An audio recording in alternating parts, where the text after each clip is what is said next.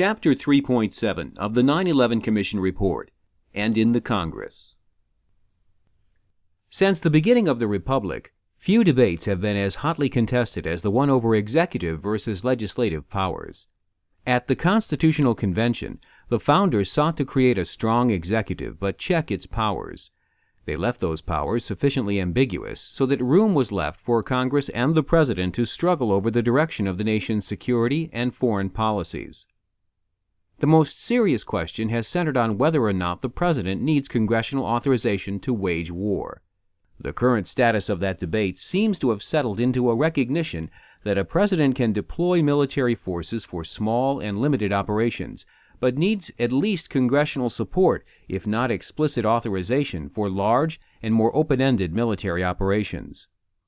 This calculus becomes important in this story, as both President Clinton and President Bush chose not to seek a declaration of war on bin Laden after he had declared and begun to wage war on us, a declaration that they did not acknowledge publicly.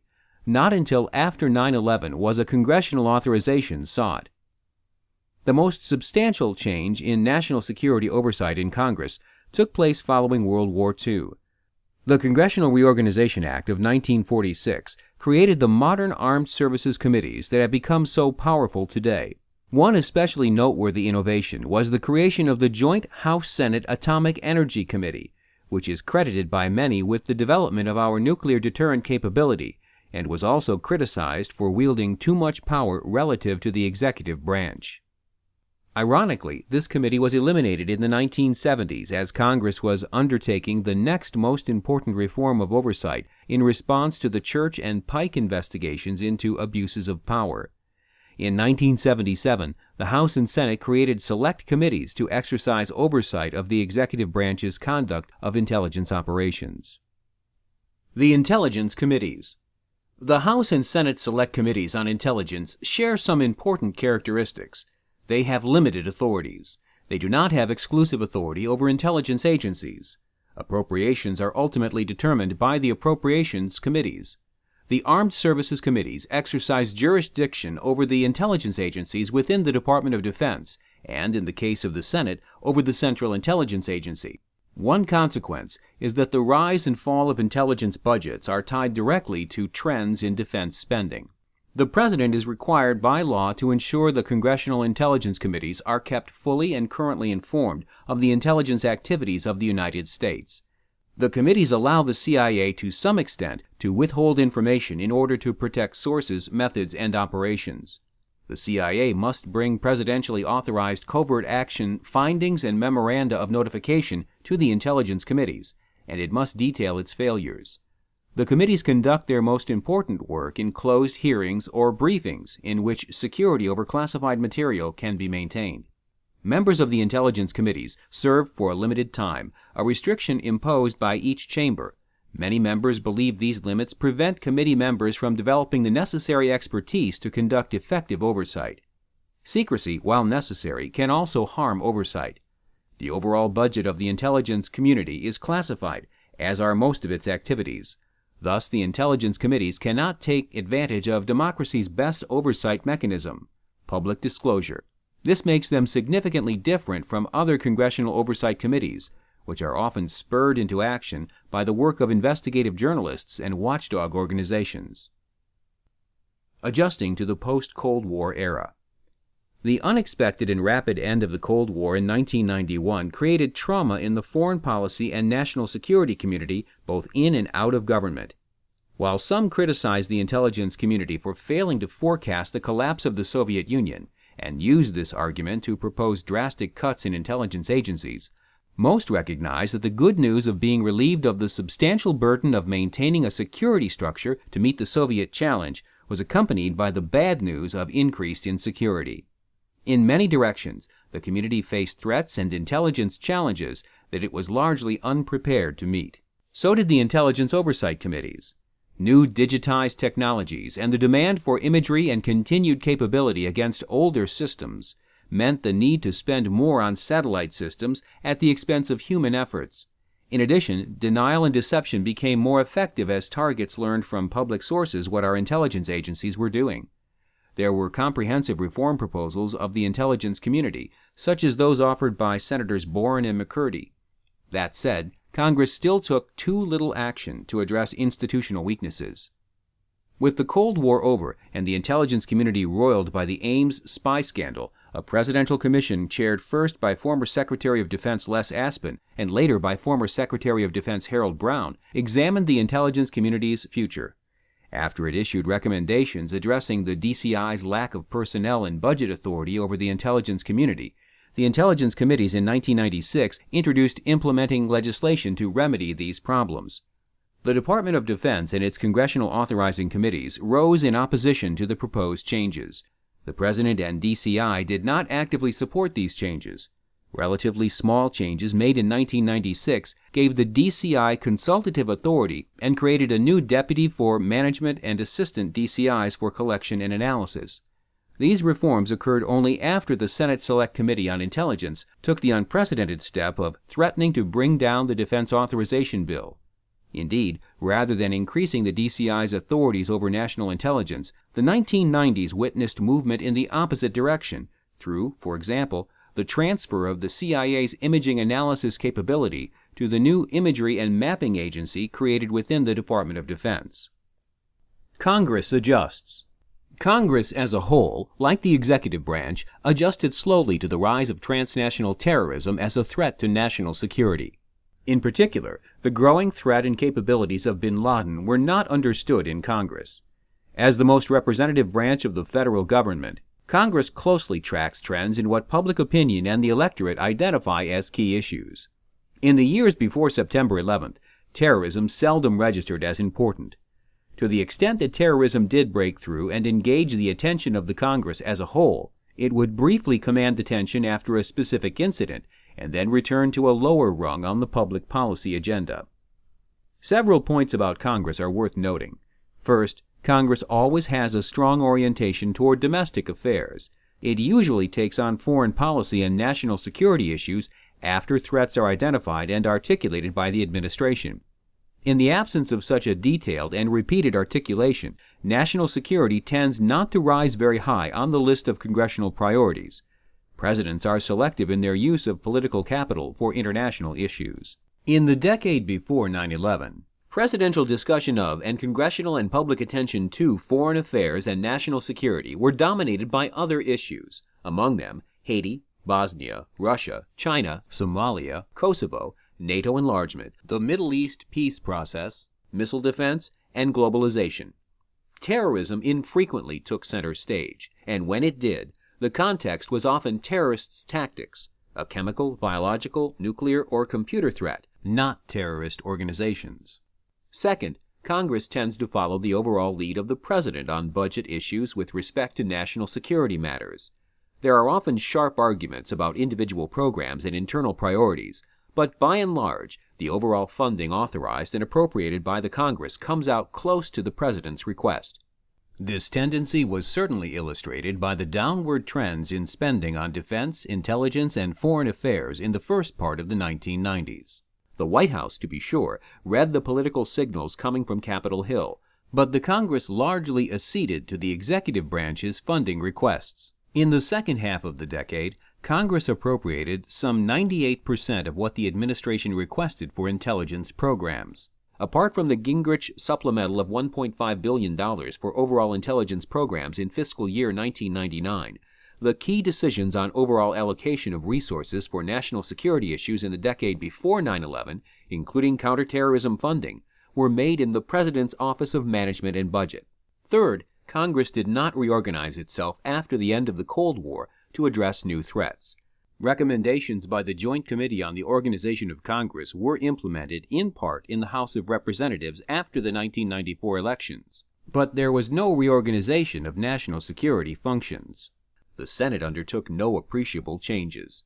Traditional issues, foreign policy, defense, intelligence, continued to be handled by committees whose structure remained largely unaltered, while issues such as transnational terrorism fell between the cracks. Terrorism came under the jurisdiction of at least 14 different committees in the House alone, and budget and oversight functions in the House and Senate concerning terrorism were also splintered badly among committees. Little effort was made to consider an integrated policy toward terrorism, which might range from identifying the threat to addressing vulnerabilities in critical infrastructure. And the piecemeal approach in the Congress contributed to the problems of the executive branch in formulating such a policy. Fourth, the oversight function of Congress has diminished over time.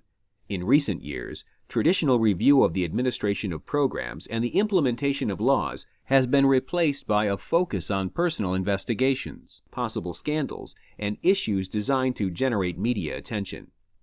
The unglamorous but essential work of oversight has been neglected, and few members, past or present, believe it is performed well. DCI Tenet told us, "We ran from threat to threat to threat.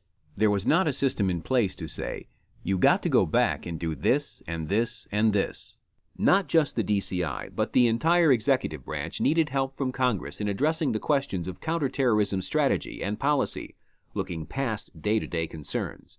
Members of Congress, however, also found their time spent on such everyday matters, or in looking back to investigate mistakes, and often missed the big questions, as did the executive branch. Staff tended as well to focus on parochial considerations, seeking to add or cut funding for individual, often small programs, instead of emphasizing comprehensive oversight projects. Fifth, on certain issues, other priorities pointed Congress in a direction that was unhelpful in meeting the threats that were emerging in the months leading up to 9/11. Committees with oversight responsibility for aviation focused overwhelmingly on airport congestion and the economic health of the airlines, not aviation security. Committees with responsibility for the INS focused on the southwest border, not on terrorists. Justice Department officials told us that committees with responsibility for the FBI tightly restricted appropriations for improvements in information technology, in part because of concerns about the FBI's ability to manage such projects. Committees responsible for South Asia spent the decade of the 1990s imposing sanctions on Pakistan, leaving presidents with little leverage to alter Pakistan's policies before 9/11. Committees with responsibility for the Defense Department paid little heed to developing military responses to terrorism and stymied intelligence reform. All committees found themselves swamped in the minutiae of the budget process, with little time for consideration of longer-term questions, or what many members past and present told us was the proper conduct of oversight. Each of these trends contributed to what can only be described as Congress's slowness and inadequacy in treating the issue of terrorism in the years before 9/11. The legislative branch adjusted little and did not restructure itself to address changing threats.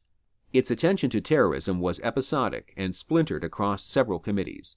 Congress gave little guidance to executive branch agencies, did not reform them in any significant way, and did not systematically perform oversight to identify, address, and attempt to resolve the many problems in national security and domestic agencies that became apparent in the aftermath of 9/11. Although individual representatives and senators took significant steps, the overall level of attention in the Congress to the terrorist threat was low. We examined the number of hearings on terrorism from January 1998 to September 2001. The Senate Armed Services Committee held 9. 4 related to the attack on the USS Cole. The House Armed Services Committee also held 9, 6 of them by a special oversight panel on terrorism. The Senate Foreign Relations Committee and its House counterpart both held 4. The Senate Select Committee on Intelligence, in addition to its annual worldwide threat hearing, held 8. Its House counterpart held perhaps 2 exclusively devoted to counterterrorism, plus the briefings by its terrorist working group.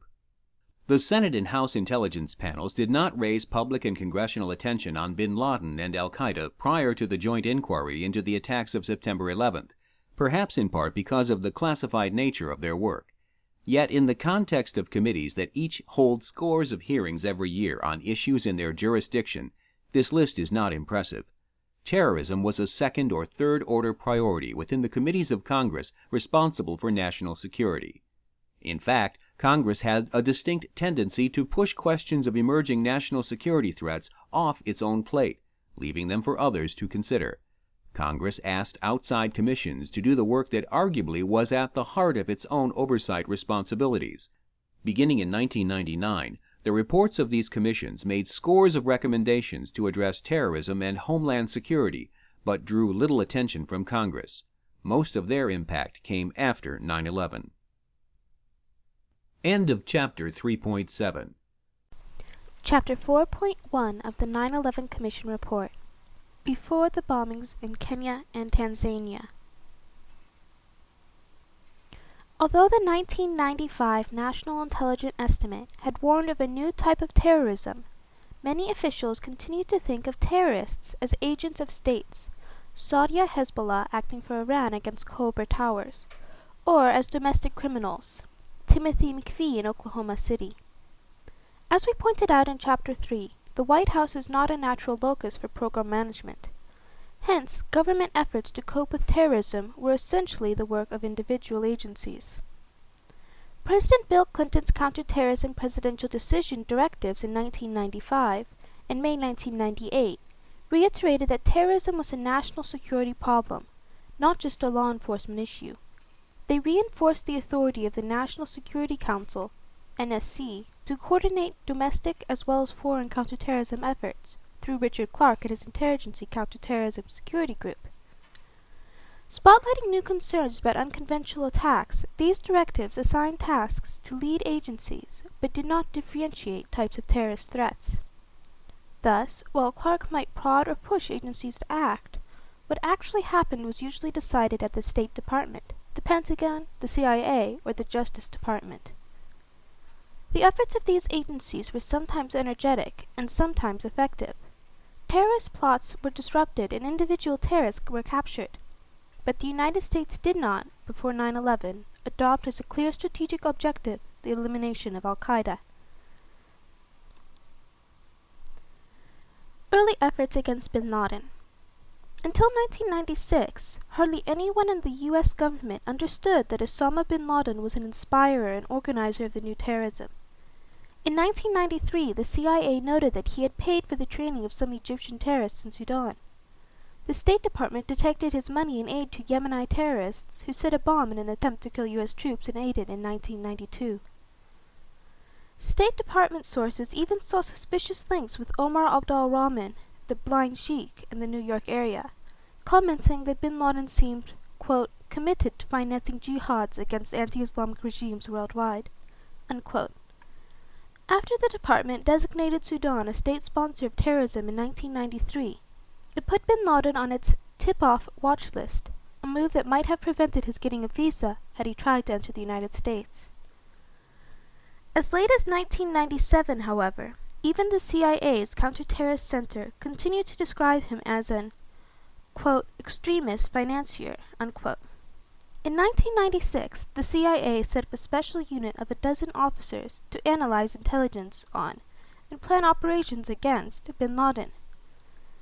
David Cohen, the head of the CIA's Directorate of Operations, wanted to test the idea of having a, quote, virtual station, unquote, a station based at headquarters, but collecting and operating against a subject much as stations in the field focus on a country.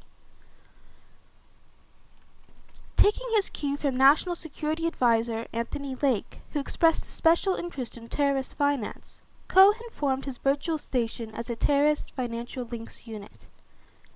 He had trouble getting any Directorate of Operations officer to run it. He finally recruited a former analyst who was then running the Islamic extremist branch of the Counterterrorist Center. This officer, who was especially knowledgeable about Afghanistan, had noticed a recent stream of reports about bin Laden and something called Al-Qaeda, and suggested to Cohen that the station focus on this one individual. Cohen agreed. Thus was born the bin Laden unit. In May 1996, bin Laden left Sudan for Afghanistan. A few months later, as the bin Laden unit was gearing up, Jamal Ahmed al-Fadl walked into a U.S. embassy in Africa, established his bona fides as a former senior employee of bin Laden, and provided a major breakthrough of intelligence on the creation, character, direction, and intentions of Al-Qaeda. Corroborating evidence came from another walk-in source at a different U.S. embassy. More confirmation was supplied later that year by intelligence and other sources, including material gathered by FBI agents and Kenyan police from an Al-Qaeda cell in Nairobi. By 1997, officers in the bin Laden unit recognized that bin Laden was more than just a financier.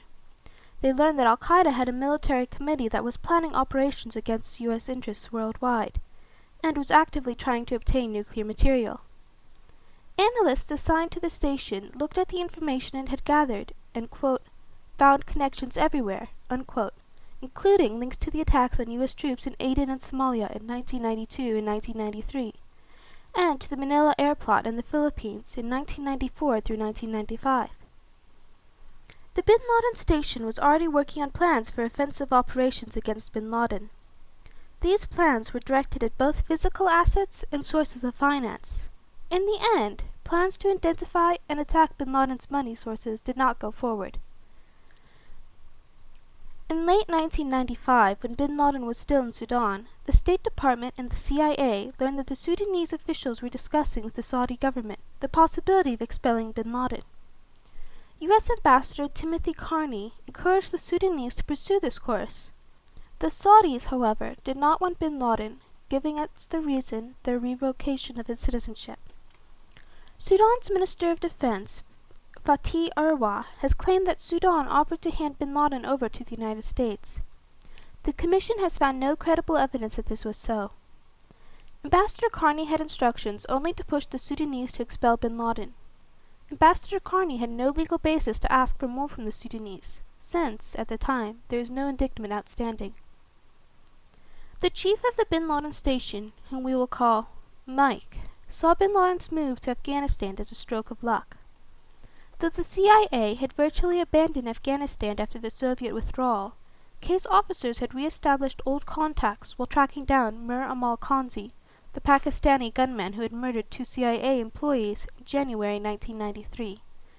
These contacts contributed to intelligence about bin Laden's local movements, business activities, and security and living arrangements, and helped provide evidence that he was spending large amounts of money to help the Taliban.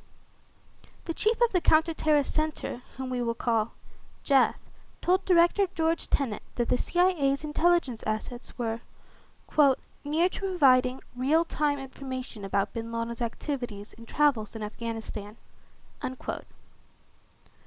One of the contacts was a group associated with particular tribes among Afghanistan's ethnic Pashtun community. By the fall of 1997, the bin Laden unit had roughed out a plan for these Afghan tribals to capture bin Laden and hand him over for trial either in the United States or in an Arab country. In early 1998, the Cabinet-level Principals Committee apparently gave the concept its blessing. On their own separate track, getting information, but not direction, from the CIA, the FBI's New York field office and the U.S. Attorney for the Southern District of New York were preparing to ask a grand jury to indict bin Laden. The Counter-Terrorist Center knew that this was happening. The eventual charge, conspiring to attack U.S. defense installations, was finally issued from the grand jury in June 1998 as a sealed indictment. The indictment was publicly disclosed in November of that year. When bin Laden moved to Afghanistan in May 1996, he became a subject of interest to the State Department's South Asia Bureau. At the time, as one diplomat told us, South Asia was seen in the department and the government generally as a low priority. In 1997, as Madeleine Albright was beginning her tenure as Secretary of State, an NSC policy review concluded that the United States should pay more attention not just to India, but also to Pakistan and Afghanistan. With regard to Afghanistan, another diplomat said, the United States at the time had, quote, no policy, unquote. In the State Department, concerns about India-Pakistan tensions often crowded out attention to Afghanistan or bin Laden. Aware of instability and growing Islamic extremism in Pakistan, State Department officials worried most about an arms race and possible war between Pakistan and India. After May 1998, when both countries surprised the United States by testing nuclear weapons, these dangers became daily first-order concerns of the State Department. In Afghanistan, the State Department tried to end the civil war that had been continued since the Soviets' withdrawal. The South Asia Bureau believed that it might have a carrot for Afghanistan's warring factions in a project by the Union Oil Company of California, UNOCAL, to build a pipeline across the country. While there was probably never much chance of the pipeline actually being built, the Afghan desk hoped that the prospect of shared pipeline profits might lure faction leaders to a conference table. U.S. diplomats did not favor the Taliban over rival factions. Despite growing concerns, U.S. diplomats were willing at the time, as one official said, to, quote, give the Taliban a chance, unquote. The Secretary Albright made no secret of thinking the Taliban, quote-unquote, despicable. The U.S. ambassador to the United States, Bill Richardson, led a delegation to South Asia, including Afghanistan, in April 1998. No U.S. official of such rank had been to Kabul in decades. Ambassador Richardson went primarily to urge negotiations to end the civil war. In view of bin Laden's recent public call for all Muslims to kill Americans, Richardson asked the Taliban to expel bin Laden.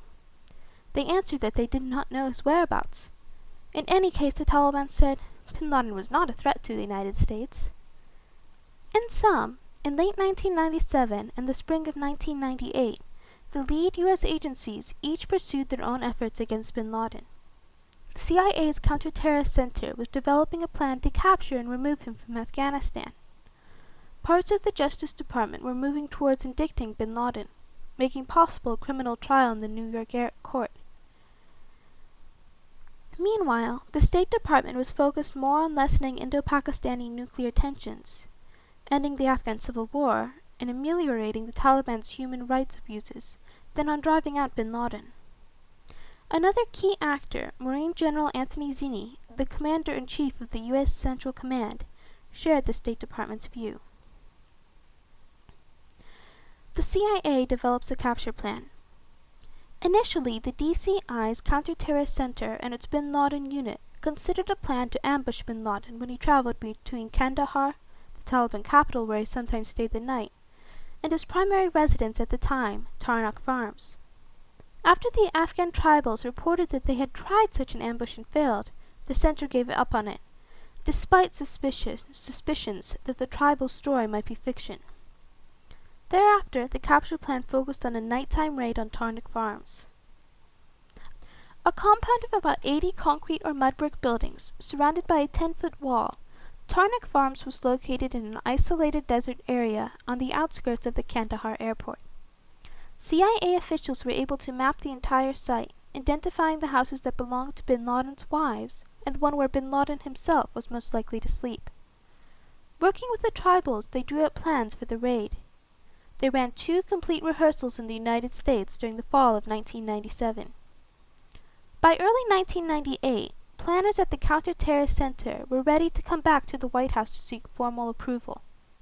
Tenet apparently walked National Security Advisor Sandy Berger through the basic plan on February 13th. One group of tribals would subdue the guards, enter Tarnak Farms stealthily, grab bin Laden, take him to a desert site outside Kandahar, and turn him over to a second group. This second group of tribals would take him to a desert landing zone already tested in the 1997 Khanzi capture. From there, a CIA plane would take him to New York, an Arab capital, or wherever he was to be arraigned. Briefing papers prepared by the Counter-Terrorist Center acknowledged that hitches might develop.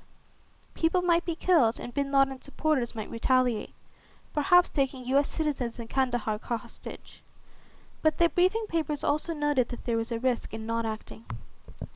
Quote, sooner or later, unquote, they said, quote, bin Laden will attack U.S. interests, perhaps using WMD, weapons of mass destruction, unquote. Clark's Counterterrorism Security Group reviewed the capture plan for Berger, noting that the plan was in a, quote, very early stage of development, unquote. The NSC staff then told the CIA planners to go ahead and, among other things, start drafting any legal documents that might be required to authorize the covert action.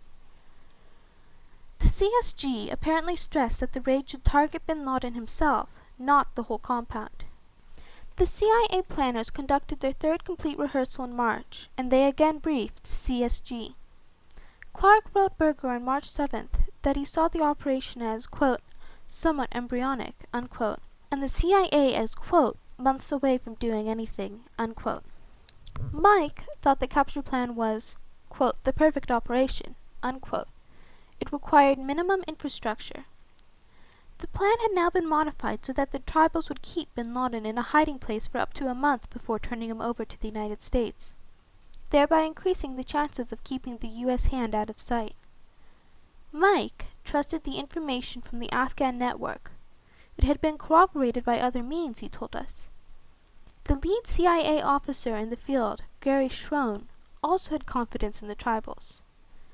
In a May 6 cable to CIA headquarters, he pronounced their planning, quote, almost as professional and detailed as would be done by any U.S. military special operations element, unquote.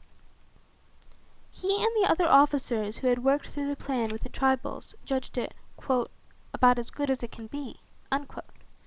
By that, Schroen explained, he meant that the chance of capturing or killing bin Laden was about 40%.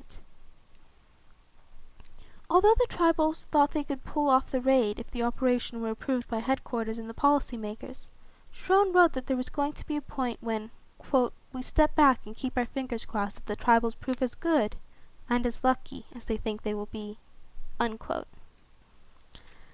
Military officers reviewed the capture plan and, according to Mike, quote, found no showstoppers, unquote.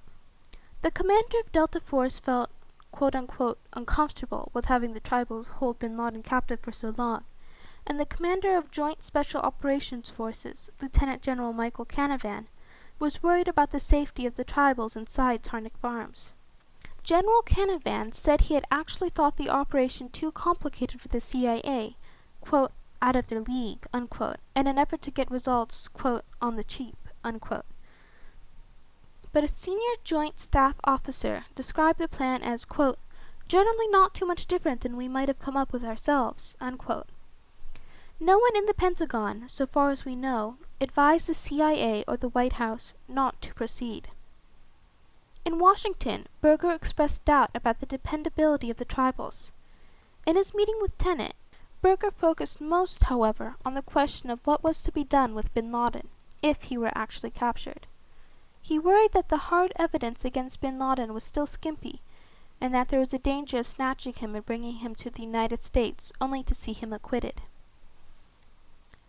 On May 18th, CIA's managers reviewed a draft of Memorandum of Notification, MON, a legal document authorizing the capture operation. A 1986 presidential finding had authorized worldwide covert action against terrorism, and probably provided adequate authority. But mindful of the old, quote-unquote, rogue elephant charge, senior CIA managers may have wanted something on paper to show that they were not acting on their own. Discussion of this memorandum brought to the service an unease about paramilitary covert action that had become ingrained, at least among some CIA senior managers. James Pavitt, the assistant head of the Directorate of Operations, expressed concern that people might get killed. It appears he thought the operation had at least a slight flavor of a plan for assassination. Moreover, he calculated that it would cost several $1 million. He was not prepared to take that money, quote, out of hide, unquote, and he did not want to go to all the necessary congressional committees to get special money. Despite Pavitt's misgivings, the CIA leadership cleared the draft memorandum and sent it to the National Security Council. Counter-Terrorist Center officers briefed Attorney General Janet Reno and FBI Director Louis Freeh, telling them that the operation had about a 30% chance of success.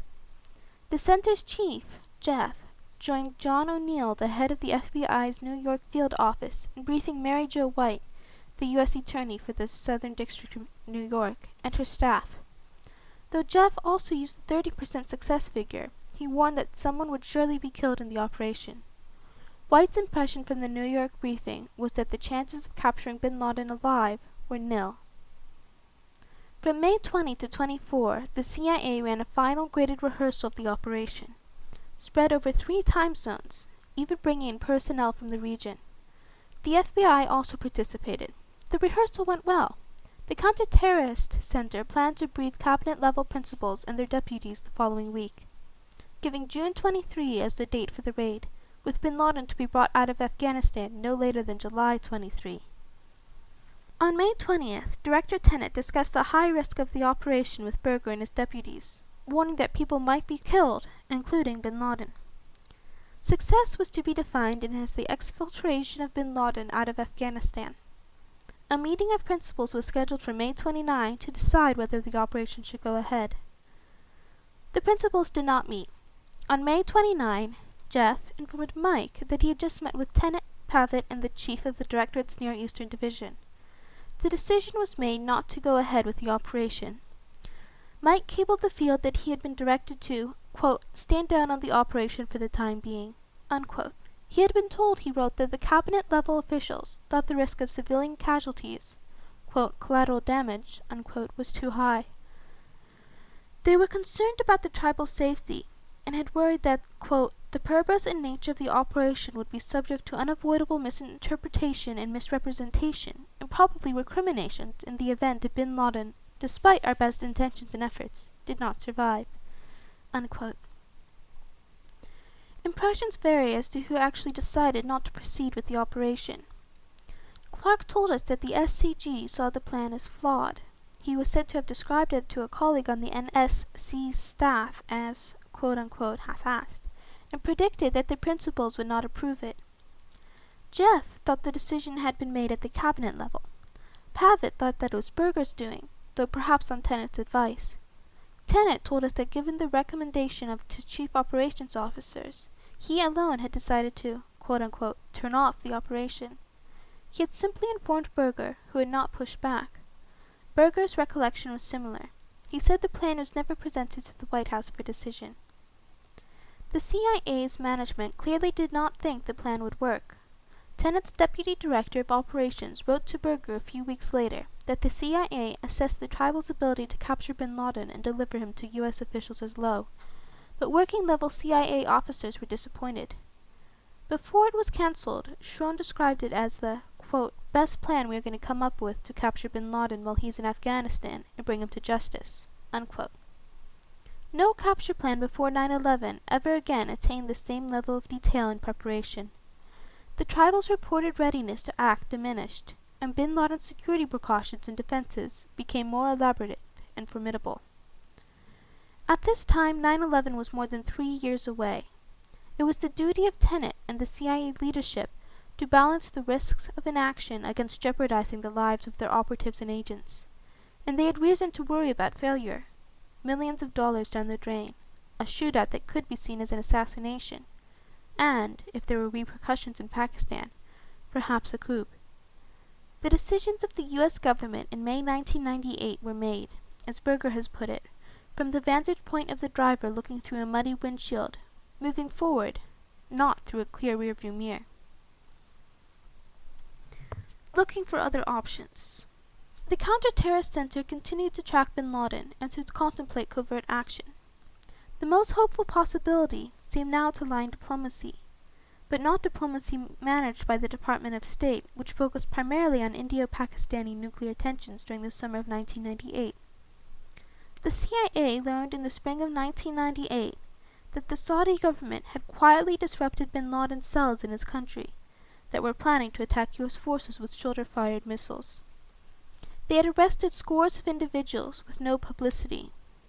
When thanking the Saudis, Director Tenet took advantage of the opening to ask them to help against bin Laden. The response was encouraging enough that President Clinton made Tenet his informal personal representative to work with the Saudis on terrorism, and Tenet visited the Riyadh in May and again in early June. Saudi Crown Prince Abdullah, who had taken charge from the ailing King Fahd, promised Tenet an all-out secret effort to persuade the Taliban to expel bin Laden, so that he could be sent to the United States, or to another country for trial. The kingdom's emissary would be its intelligence chief, Prince Turki bin Faisal. Vice President Al Gore later added his thanks to those of Tenet, both making clear that they spoke with President Clinton's blessings. Tenet reported that it was imperative to get an indictment against bin Laden. The New York grand jury issued its sealed indictment a few days later, on June 10th. Tenet also recommended that no action be taken on other U.S. options, such as the Covert Action plan. Prince Turki followed up in meetings during the summer with Mullah Omar and other Taliban leaders. Apparently, employing a mixture of possible incentives and threats, Turkey received a commitment that bin Laden would be expelled, But Mullah Omar did not make good on this promise. On August 5th, Clark chaired a CSG meeting on bin Laden. In the discussion of what might be done, the note-taker wrote, quote, "There was a dearth of bright ideas around the table, despite a consensus that the government ought to pursue every avenue that it can address the problem." Unquote. End of chapter 4.1. Chapter 4.2 of the 9/11 Commission Report. Crisis, August 1998. On August 7, 1998, National Security Advisor Berger woke President Clinton with a phone call at 5:35 a.m. to tell him of the almost simultaneous bombings of the U.S. embassies in Nairobi, Kenya, and Dar es Salaam, Tanzania. Suspicion quickly focused on bin Laden. Unusually good intelligence, chiefly from the year-long monitoring of al-Qaeda's cell in Nairobi, soon firmly fixed responsibility on him and his associates. Debate about what to do settled very soon on one option: Tomahawk cruise missiles. Months earlier, after cancellation of the covert capture operation, Clark had prodded the Pentagon to explore possibilities for military action.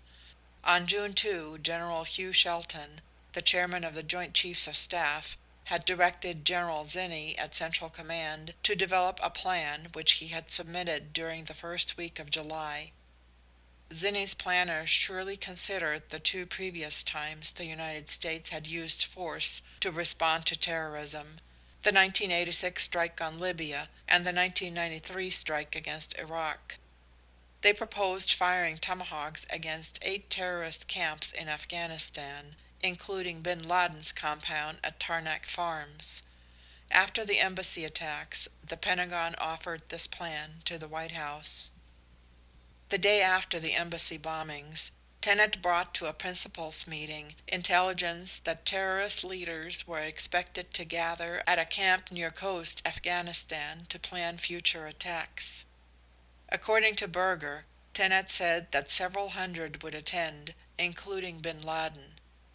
The CIA described the area as effectively a military cantonment, away from civilian population centers and overwhelmingly populated by jihadists. Clark remembered sitting next to Tenet in a White House meeting, asking Tenet, "You thinking what I'm thinking?" and his nodding, "Yes." The principals quickly reached a consensus on attacking the gathering. The strike's purpose was to kill bin Laden and his chief lieutenants. Berger put in place a tightly compartmented process designed to keep all planning secret. On August 11, General Zinni received orders to prepare detailed plans for strikes against the sites in Afghanistan. The Pentagon briefed President Clinton about these plans on August 12 and 14. Though the principals hoped that the missiles would hit bin Laden, NSC staff recommended the strike whether or not there was firm evidence that the commanders were at the facilities. Considerable debate went to the question of whether to strike targets outside of Afghanistan, including 2 facilities in Sudan. One was a tannery believed to belong to bin Laden. The other was Al-Shifa, a Khartoum pharmaceutical plant, which intelligence reports said was manufacturing a precursor ingredient for nerve gas with bin Laden's financial support. The argument for hitting the tannery was that it could hurt bin Laden financially. The argument for hitting Al-Shifa was that it would lessen the chance of bin Laden's having nerve gas for a later attack. Ever since March 1995, American officials had had in the backs of their minds Aum Shinrikyo's release of sarin nerve gas in the Tokyo subway. President Clinton himself had expressed great concern about chemical and biological terrorism in the United States. Bin Laden had reportedly been heard to speak of wanting a Hiroshima and at least 10,000 casualties. The CIA reported that a soil sample from the vicinity of the Al-Shifa plant had tested positive for EMPTA, a precursor chemical for VX, a nerve gas whose lone use was for mass killing. 2 days before the embassy bombings, Clark's staff wrote that bin Laden had invested in and almost certainly has access to VX produced at a plant in Sudan. Senior State Department officials believed that they had received a similar verdict independently, though they and Clark's staff were probably relying on the same report. Mary McCarthy, the NSC senior director responsible for intelligence programs, initially cautioned Berger that the bottom line was that we will need much better intelligence on this facility before we seriously consider any options. She added that the link between bin Laden and al-Shifa was rather uncertain at this point. Berger has told us that he thought about what might happen if the decision went against hitting al-Shifa and nerve gas was used in a New York subway 2 weeks later. By the early hours of the morning of August 20, President Clinton and all his principal advisors had agreed to strike bin Laden camps in Afghanistan near coast, as well as hitting al-Shifa. The president took the Sudanese tannery off the target list because he saw little point in killing uninvolved people without doing significant harm to bin Laden. The principal with the most qualms regarding al-Shifa was Attorney General Reno. She expressed concern about attacking 2 Muslim countries at the same time. Looking back, she said that she felt the premise kept shifting. Later, on August 20, Navy vessels in the Arabian Sea fired their cruise missiles. Though most of them hit their intended targets, neither bin Laden nor any terrorist leader was killed. Berger told us that an after-action review by Director Tenet concluded that the strikes had killed 20 to 30 people in the camps, but probably missed bin Laden by a few hours. Since the missiles headed for Afghanistan had to cross Pakistan, the Vice Chairman of Joint Chiefs was sent to meet with Pakistan's Army Chief of Staff to assure him the missiles were not coming from India.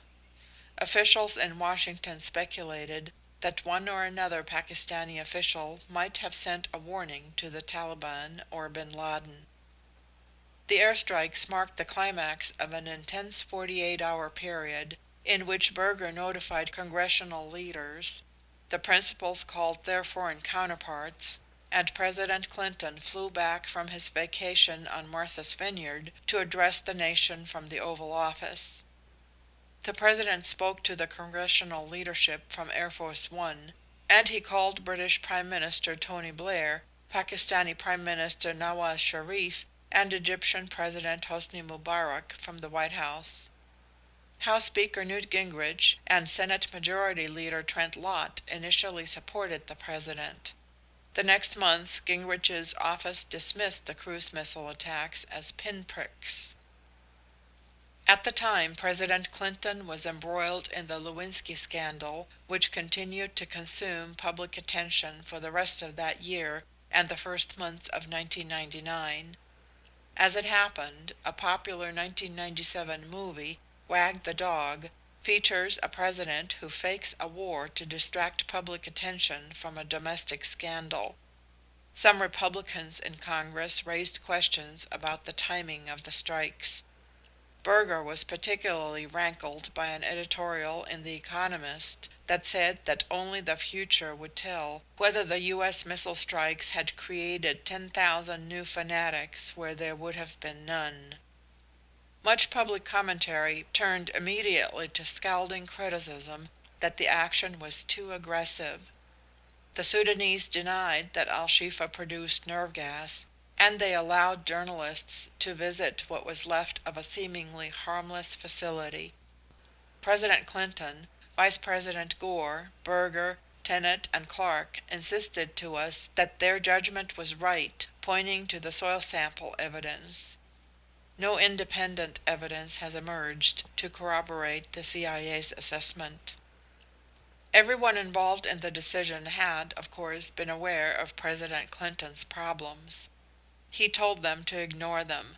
Berger recalled the president saying to him that they were going to get crap either way, so they should do the right thing.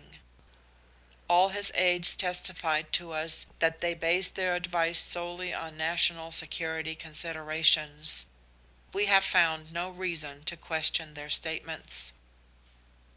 The failure of the strikes, the wag the dog slur, the intense partisanship of the period, and the nature of the Al-Shifa evidence likely had a cumulative effect on future decisions about the use of force against bin Laden.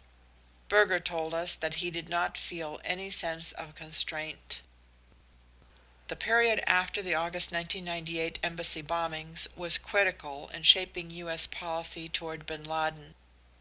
Although more Americans had been killed in the 1996 Khobar Towers attack, and many more in Beirut in 1983, the overall loss of life rivaled the worst attacks in memory. More ominous, perhaps, was the demonstration of an operational capability to coordinate two nearly simultaneous attacks on U.S. embassies in different countries. Despite the availability of information that Al-Qaeda was a global network, in 1998 policymakers knew little about the organization. The reams of new information that the CIA's bin Laden unit had been developing since 1996 had not been pulled together and synthesized for the rest of the government. Indeed, analysts in the unit felt that they were viewed as alarmists even within the CIA. A national intelligence estimate on terrorism in 1997 had only briefly mentioned bin Laden, and no subsequent national estimate would authoritatively evaluate the terrorism danger until after 9/11. Policymakers knew there was a dangerous individual, Osama bin Laden, whom they had been trying to capture and bring to trial. Documents at the time referred to bin Laden and his associates, or bin Laden and his network.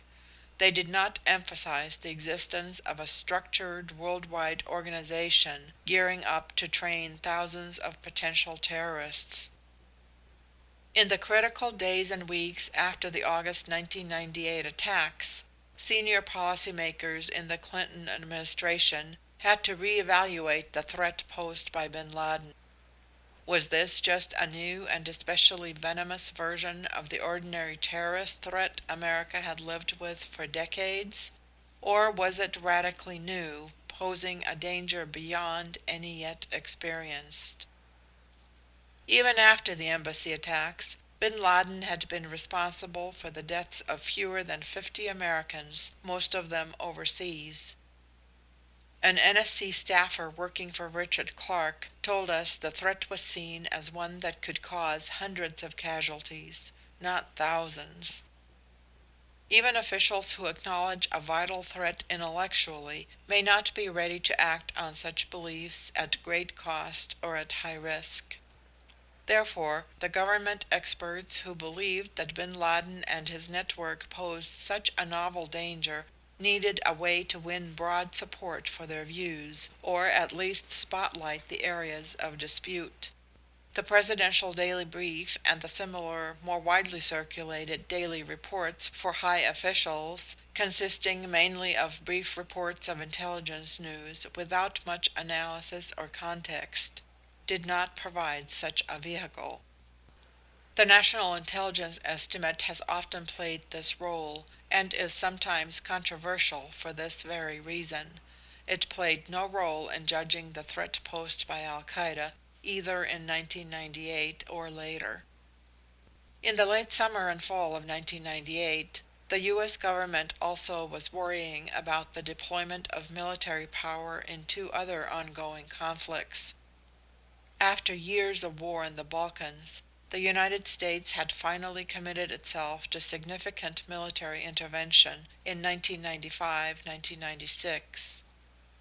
Already maintaining a NATO-led peacekeeping force in Bosnia, U.S. officials were beginning to consider major combat operations against Serbia to protect Muslim civilians in Kosovo from ethnic cleansing. Airstrikes were threatened in October 1998. A full-scale NATO bombing campaign against Serbia was launched in March 1999. In addition, the Clinton administration was facing the possibility of major combat operations against Iraq. Since 1996, the UN inspections regime had been increasingly obstructed by Saddam Hussein. The United States was threatening to attack unless unfettered inspections could resume. The Clinton administration eventually launched a large-scale set of airstrikes against Iraq, Operation Desert Fox, in December 1998. These military commitments became the context in which the Clinton administration had to consider opening another front of military engagement against a new terrorist threat based in Afghanistan. A follow-on campaign. Clark hoped the August 1998 missile strikes would mark the beginning of a sustained campaign against bin Laden. Clark was, as he later admitted, obsessed with bin Laden, and the embassy bombings gave him new scope for pursuing his obsession. Terrorism had moved high up among the president's concerns, and Clark's position had elevated accordingly.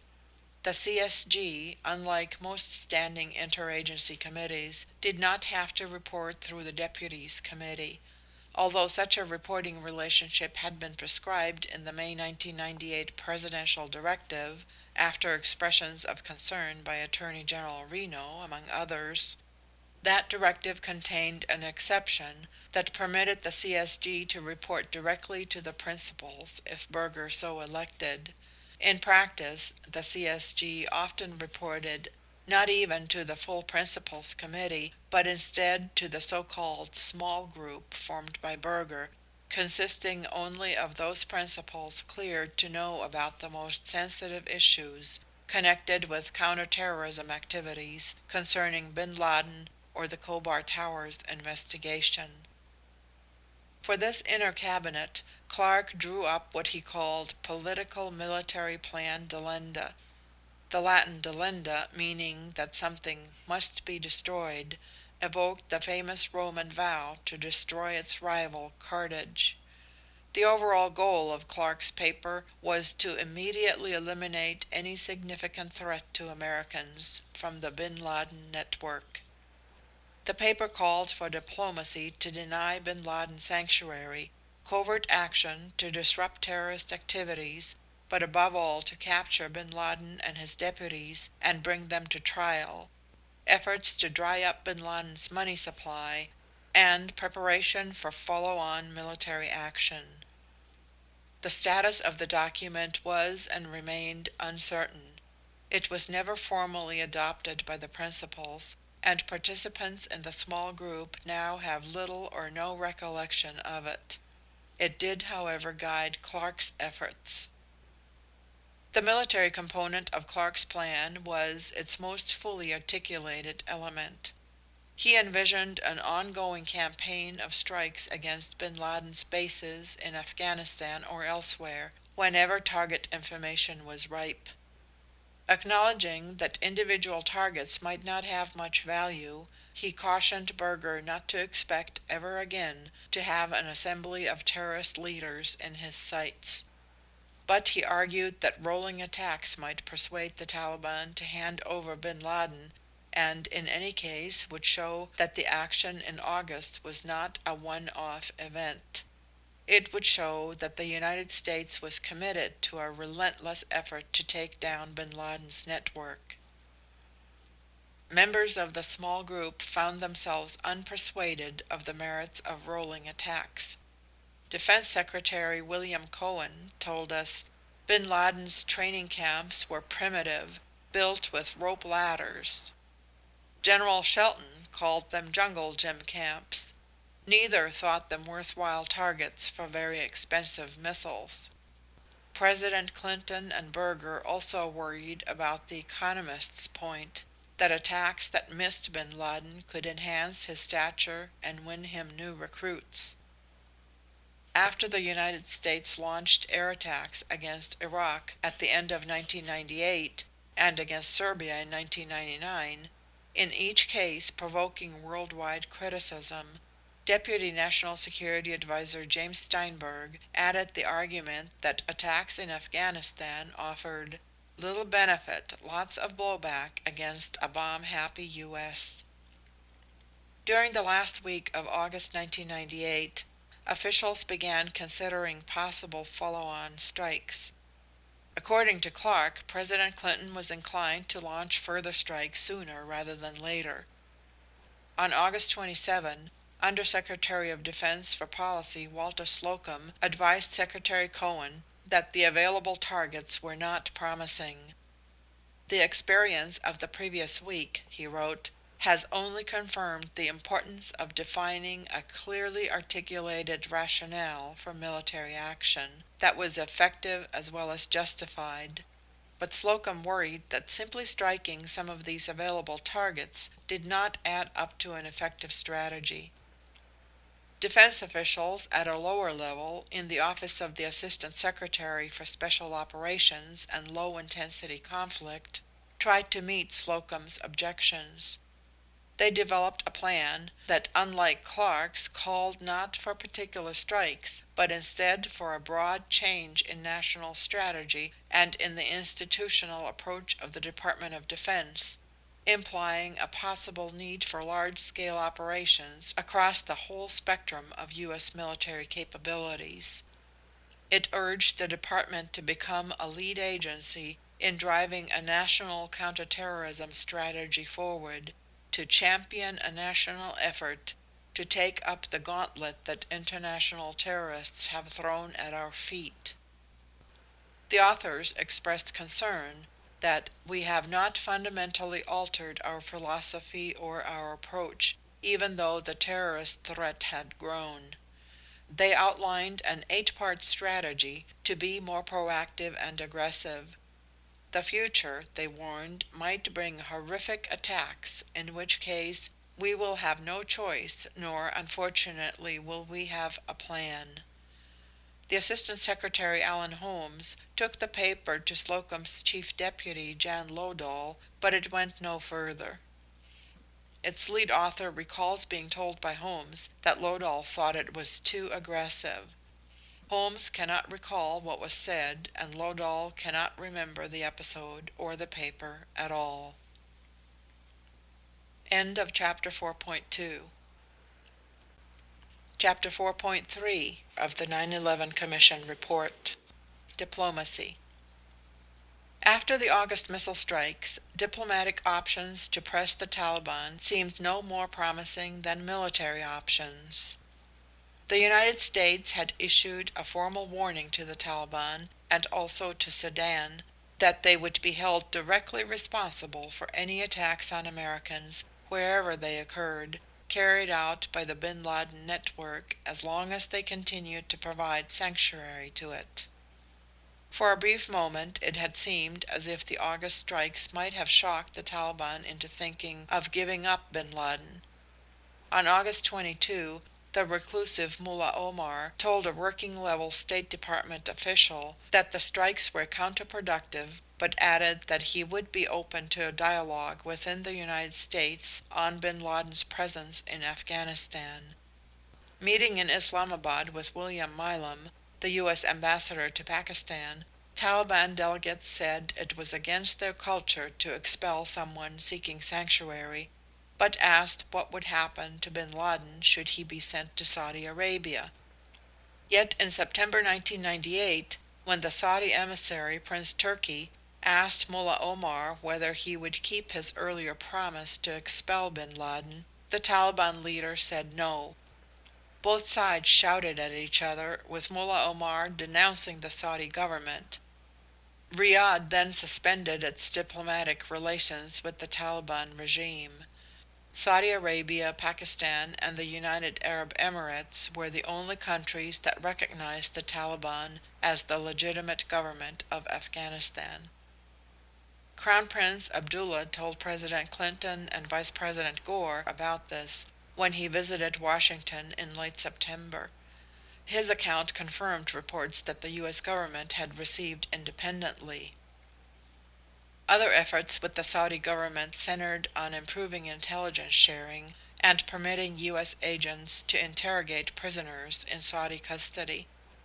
The history of such cooperation in 1997 and 1998 had been strained.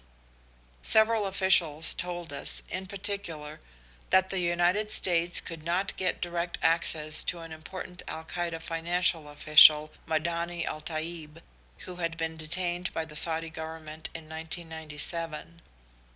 Though U.S. officials repeatedly raised the issue, the Saudis provided limited information. In his September 1998 meeting with Crown Prince Abdullah, Vice President Gore, while thanking the Saudi government for their responsiveness, renewed the request for direct U.S. access to Taib. The United States never obtained this access. An NSC staff-led working group on terrorist finances asked the CIA in November 1998 to push again for access to Taib and to see if it is possible to elaborate further on the ties between Osama bin Laden and prominent individuals in Saudi Arabia, including especially the bin Laden family. One result was 2 NSC-led interagency trips to Persian Gulf states in 1999 and 2000. During these trips, the NSC, Treasury, and intelligence representatives spoke with Saudi officials and later interviewed members of the bin Laden family about Osama's inheritance. The Saudis and the bin Laden family eventually helped in this particular effort, and U.S. officials ultimately learned that bin Laden was not financing al-Qaeda out of a personal inheritance. But Clark was frustrated about how little the agency knew, complaining to Berger that 4 years after we first asked CIA to track down bin Laden's finances, and 2 years after the creation of the CIA's bin Laden unit, the agency said it could only guess at how much aid bin Laden gave to terrorist groups, what were the main sources of his budget, and how he moved his money. The other diplomatic route to get at bin Laden in Afghanistan ran through Islamabad. In the summer before the embassy bombings, the State Department had been heavily focused on rising tensions between India and Pakistan, and did not aggressively challenge Pakistan on Afghanistan and bin Laden. But State Department counterterrorism officials wanted a stronger position. The department's acting counterterrorism coordinator advised Secretary Albright to designate Pakistan as a state sponsor of terrorism, noting that despite high-level Pakistani assurances, the country's military intelligence service continued activities in support of international terrorism by supporting attacks on civilian targets in Kashmir. This recommendation was opposed by the State Department's South Asia Bureau, which was concerned that it would damage already sensitive relations with Pakistan in the wake of the May 1998 nuclear tests by both Pakistan and India. Secretary Albright rejected the recommendation on August 5, 1998, just 2 days before the embassy bombings. She told us that, in general, putting the Pakistanis on the terrorist list would eliminate any influence the United States had over them. In October, an NSC counterterrorism official noted that Pakistan's pro-Taliban military intelligence service had been training Kashmiri jihadists in one of the camps hit by U.S. missiles, leading to the death of Pakistanis. After flying to Nairobi and bringing home the coffins of the American dead, Secretary Albright increased the department's focus on counterterrorism. According to Ambassador Milam, the bombings were a wake-up call, and he soon found himself spending 45 to 50% of his time working the Taliban bin Laden portfolio. But Pakistan's military intelligence service, known as the ISID, Inter-Services Intelligence Directorate, was the Taliban's primary patron, which made progress difficult. Additional pressure on the Pakistanis, beyond demands to press the Taliban on bin Laden, seemed unattractive to most officials of the State Department. Congressional sanctions punishing Pakistan for possessing nuclear arms prevented the administration from offering incentives to Islamabad. In the words of Deputy Secretary of State Strobe Talbot, Washington's Pakistan policy was stick-heavy. Talbot felt that the only remaining sticks were additional sanctions that would have bankrupted the Pakistanis, a dangerous move that could have brought total chaos to a nuclear-armed country with a significant number of Islamic radicals. The Saudi government, which had a long and close relationship with Pakistan and provided it oil on generous terms, was already pressing Sharif with regard to the Taliban and bin Laden.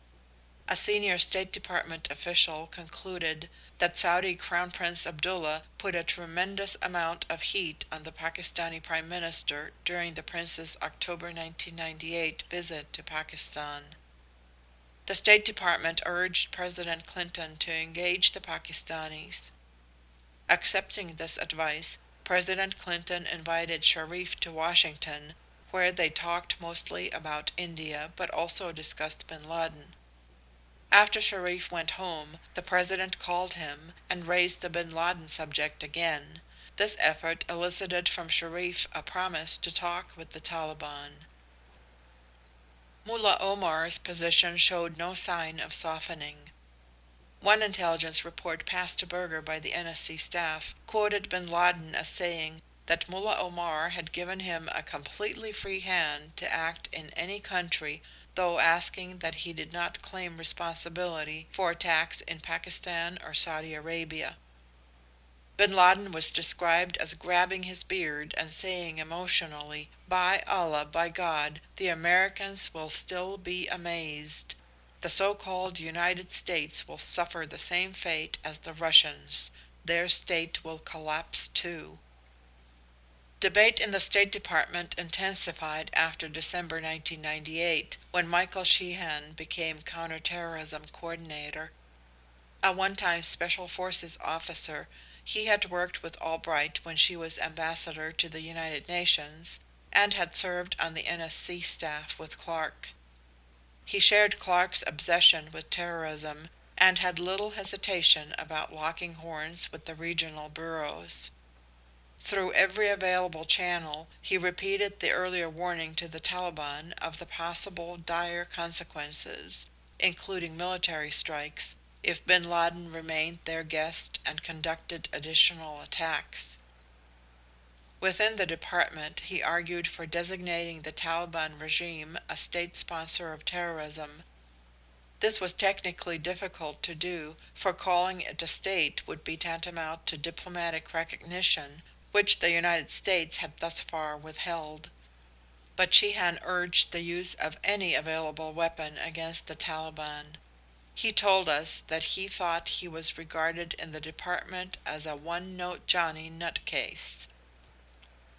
In early 1999, the State Department's Counterterrorism Office proposed a comprehensive diplomatic strategy for all states involved in the Afghanistan problem, including Pakistan. It specified both carrots and hard-hitting sticks, among them certifying Pakistan as uncooperative on terrorism. Albright said the original carrots and sticks listed in a decision paper for principals may not have been used as described on paper, but added that they were used in other ways or in varying degrees. But the paper's author, Ambassador Sheehan, was frustrated and complained to us that the original plan had been watered down to the point that nothing was then done with it. The cautiousness of the South Asia Bureau was reinforced when, in May 1999, Pakistani troops were discovered to have infiltrated into an especially mountainous area of Kashmir. A limited war began between India and Pakistan, euphemistically called the Kargil Crisis, as India tried to drive the Pakistani forces out. Patience with Pakistan was wearing thin, inside both the State Department and the NSC. Bruce Rydell, the NSC staff member responsible for Pakistan, wrote Berger that Islamabad was behaving as a rogue state in two areas, backing Taliban UBL terror and provoking war with India.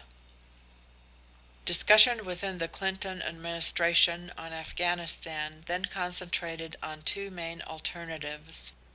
The first, championed by Rydell and Assistant Secretary of State Carl Inderfurth, was to undertake a major diplomatic effort to end the Afghan civil war and install a national unity government. The second, favored by Sheehan, Clark, and the CIA, called for labeling the Taliban a terrorist group and ultimately funneling secret aid to its chief foe, the Northern Alliance. This dispute would go back and forth throughout 1999 and ultimately become entangled with a debate about enlisting the Northern Alliance as an ally for covert action. Another diplomatic option may have been available, nurturing Afghan exile groups as a possible moderate governing alternative to the Taliban. In late 1999, Washington provided some support for talks among the leaders of exile Afghan groups, including the ousted Rome-based King Zahir Shah and Hamid Karzai, about bolstering anti-Taliban forces inside Afghanistan and linking the Northern Alliance with Pashtun groups. One U.S. diplomat later told us that the exile groups were not ready to move forward, and that coordinating fractious groups residing in Bonn, Rome, and Cyprus proved extremely difficult. Frustrated by the Taliban's resistance, two senior State Department officials suggested asking the Saudis to offer the Taliban $250 million for bin Laden. Clark opposed having the United States facilitate a huge grant to a regime as heinous as the Taliban, and that the idea might not seem attractive to either Secretary Albright or First Lady Hillary Rodham Clinton, both critics of the Taliban's record on women's rights. The proposal seems to have quietly died.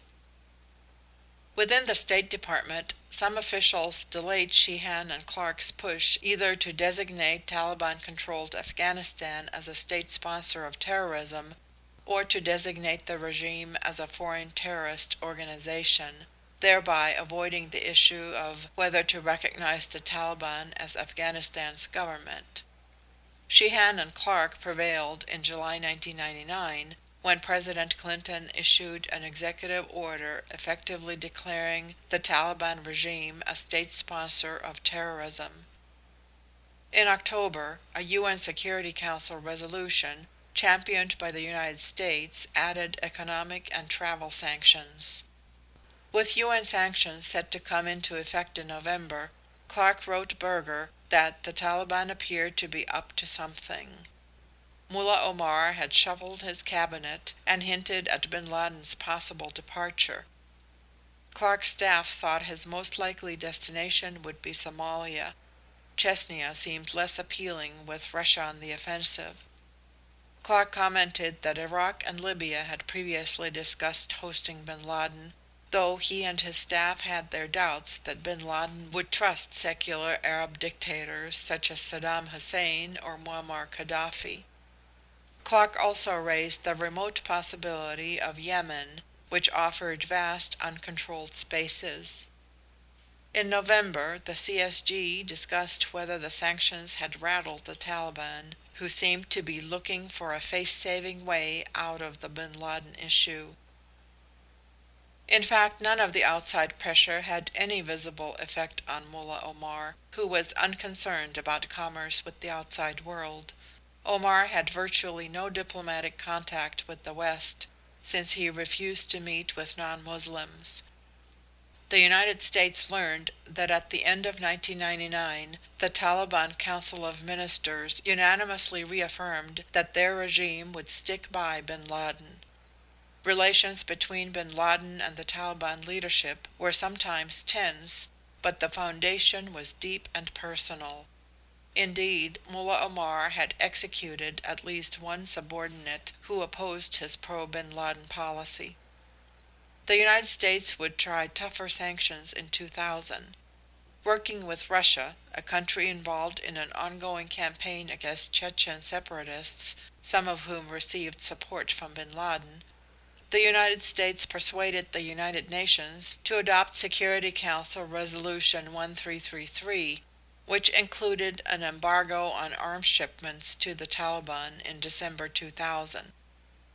The aim of the resolution was to hit the Taliban where it was most sensitive, on the battlefield against the Northern Alliance, and criminalize giving them arms and providing military advisors, which Pakistan had been doing.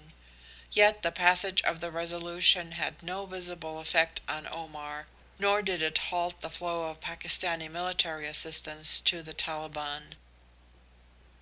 U.S. authorities had continued to try to get cooperation from Pakistan in pressing the Taliban to stop sheltering bin Laden. President Clinton contacted Sharif again in June 1999, partly to discuss the crisis with India, but also to urge Sharif, in the strongest way I can, to persuade the Taliban to expel bin Laden. The president suggested that Pakistan use its control over oil supplies to the Taliban and over Afghan imports through Karachi. Sharif suggested instead that Pakistani forces might try to capture bin Laden themselves. Though no one in Washington thought this was likely to happen, President Clinton gave the idea his blessing. The president met with Sharif in Washington in early July. Though the meeting's main purpose was to seal the Pakistani Prime Minister's decision to withdraw from the Kargil confrontation in Kashmir, President Clinton complained about Pakistan's failure to take effective action with respect to the Taliban and bin Laden. Sharif came back to his earlier proposal and won approval for U.S. assistance in training a Pakistani Special Forces team for an operation against bin Laden. Then, in October 1999, Sharif was deposed by General Pervez Musharraf, and the plan was terminated. At first, the Clinton administration hoped that Musharraf's coup might create an opening for action on bin Laden. A career military officer, Musharraf was thought to have the political strength to confront and influence the Pakistani military intelligence service, which supported the Taliban. Berger speculated that the new government might use bin Laden to buy concessions from Washington, but neither side ever developed such an initiative. By late 1999, more than a year after the embassy bombings, diplomacy with Pakistan, like the efforts with the Taliban, had, according to Undersecretary of State Thomas Pickering, borne little fruit. End of chapter 4.3. Chapter 4.4 of the 9/11 Commission Report. Covert Action. As part of the response to the embassy bombings, President Clinton signed a memorandum of notification authorizing the CIA to let its tribal assets use force to capture bin Laden and his associates. CIA officers told the tribals that the plan to capture bin Laden, which had been turned off 3 months earlier, was back on. The memorandum also authorized the CIA to attack bin Laden in other ways. Also, an executive order froze financial holdings that could be linked to bin Laden. The counterterrorism staff at CIA thought it was gaining a better understanding of bin Laden and his network. In preparation for briefing the Senate Select Committee on Intelligence on September 2, Tenet was told that the intelligence community knew more about bin Laden's network than about any other top-tier terrorist organization. The CIA was using this knowledge to disrupt a number of bin Laden-associated cells. Working with Albanian authorities, CIA operatives had raided an al-Qaeda forgery operation and another terrorist cell in Tirana. These operations may have disrupted a planned attack on the U.S. Embassy in Tirana, and did lead to the rendition of a number of al-Qaeda-related terrorist operatives. After the embassy bombings, there were arrests in Azerbaijan, Italy, and Britain. Several terrorists were sent to an Arab country, The CIA described working with FBI operatives to prevent a planned attack on the U.S. Embassy in Uganda, and a number of suspects were arrested. On September 16, Abu Hajer, one of bin Laden's deputies in Sudan and the head of his computer operations and weapons procurement, was arrested in Germany. He was the most important bin Laden lieutenant captured thus far. Clark commented to Berger with satisfaction that August and September had brought the greatest number of terrorist arrests in a short period of time that we have ever arranged/facilitated. Given the President's August memorandum of notification, the CIA had already been working on new plans for using the Afghan tribals to capture bin Laden. During September and October, the tribals claimed to have tried at least 4 times to ambush bin Laden. Senior CIA officials doubted whether any of these ambush attempts had actually occurred, but the tribals did seem to have success in reporting where bin Laden was. This information was more useful than it had been in the past. Since the August missile strikes, bin Laden had taken to moving his sleeping place frequently and unpredictably, and had added new bodyguards. Worst of all, al-Qaeda's senior leadership had stopped using a particular means of communication almost immediately after a leak to the Washington Times. This made it much more difficult for the National Security Agency to intercept his conversations. But since the tribals seemed to know where bin Laden was or would be, an alternative to capturing bin Laden would be to mark his location and call in another round of missile strikes. On November 3, the small group met to discuss these problems, among other topics. Preparing Director Tenet for a small group meeting in mid-November, the Counterterrorist Center stressed, "At this point we cannot predict when or if a capture operation will be executed by our assets." U.S. counterterrorism officials also worried about possible domestic attacks. Several intelligence reports, some of dubious sourcing, mentioned Washington as a possible target. On October 26, Clark's CSG took the unusual step of holding a meeting dedicated to trying to evaluate the threat of a terrorist attack in the United States by the Osama bin Laden network. The CSG members were urged to be as creative as possible in their thinking about preventing a bin Laden attack on U.S. territory.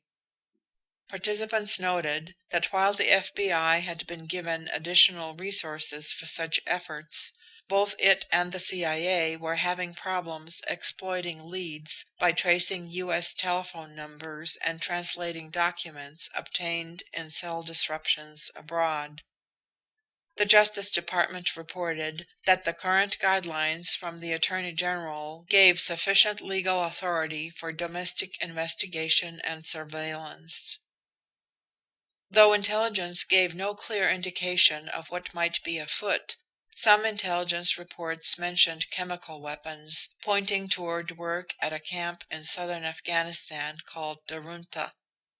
On November 4, 1998, the U.S. Attorney's Office for the Southern District of New York unsealed its indictment of bin Laden, charging him with conspiracy to attack U.S. defense installations. The indictment also charged that al-Qaeda had allied itself with Sudan, Iran, and Hezbollah. The original sealed indictment had added that al-Qaeda had reached an understanding with the government of Iraq that al-Qaeda would not work against that government, and that on particular projects, specifically including weapons development, al-Qaeda would work cooperatively with the government of Iraq. This passage led Clark, who for years had read intelligence reports on Iraq-Sudanese cooperation on chemical weapons, to speculate to Berger that a large Iraqi presence at chemical facilities in Khartoum was probably a direct result of the Iraq-Al-Qaeda agreement. Clark added that VX precursor traces found near Al-Shifa were the exact formula used by Iraq. This language about al-Qaeda's understanding with Iraq had been dropped, however, when a superseding indictment was filed in November 1998. On Friday, December 4, 1998, the CIA included an article in the Presidential Daily Brief describing intelligence received from a friendly government about a threatened hijacking in the United States. This article was declassified at our request. The following is the text of an item from the Presidential Daily Brief received by President William J. Clinton on December 4, 1998. Redacted material is indicated in brackets and read as blank. Subject: Bin Laden preparing to hijack U.S. aircraft and other attacks. 1. Reporting blank suggests bin Laden and his allies are preparing for attacks in the U.S., including an aircraft hijacking to obtain the release of Shaikh Umar Abd al-Rahman, Ramzi Youssef, and Mohammad Sadiq Auda. One source quoted a senior member of the Jama'at al-Islamiyah (IG) saying that, as of late October, the IG had completed planning for an operation in the U.S. on behalf of bin Laden, but that the operation was on hold. A senior bin Laden operative from Saudi Arabia was to visit IG counterparts in the U.S. soon thereafter to discuss options, perhaps including an aircraft hijacking. IG leader Islambouli in late September was planning to hijack a U.S. airliner during the, quote, next couple of weeks, end quote, to free Abd al-Rahman and the other prisoners, according to what may be a different source. The same source late last month said that bin Laden might implement plans to hijack U.S. aircraft before the beginning of Ramadan on 20 December, and that 2 members of the operational team had evaded security checks during a recent trial run at an unidentified New York airport. Blank. 2. Some members of the bin Laden network have received hijack training, according to various sources, but no group directly tied to bin Laden's al-Qaeda organization has ever carried out an aircraft hijacking. Bin Laden could be weighing other types of operations against U.S. aircraft. According to blank, the IG in October obtained SA-7 missiles and intended to move them from Yemen into Saudi Arabia to shoot down an Egyptian plane or, if unsuccessful, a U.S. military or civilian aircraft. Blank in October told us that unspecified extremist elements in Yemen had acquired SA-7s. Blank. 3. Blank indicate the bin Laden organization or its allies are moving closer to implementing anti-U.S. attacks at unspecified locations, but we do not know whether they are related to attacks on aircraft. A bin Laden associate in Sudan late last month told a colleague in Kandahar that he had shipped a group of containers to Afghanistan.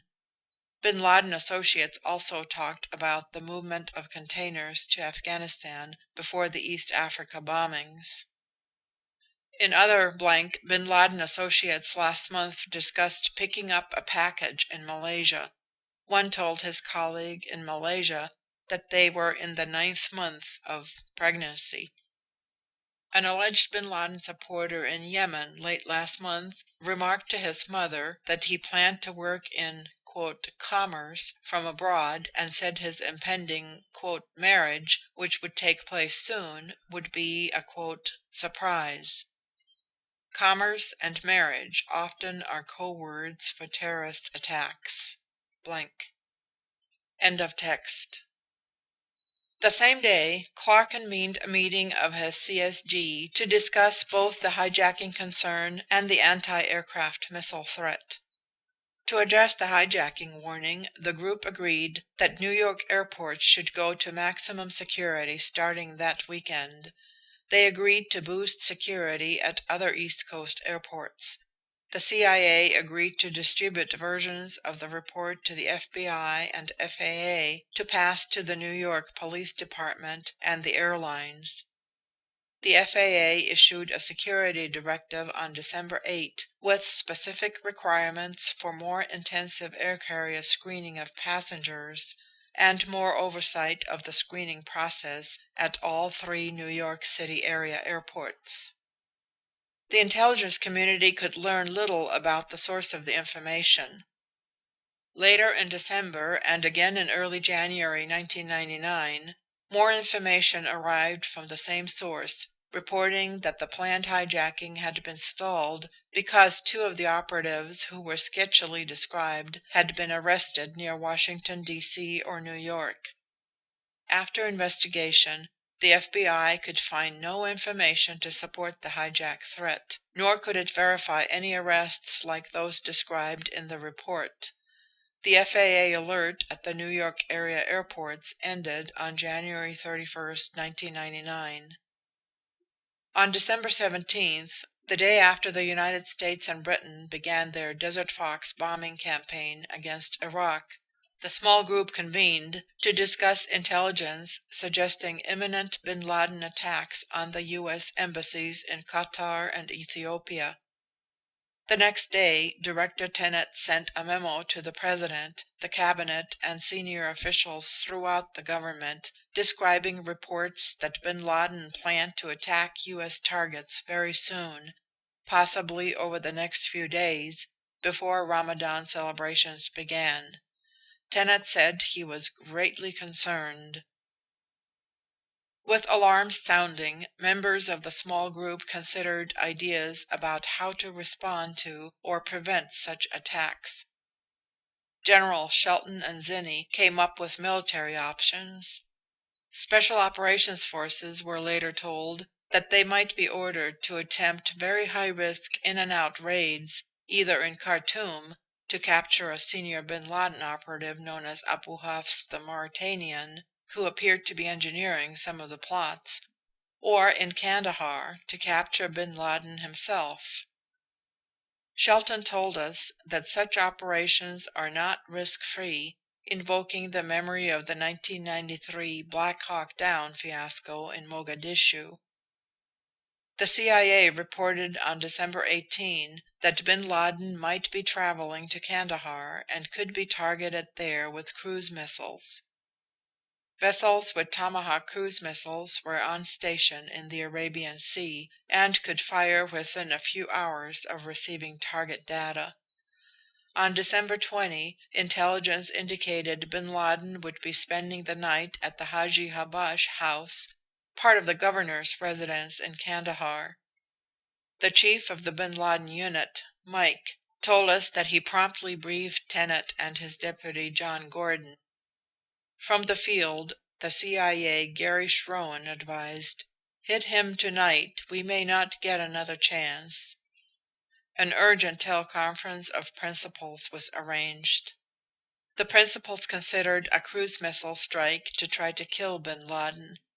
One issue they discussed was the potential collateral damage, the number of innocent bystanders who would be killed or wounded. General Zinni predicted a number well over 200 and was concerned about damage to a nearby mosque.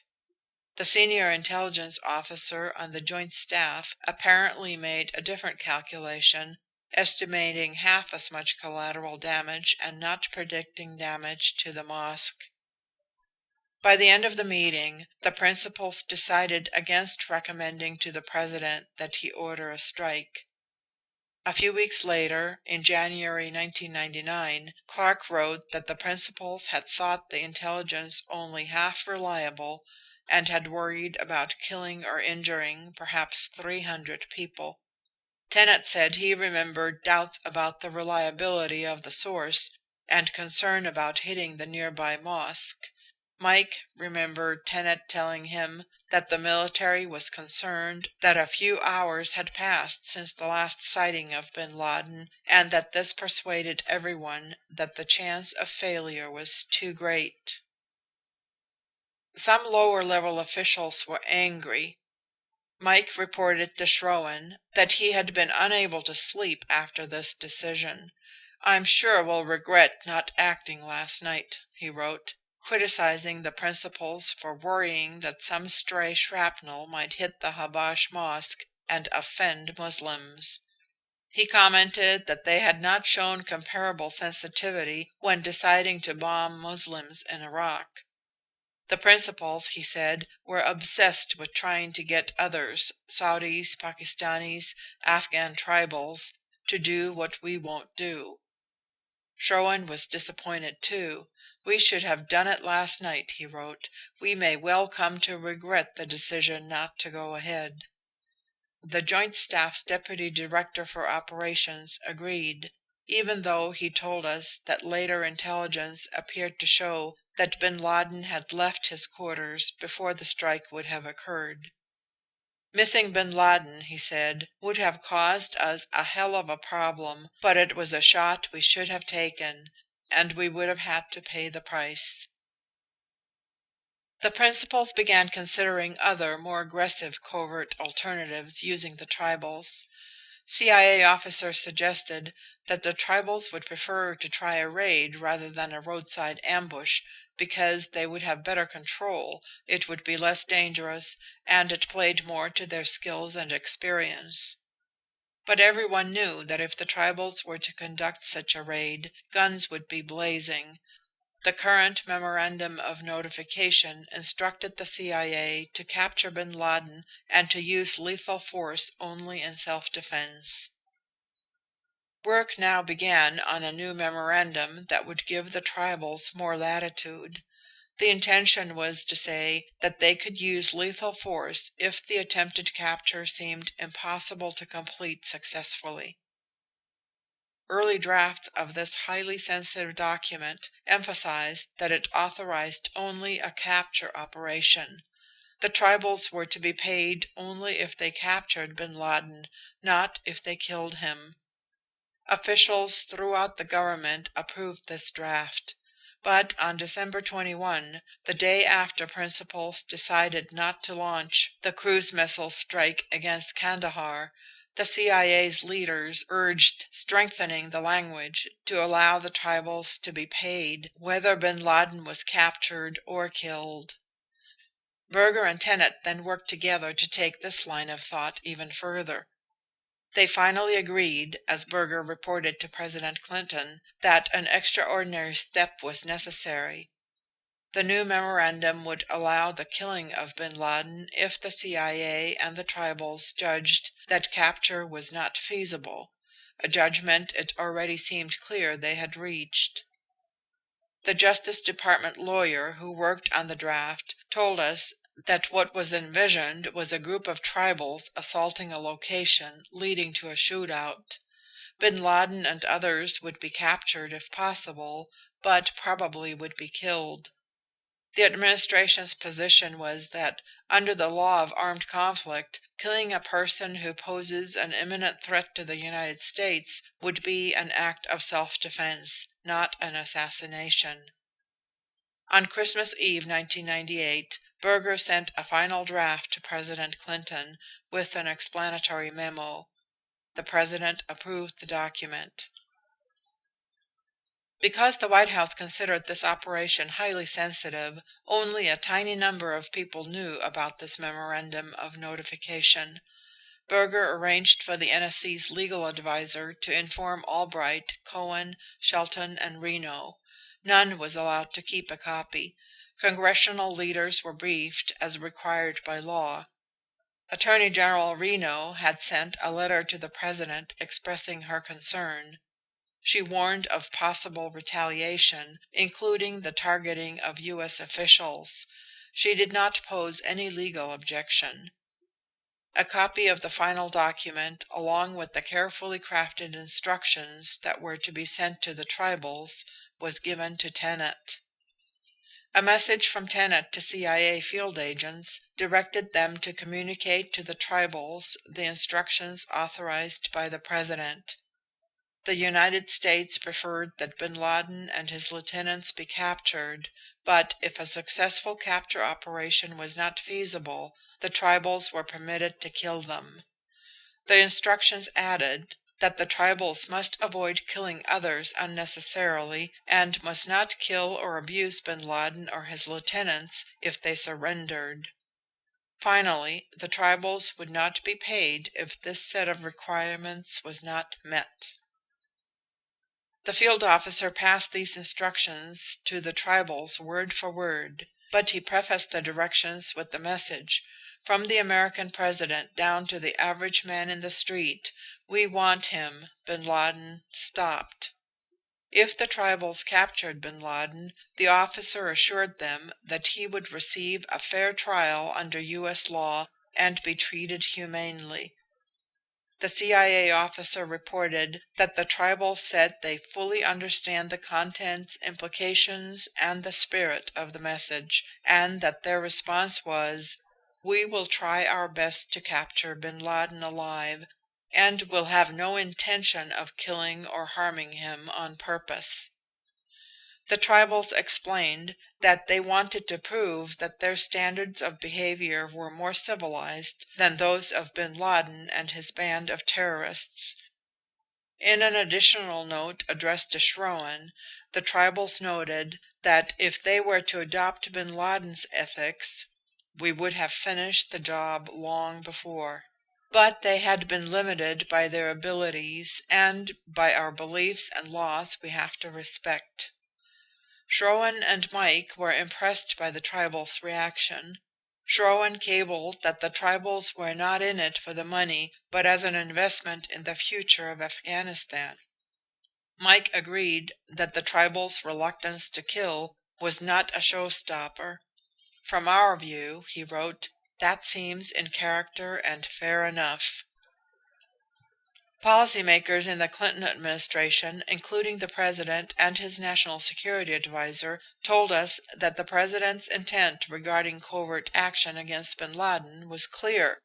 He wanted him dead. This intent was never well communicated or understood within the CIA. Tenet told the Commission that except in one specific case, discussed later, the CIA was authorized to kill bin Laden only in the context of a capture operation. CIA senior managers, operators, and lawyers confirmed this understanding. "We always talked about how much easier it would have been to kill him," a former chief of the bin Laden unit said. In February 1999, another draft memorandum of notification went to President Clinton. It asked him to allow the CIA to give exactly the same guidance to the Northern Alliance as had just been given to the tribals. They could kill bin Laden if a successful capture operation was not feasible. On this occasion, however, President Clinton crossed out key language he had approved in December and inserted more ambiguous language. No one we interviewed could shed light on why the president did this. President Clinton told the Commission that he had no recollection of why he rewrote the language.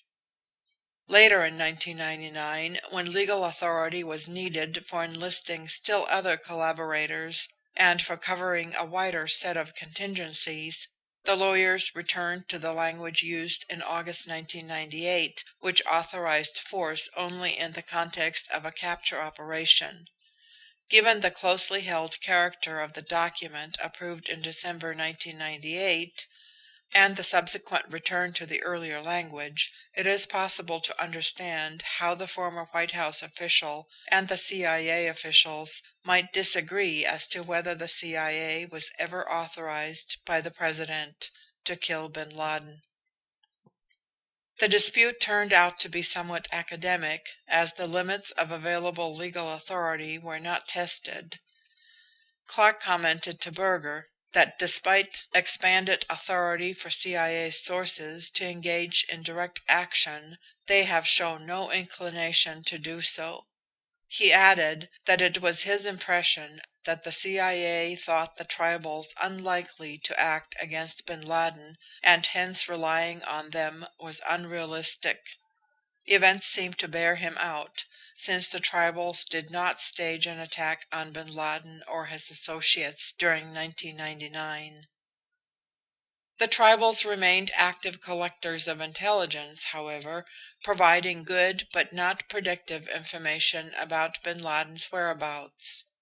The CIA also tried to improve its intelligence reporting on bin Laden by what Tenet's assistant director for collection, the indefatigable Charles Allen, called an all-out, all-agency, 7 days a week effort. The effort might have had an effect. On January 12, 1999, Clark wrote Berger that the CIA's confidence in the tribal's reporting had increased. It was now higher than it had been on December 20. In February 1999, Allen proposed flying a U-2 mission over Afghanistan to build a baseline of intelligence outside the areas where the tribals had coverage. Clark was nervous about such a mission because he continued to fear that bin Laden might leave for someplace less accessible. He wrote Deputy National Security Advisor Donald Carrick that one reliable source reported bin Laden's having met with Iraqi officials who may have offered him asylum. Other intelligence sources said that some Taliban leaders, though not Mullah Omar, had urged bin Laden to go to Iraq. If bin Laden actually moved to Iraq, wrote Clark, his network would be at Saddam Hussein's service, and it would be virtually impossible to find him. Better to get bin Laden in Afghanistan, Clark declared. Berger suggested sending one U-2 flight, but Clark opposed even this. It would require Pakistani approval, he wrote, and Pakistan's intelligence service is in bed with bin Laden, and would warn him that the United States was getting ready for a bombing campaign. Armed with that knowledge, old wily Usama will likely boogie to Baghdad. Though told also by Bruce Riedel of the NSC staff that Saddam Hussein wanted bin Laden in Baghdad, Berger conditionally authorized a single U-2 flight. Allen, meanwhile, had found other ways of getting the information he wanted. So the U-2 flight never occurred. End of Chapter 4.4. Chapter 4.5 of the 9/11 Commission Report. Boots on the ground? Starting on the day that August 1998 strikes were launched, General Shelton had issued a planning order to prepare follow-on strikes and think beyond just using cruise missiles. The initial strikes had been called Operation Infinite Reach. The follow-on plans were given the code name Operation Infinite Resolve. At the time, any actual military action in Afghanistan would have been carried out by General Zinni's Central Command. This command was therefore the locus for most military planning. Zinni was even less enthusiastic than Cohen and Shelton about follow-on cruise missile strikes. He knew that the Tomahawks did not always hit their targets. After the August 20 strikes, President Clinton had to call Pakistani Prime Minister Sharif to apologize for a wayward missile that had killed several people in a Pakistani village. Sharif had been understanding while commenting on American quote-unquote overkill. Zinni feared that bin Laden would in the future locate himself in cities where U.S. missiles could kill thousands of Afghans. He worried also lest Pakistani authorities not get adequate warning, think the missiles came from India, and do something that everyone would later regret. Discussing potential repercussions in the region of his military responsibility, Zinni said, quote, "It was easy to take the shot from Washington and walk away from it. We had to live there." Unquote. Zinni's distinct preference would have been to build up counterterrorism capabilities in neighboring countries, such as Uzbekistan, but he told us that he could not drum up much interest in, or money, for such a purpose, from Washington. Partly, he thought, because these countries had dictatorial governments. After the decision, in which fear of collateral damage was an important factor, not to use cruise missiles against Kandahar in December 1998, Shelton and officers in the Pentagon developed plans for using an AC-130 gunship instead of cruise missile strikes. Designed specifically for the Special Forces, the version of the AC-130, known as quote-unquote spooky, can fly in fast or from high altitude, undetected by radar. Guided to its zone by extraordinary complex electronics It is capable of rapidly firing precision-guided 25, 40, and 105 mm projectiles. Because the system could target more precisely than a salvo of cruise missiles, it had a much lower risk of causing collateral damage. After giving Clark a briefing and being encouraged to proceed, Shelton formally directed Zinni and General Peter Shoemaker, who headed the Special Operations Command, to develop plans for an AC-130 mission against bin Laden's headquarters and infrastructure in Afghanistan. The Joint Staff prepared a decision paper for deployment of the Special Operations aircraft. Though Berger and Clark continued to indicate interest in this option, the AC-130s were never deployed. Clark wrote at the time that Zinni opposed their use, and John Maher, the Joint Staff's Deputy Director of Operations, agreed that this was Zinni's position. Zinni himself does not recall blocking the option. He told us that he understood the Special Operations Command had never thought the intelligence good enough to justify actually moving AC-130s into position. Shoemaker says, on the contrary, that he thought the AC-130 option feasible. The most likely explanation for the two generals' differing recollections is that both of them thought serious preparation for any such operation would require a long-term redeployment of Special Operations forces to the Middle East or South Asia. The AC-130s would need bases, because the aircraft's unrefueled range was only a little over 2,000 miles. They needed search and rescue backup, which would have still less range. Thus an AC-130 deployment had to be embedded in a wider political and military concept involving Pakistan or other neighboring countries to address issues relating to basing and overflight. No one ever put such an initiative on the table. Zinni therefore cautioned about simply ordering up AC-130 deployments for a quick strike. Shoemaker planned for what he saw as a practical strike option, and the underlying issues were not fully engaged. The Joint Staff decision paper was never turned into an interagency policy paper. The same was true for the option of using ground units from Special Operations Command. Within the command, some officers, such as Shoemaker, wanted the mission of, quote, putting boots on the ground, unquote, to get at bin Laden and Al-Qaeda. At the time, Special Operations was designated as, quote, supporting command, unquote, not a, quote, supported command, unquote. That is, it supported a theater commander and did not prepare its own plans for dealing with Al-Qaeda. Shoemaker proposed to Shelton and Cohen that Special Operations became a supported command, but the proposal was not adopted. Had it been accepted, he says, he would have taken on the Al-Qaeda mission instead of deferring to Zinni.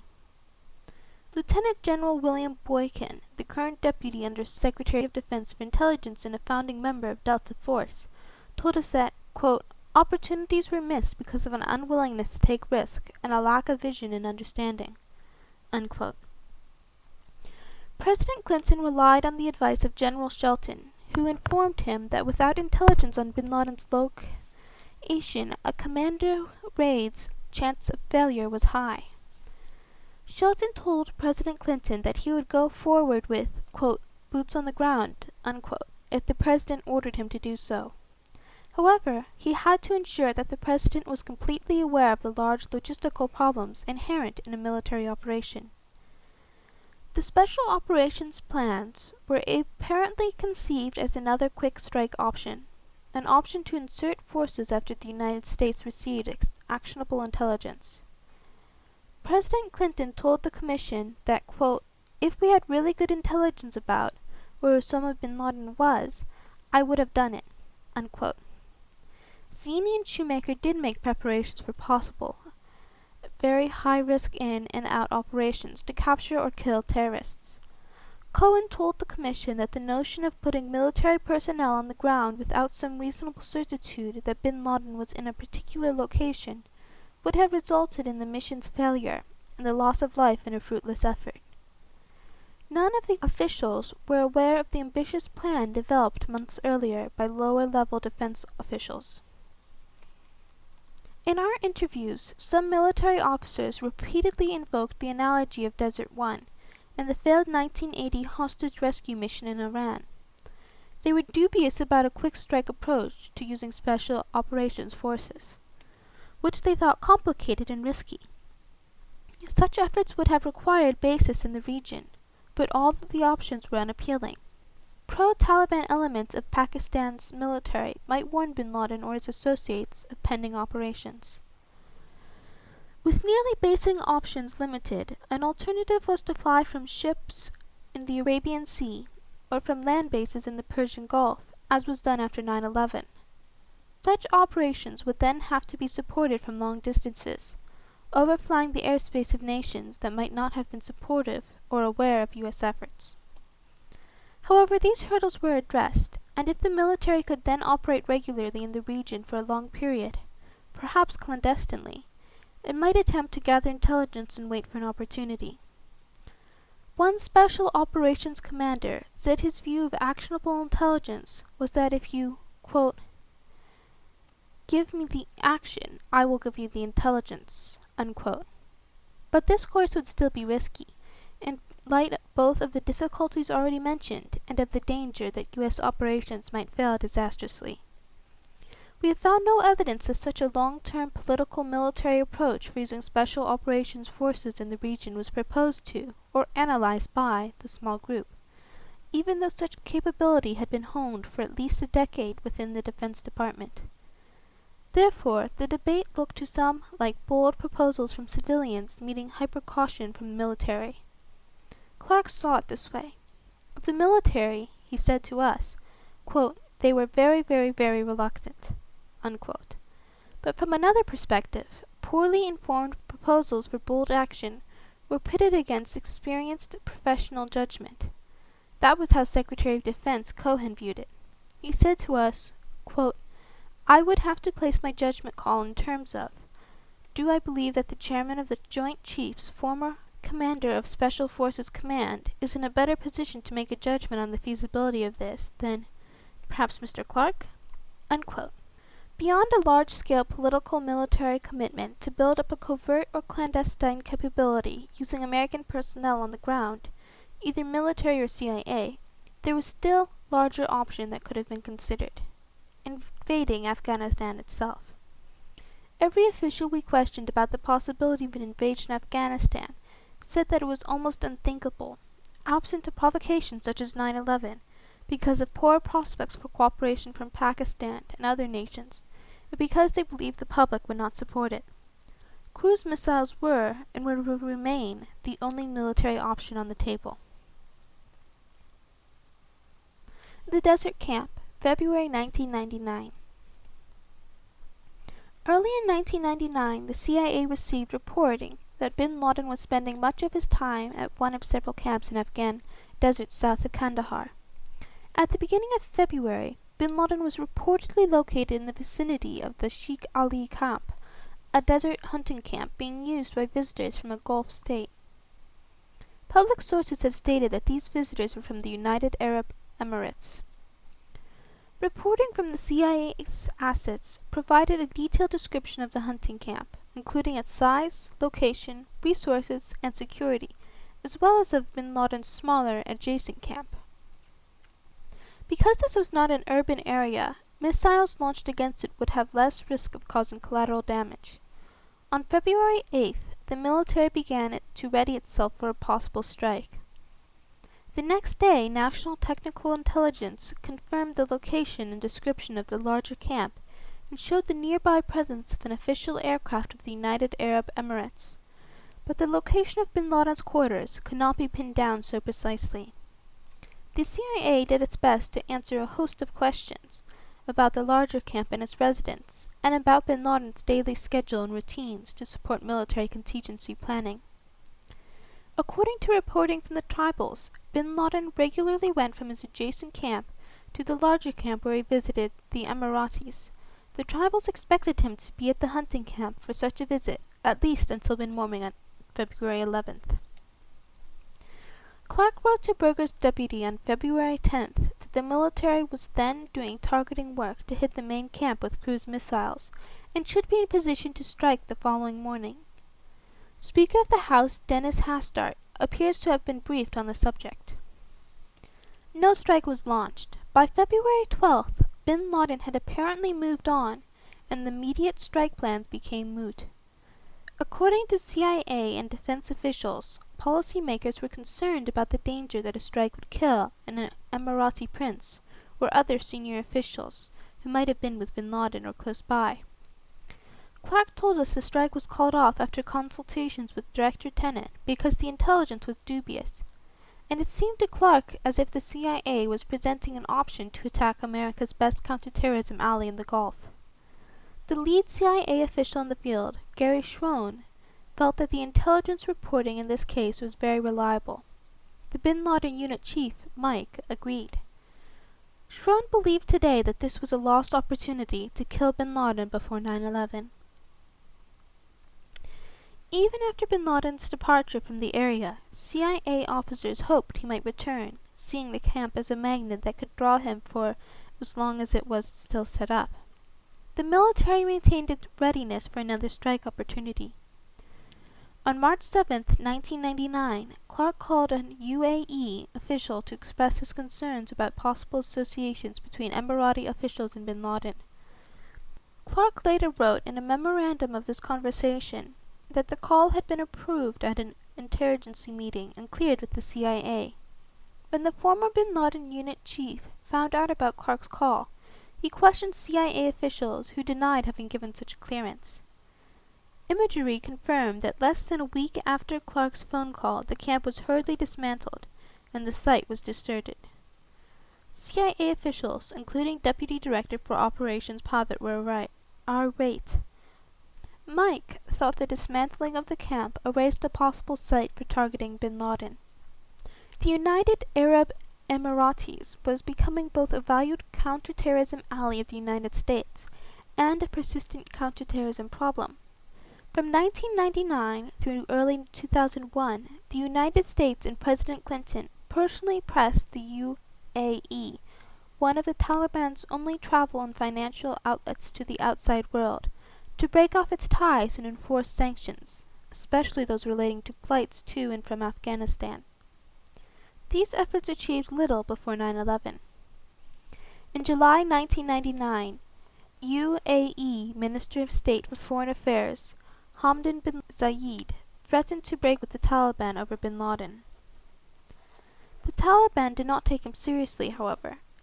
Bin Zayed later told an American diplomat that the UAE valued its relations with the Taliban because Afghan radicals offered a counterbalance to Iranian dangers in the region, but he also noted that the UAE did not want to upset the United States.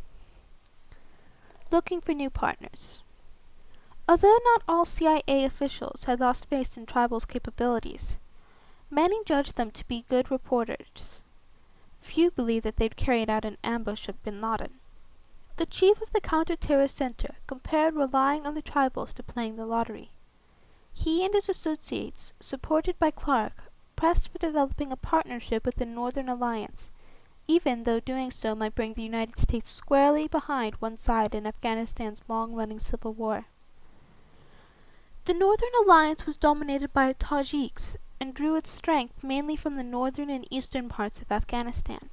In contrast, Taliban members came principally from Afghanistan's most numerous ethnic group, the Pashtuns, who were concentrated in the southern part of the country, extending into the northwest frontier and Baluchistan provinces in Pakistan. Because of the Taliban's behavior and its association with Pakistan, the Northern Alliance had been able at various times to obtain assistance from Russia, Iran, and India.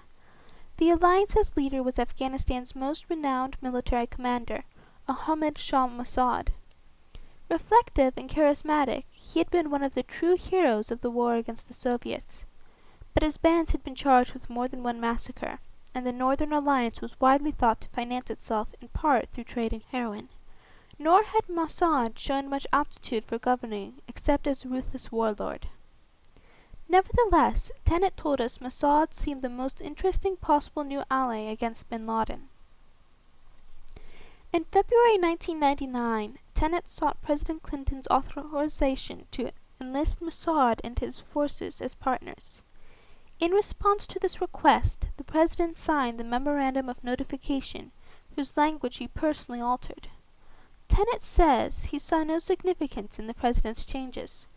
So far as he was concerned, it was the language of August 1998, expressing a preference for capture, but accepting the possibility that bin Laden could not be brought out alive. "We are blowing the same ground," Tenet said. CIA officers described Mossad's reaction when he heard that the United States wanted him to capture and not kill bin Laden. One characterized Mossad's body language as, quote-unquote, a wince. Sharon recalled Mossad's response as, quote, "You guys are crazy, you haven't changed a bit," unquote. In Sharon's opinion, the capture proviso inhibited Mossad and his forces from going after bin Laden, but did not completely stop them. The idea, however, was a long shot. Bin Laden's usual base of activity was near Kandahar, far from the front lines of Taliban operations against the Northern Alliance. Kandahar, May 1999. It was in Kandahar that perhaps the last, and most likely the best, opportunity arose for targeting bin Laden with cruise missiles before 9/11. In May 1999, CIA assets in Afghanistan reported on bin Laden's location in and around Kandahar over the course of 5 days and nights. The reporting was very detailed and came from several sources. If this intelligence was not, quote-unquote, actionable, working-level officials said at the time and today it was hard for them to imagine how any intelligence on bin Laden and Afghanistan would meet the standard. Communications were good and the cruise missiles were ready. Quote, "This was in our strike zone," unquote, a senior military officer said. Quote, "It was a fat pitch, a home run," unquote. He expected the missiles to fly. When the decision came back that they should stand down, not shoot, the officer said, quote, "We all just slumped," unquote. He told us he knew of no one at the Pentagon or the CIA who thought it was a bad gamble. Bin Laden, quote, "should have been a dead man," unquote, that night, he said. Working-level CIA officials agreed. While there was a conflicting intelligence report about bin Laden's whereabouts, the experts discounted it. At the time, CIA working-level officials were told by their managers that the strikes were not ordered because the military doubted the intelligence and worried about collateral damage. Replying to a frustrated colleague in the field, the bin Laden unit chief wrote, quote, "Having a chance to get bin Laden 3 times in 36 hours, forgoing the chance each time has made me a bit angry. The DCI finds himself alone at the table with the other principals, basically saying, 'We'll go along with your decision, Mr. Director,' and implicitly saying that the agencies will hang alone if the attack doesn't get bin Laden." Unquote. But the military officer quoted earlier recalled that the Pentagon had been willing to act.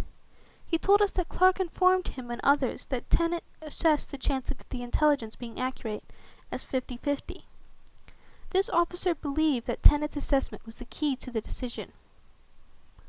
Tenet told us he does not remember any details about this episode, except that the intelligence came from a single, uncorroborated source, and that there was a risk of collateral damage. The story is further complicated by Tenet's absence from the critical principals meeting on the strike. He was apparently out of town.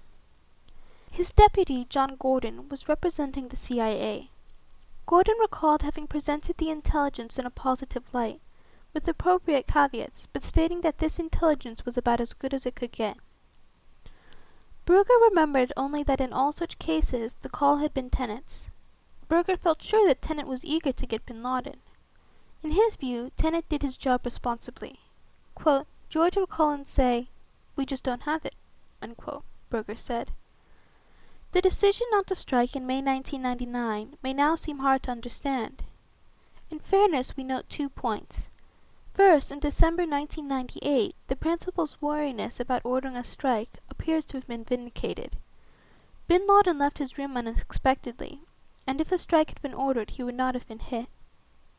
Second, the administration and the CIA in particular was in the midst of intense scrutiny and criticism in May 1999, because faulty intelligence had just led the United States to mistakenly bomb the Chinese embassy in Belgrade during the NATO war against Serbia. This episode may have made officials more cautious than otherwise had been the case. From May 1999 until September 2001, policymakers did not again actively consider a missile strike against bin Laden. The principals did give some further consideration in 1999 to more general strikes, reviving Clark's, quote, delenda, unquote, notion of hitting camps and infrastructure to disrupt al-Qaeda's organization. In the first months of 1999, the Joint Staff had developed a broader target list to undertake a, quote-unquote, focus campaign against the infrastructure of bin Laden's network and to hit Taliban government sites as well. General Shelton told us that the Taliban targets were, quote-unquote, easier to hit and more substantial. Part of the context for considering broader strikes in the summer of 1999 was renewed worry about bin Laden's ambitions to acquire weapons of mass destruction. In May and June, the U.S. government received a flurry of ominous reports, including more information about chemical weapons training or development at the Duranta camp, and possible attempts to amass nuclear material at Herat. By late June, U.S. and other intelligence services had concluded that al-Qaeda was in pre-attack mode, perhaps again involving Abu Hafs, the Mauritanian. On June 25th, at Clark's request, Berger convened the small group in his office to discuss the alert, bin Laden's WMD programs, and his location. Quote, should we preempt by attacking UBL facilities? Unquote. Clark urged Berger to ask his colleagues. In his handwritten notes on the meeting paper, Berger jotted down the presence of 7 to 11 families in the Tarnik Farms facility, which could mean 60 to 65 casualties. Berger noted that the possible, quote-unquote, slight impact on bin Laden, and added, quote, if he responds, we're blamed, unquote. The NSC staff raised the option of waiting until after a terrorist attack, and then retaliating, including possible strikes on the Taliban. But Clark observed that bin Laden would probably empty his camps after an attack. The military route seemed to have reached a dead end. In December 1999, Clark asked Berger to ask the principals to ask themselves, quote, why have there been no real options lately for direct U.S. military action, unquote. There are no notes recording whether the question was discussed, or if it was, how it was answered. Reports of possible attacks by bin Laden kept coming on throughout 1999. They included a threat to blow up the FBI building in Washington, D.C. In September, the CSG reviewed a possible threat to a flight out of Los Angeles or New York. These warnings came amid dozens of others that flooded in. With military and diplomatic options practically exhausted by the summer of 1999, the U.S. government seemed to be back where it had been in the summer of 1998, relying on the CIA to find some other option. That picture also seemed discouraging. Several disruptions and renditions aimed against the broader al-Qaeda network had succeeded, but covert action efforts in Afghanistan had not been fruitful. In mid-1999, new leaders arrived at the Counter-Terrorist Center and the bin Laden unit. The new director of CTC, replacing Jeff, was Kofer Black. The new head of the section that included the bin Laden unit was Richard Black. Richard and their colleague began working on a new operational strategy for attacking al-Qaeda. Their starting point was to get better intelligence, relying more on the CIA's own sources and less on the tribals. In July 1999, President Clinton authorized the CIA to work with several governments to capture bin Laden, and extended the scope of efforts to bin Laden's principal lieutenants. The President reportedly also authorized a covert action under carefully limited circumstances, which, if successful, would have resulted in bin Laden's death. Attorney General Reno again expressed concerns on policy grounds. She was worried about the danger of retaliation. The CIA also developed the short-lived effort to work with a Pakistani team that we discussed earlier, and an initiative to work with Uzbekistan. The Uzbeks needed basic equipment and training. No action could be expected for March 2000 at the earliest. In fall 1999, DCI Tenet unveiled the CIA's new bin Laden strategy. It was called simply, quote-unquote, the plan. The plan proposed continuing disruption in rendition operations worldwide. It announced a program for hiring and training better officers with counterterrorism skills, recruiting more assets, and trying to penetrate al-Qaeda's ranks. The plan aimed to close gaps in technical intelligence collection, signal and imagery as well. In addition, the CIA would increase contacts with Northern Alliance rebels fighting the Taliban. With a new operation strategy, the CIA evaluated its capture options. None scored high marks. The CIA had no confidence in the Pakistani efforts in the event that bin Laden traveled to the Kandahar region in southern Afghanistan. The tribal network there was unlikely to attack a heavily guarded bin Laden. The Counter-Terrorist Center rated the chance of success at less than 80%. To the northwest, Uzbeks might be ready for a cross-border sortie in 6 months. Their chance of success was also rated at less than 10%. In the northeast were Mossad's Northern Alliance forces, perhaps the CIA's best option.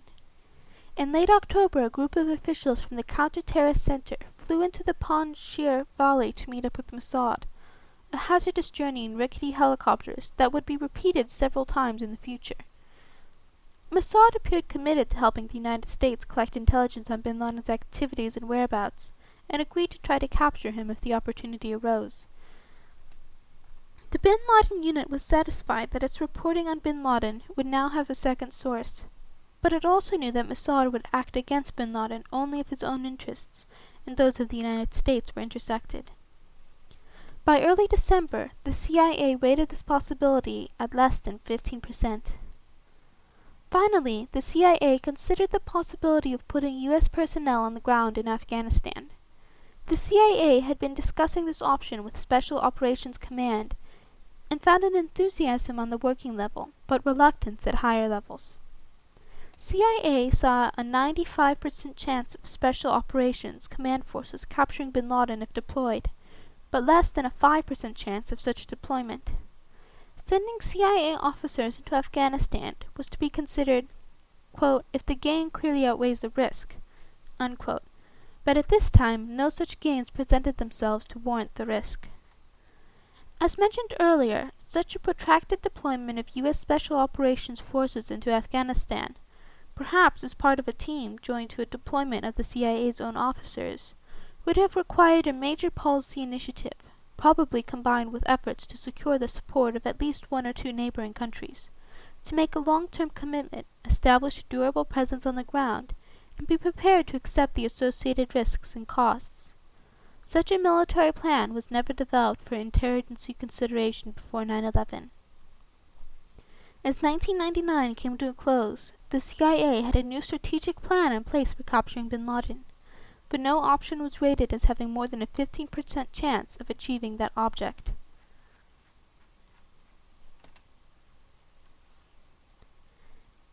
End of Chapter 4.5. Chapter 5.1 of the 9/11 Commission Report. Al-Qaeda aims at the American homeland. 5.1 Terrorist Entrepreneurs. By early 1999, Al-Qaeda was already a potent adversary of the United States. Bin Laden and his chief of operations, Abu Hafs al-Mazari, also known as Mohammed Atef, occupied undisputed leadership positions atop Al-Qaeda's organizational structure. Within this structure, Al-Qaeda's worldwide terrorist operations relied heavily on the ideas and work of enterprising and strong-willed field commanders who enjoyed considerable autonomy. To understand how the organization actually worked, and to introduce the origins of the 9/11 plot, we briefly examine 3 of these subordinate commanders: Khalid Sheikh Mohammed, KSM, Ridwan Isamuddin, better known as Hambali, and Abd al-Rahim al-Nashiri. We will devote the most attention to Khalid Sheikh Mohammed, the chief manager of the planes operation. Detainee Interrogation Reports.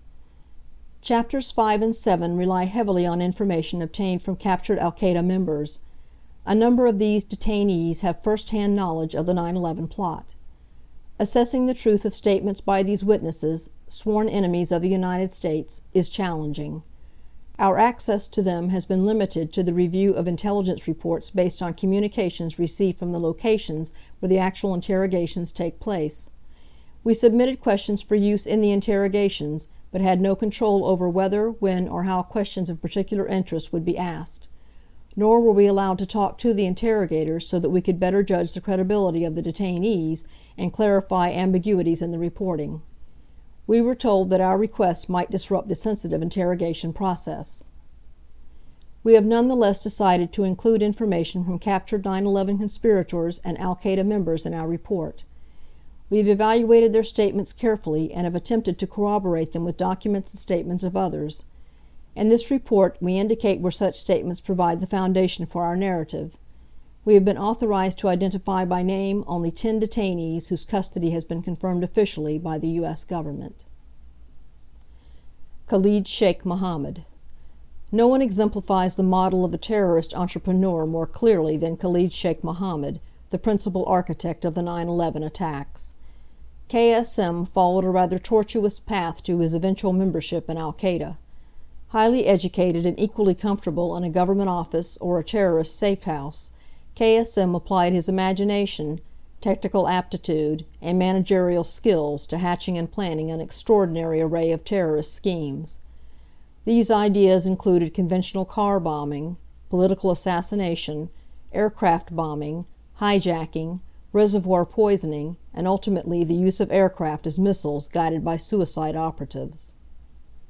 Like his nephew, Ramzi Youssef, 3 years KSM's junior, KSM grew up in Kuwait, but traces his ethnic lineage to the Balochistan region straddling Iran and Pakistan.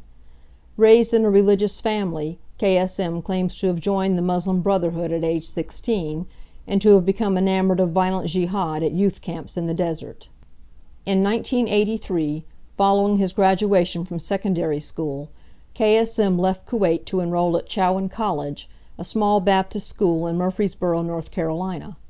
After a semester at Chowan, KSM transferred to North Carolina Agricultural and Technical State University in Greensboro, which he attended with Youssef's brother, another future al-Qaeda member.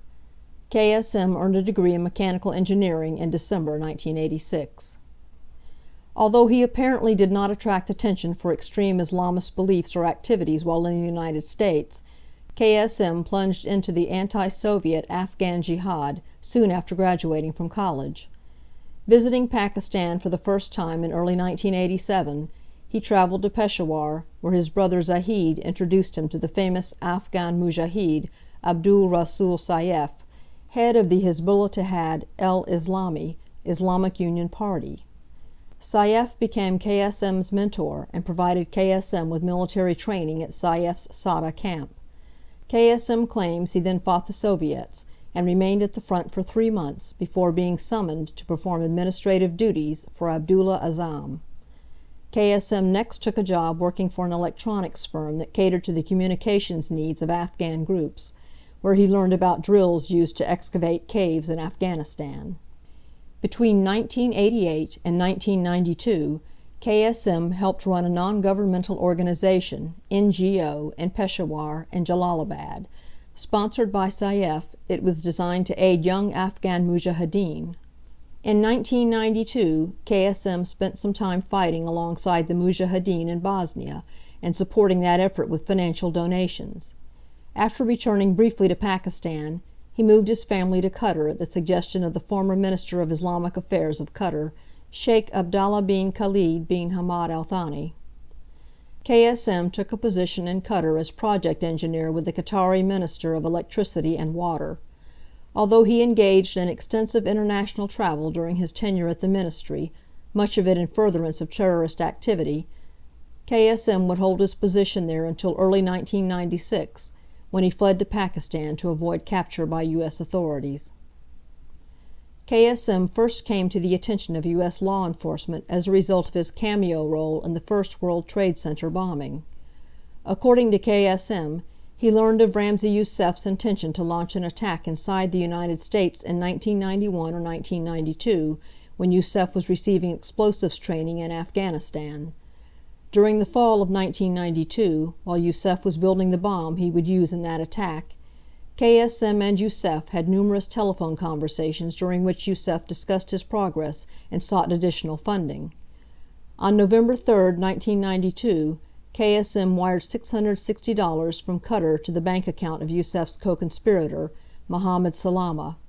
KSM does not appear to have contributed any more substantially to this operation. Youssef's instant notoriety as the mastermind of the 1993 World Trade Center bombing inspired KSM to become involved in planning attacks against the United States. By his own account, KSM's animus toward the United States stemmed not from his experiences there as a student, but rather from his violent disagreement with U.S. foreign policy favoring Israel.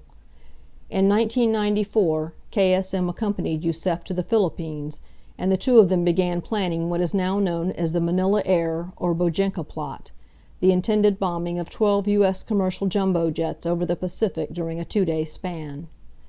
This marked the first time KSM took part in the actual planning of a terrorist operation. While sharing an apartment in Manila during the summer of 1994, he and Youssef acquired chemicals and other materials necessary to construct bombs and timers. They also cased target flights to Hong Kong and Seoul that would have onward legs to the United States. During this same period, KSM and Youssef also developed plans to assassinate President Clinton during his November 1994 trip to Manila and to bomb U.S.-bound cargo carriers by smuggling jackets containing nitrocellulose on board. KSM left the Philippines in September 1994 and met up with Youssef in Karachi following their casing flights. There they enlisted Wali Khan Amin Shah, also known as Usama Azmuri, in the Manila Air plot. During the fall of 1994, Youssef returned to Manila and successfully tested the digital watch timer he had invented, bombing a movie theater and a Philippine Airlines flight en route to Tokyo. The plot unraveled after the Philippine authorities discovered Youssef's bomb-making operation in Manila, but by that time KSM was safely back at his government job in Qatar. Youssef attempted to follow through on the cargo carrier's plan, but he was arrested in Islamabad by Pakistani authorities on February 7, 1995, after an accomplice turned him in. KSM continued to travel among the worldwide jihadist community after Youssef's arrest, visiting the Sudan, Yemen, Malaysia, and Brazil in 1995. No clear evidence connects him to terrorist activities in those locations. While in Sudan, he reportedly failed in his attempt to meet with bin Laden. But KSM did see Atef, who gave him a contact in Brazil. In January 1996, well aware that U.S. authorities were chasing him, he left Qatar for good and fled to Afghanistan, where he renewed his relationship with Rasul Saif. Just as KSM was reestablishing himself in Afghanistan in mid-1996, bin Laden and his colleagues were also completing their migration from Sudan. Through Atef, KSM arranged a meeting with bin Laden in Tora Bora, a mountainous redoubt from the Afghan war days. At the meeting, KSM presented the al-Qaeda leader with a menu of ideas for terrorist operations. According to KSM, this meeting was the first time he had seen bin Laden since 1989. Although they had fought together in 1987, bin Laden and KSM did not yet enjoy an especially close working relationship. Indeed, KSM has acknowledged that bin Laden likely agreed to meet with him because of the renown of his nephew Youssef. At the meeting, KSM briefed bin Laden and Atef on the first World Trade Center bombing, the Manila Air plot, the cargo carriers plan, and other activities pursued by KSM and his colleagues in the Philippines. KSM also presented a proposal for an operation that would involve training pilots who would crash planes into buildings in the United States. This proposal eventually would become the 9/11 operation. KSM knew that the successful staging of such an attack would require personnel, money, and logistical support that only an extensive and well-funded organization like al-Qaeda could provide. He thought the operation might appeal to bin Laden, who had a long record of denouncing the United States. From KSM's perspective, bin Laden was in the process of consolidating his new position in Afghanistan while hearing out others' ideas, and had not yet settled on an agenda for future anti-U.S. operations. At the meeting, bin Laden listened to KSM's ideas without much comment, but did ask KSM formally to join al-Qaeda and move his family to Afghanistan. KSM declined. He preferred to remain independent and retain the option of working with other mujahideen groups still operating in Afghanistan, including the group led by his old mentor, Saif. Saif was close to Ahmed Shah Massoud, the leader of the Northern Alliance. Therefore, working with him might be a problem for KSM because bin Laden was building ties to the rival Taliban. After meeting with bin Laden, KSM says he journeyed onward to India, Indonesia, and Malaysia, where he met with Jemaah Islamiya's Hambali. Hambali was an Indonesian veteran of the Afghan War looking to expand the jihad into Southeast Asia. In Iran, KSM rejoined his family and arranged to move them to Karachi. He claims to have relocated by January 1997. After settling his family in Karachi, KSM tried to join the Mujahid leader Ibn al-Khattab in Chechnya. Unable to travel through Azerbaijan, KSM returned to Karachi and then to Afghanistan to renew contacts with bin Laden and his colleagues. Though KSM may not have been a member of al-Qaeda at this time, he admits traveling frequently between Pakistan and Afghanistan in 1997 and the first half of 1998, visiting bin Laden and cultivating relationships with his lieutenants, Atef and Saif al-Adel, by assisting them with computer and media projects. According to KSM, the 1998 bombings of the U.S. embassies in Nairobi and Dar es Salaam marked a watershed in the evolution of the 9/11 plot. KSM claims these bombings convinced him that bin Laden was truly committed to attacking the United States. He continued to make himself useful, collecting news articles and helping other al-Qaeda members with their outdated computer equipment. Bin Laden, apparently at Atef's urging, finally decided to give KSM the green light for the 9/11 operation sometime in late 1998 or early 1999. KSM then accepted bin Laden's standing invitation to move to Kandahar and work directly with al-Qaeda. In addition to supervising the planning and preparations for the 9/11 operation, KSM worked with and eventually led al-Qaeda's media committee. But KSM states he refused to swear a formal oath of allegiance to bin Laden, thereby retaining a last vestige of his cherished autonomy. At this point, late 1998 to early 1999, planning for the 9/11 operation began in earnest. Yet while the 9/11 project occupied the bulk of KSM's attention, he continued to consider other possibilities for terrorist attacks. For example, he sent al-Qaeda operative Isa al-Britani to Kuala Lumpur, Malaysia, to learn about the jihad in Southeast Asia from Hambali. Thereafter, KSM claims, at bin Laden's direction in early 2001, he sent Britani to the United States to case potential economic and Jewish targets in New York City. Furthermore, during the summer of 2001, KSM approached bin Laden with the idea of recruiting a Saudi Arabian Air Force pilot to commandeer a Saudi fighter jet and attack the Israeli city of Eilat. Bin Laden reportedly liked this proposal, but he instructed KSM to concentrate on the 9/11 operation first. Similarly, KSM's proposals to Atef around this same time for attacks in Thailand, Singapore, Indonesia, and the Maldives were never executed, although Hambali's Jemaah Islamiyah operatives did some casing of possible targets. KSM appears to have been popular among the al-Qaeda rank and file. He was reportedly regarded as an effective leader, especially after the 9/11 attacks. Co-workers describe him as an intelligent, efficient, and even-tempered manager who approached his projects with a single-minded dedication that he expected his colleagues to share. Al-Qaeda associate Abu Zubaydah has expressed more qualified admiration for KSM's innate creativity, emphasizing instead his ability to incorporate the improvements suggested by others. Nashiri has been similarly measured, observing that although KSM floated many general ideas for attacks, he rarely conceived a specific operation himself. Perhaps these estimates reflect a touch of jealousy. In any case, KSM was plainly a capable coordinator, having had years to hone his skills and build relationships. Hambali. Al-Qaeda's success in fostering terrorism in Southeast Asia stems largely from its close relationship with Jemaah Islamiyah, J.I. In that relationship, Hambali became the key coordinator.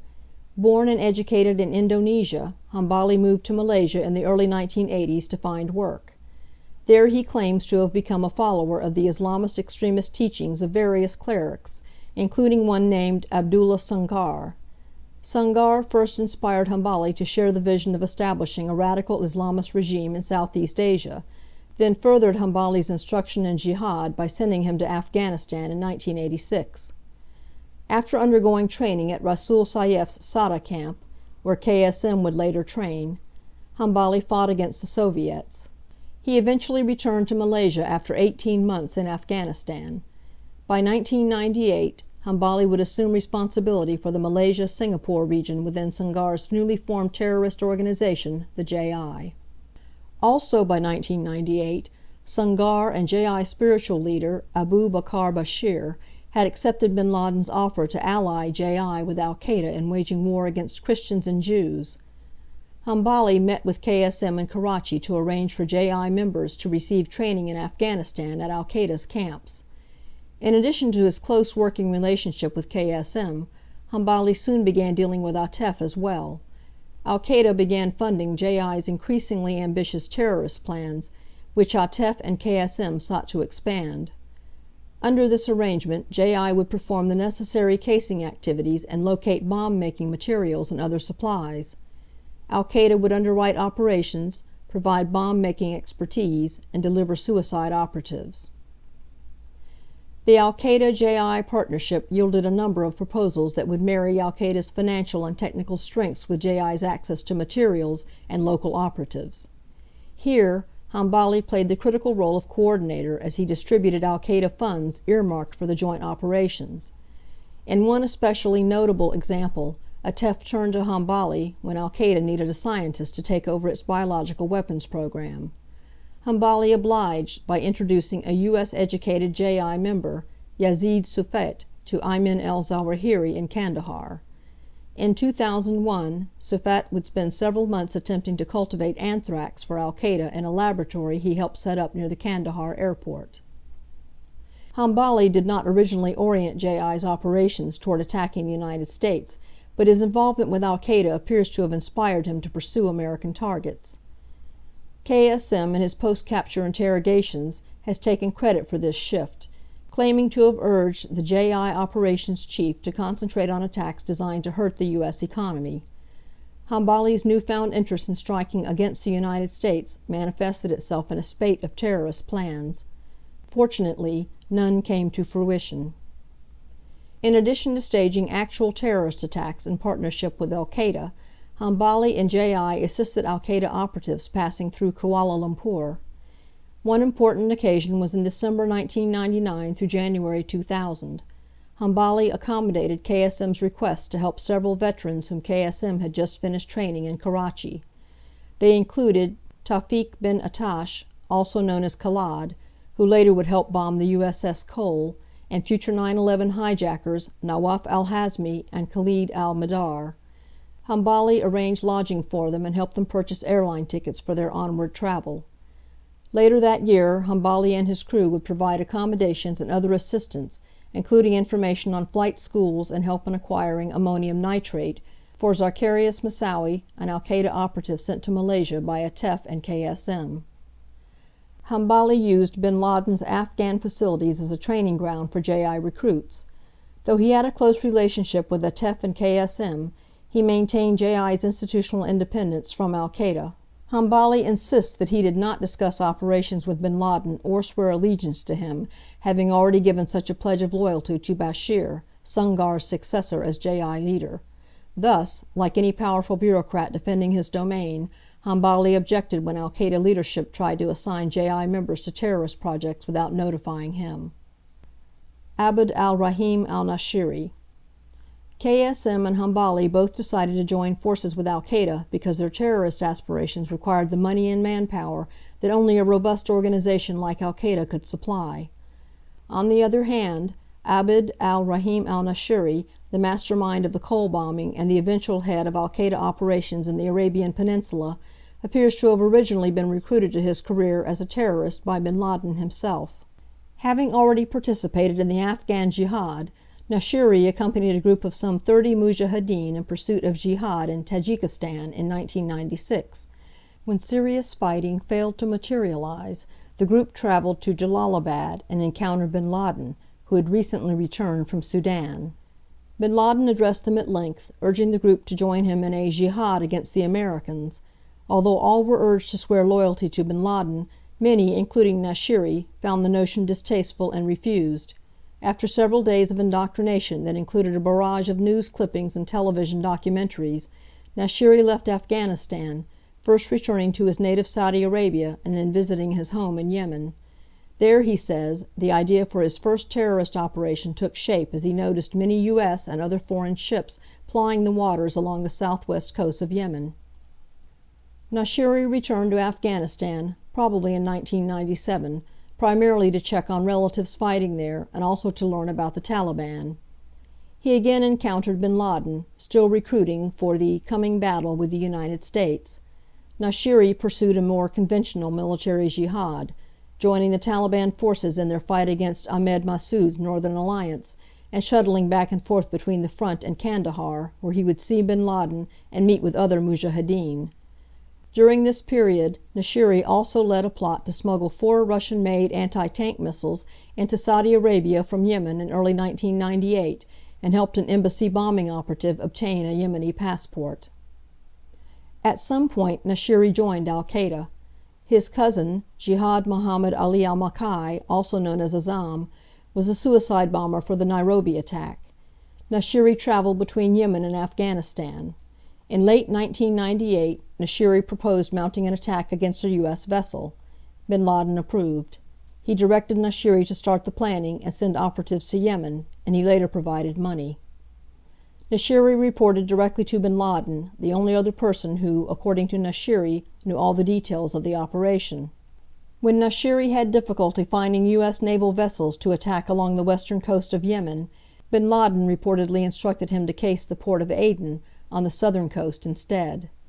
The eventual result was an attempted attack on the USS The Sullivans in January 2000 and the successful attack in October 2000 on the USS Cole. Nashiri's success brought him instant status within al-Qaeda. He later was recognized as the chief of al-Qaeda operations in and around the Arabian Peninsula. While Nashiri continued to consult bin Laden on the planning of subsequent terrorist projects, he retained discretion in selecting operatives and devising attacks. In the 2 years between the Cole bombing and Nashiri's capture, he would supervise several more proposed operations for al-Qaeda. The October 6, 2002 bombing of the French tanker Limburg in the Gulf of Aden also was Nashiri's handiwork. Although bin Laden urged Nashiri to continue plotting strikes against U.S. interests in the Persian Gulf, Nashiri maintains that he actually delayed one of these projects because of security concerns. Those concerns, it seems, were well placed, as Nashiri's November 2002 capture in the United Arab Emirates finally ended his career as a terrorist. End of Chapter 5.1. Chapter 5.2 of the 9/11 Commission Report. The Planes Operation. According to KSM, he started to think about attacking the United States after Youssef returned to Pakistan following the 1993 World Trade Center bombing. Like Youssef, KSM reasoned he could best influence U.S. policy by targeting the country's economy. KSM and Youssef reportedly brainstormed together about what drove the U.S. economy. New York, which KSM considered the economic capital of the United States, therefore became the primary target. For similar reasons, California also became a target for KSM. KSM claims that the earlier bombing of the World Trade Center taught him that bombs and explosives could be problematic, and that he needed to graduate to a more novel form of attack. He maintains that he and Youssef began thinking about using aircraft as weapons while working on the Manila Air Bojinka plot, and speculated about striking the World Trade Center and CIA headquarters as early as 1995. Certainly KSM was not alone in contemplating new kinds of terrorist operations. A study reportedly conducted by ATEF, while he and bin Laden were still in Sudan, concluded that traditional terrorist hijacking operations did not fit the needs of al-Qaeda because such hijackings were used to negotiate the release of prisoners rather than to inflict mass casualties.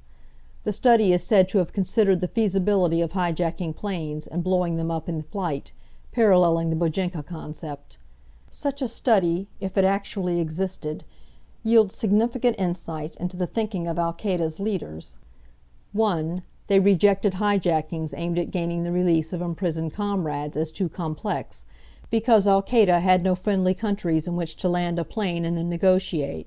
2. They considered the bombing of commercial flights in mid-air, as carried out against Pan Am Flight 103 over Lockerbie, Scotland, a promising means to inflict massive casualties. And 3.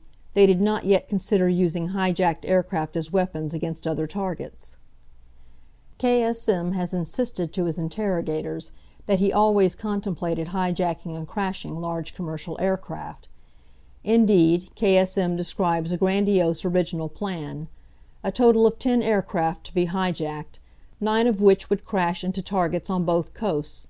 They included those eventually hit on September 11th, plus CIA and FBI headquarters, nuclear power plants, and the tallest buildings in California and the state of Washington.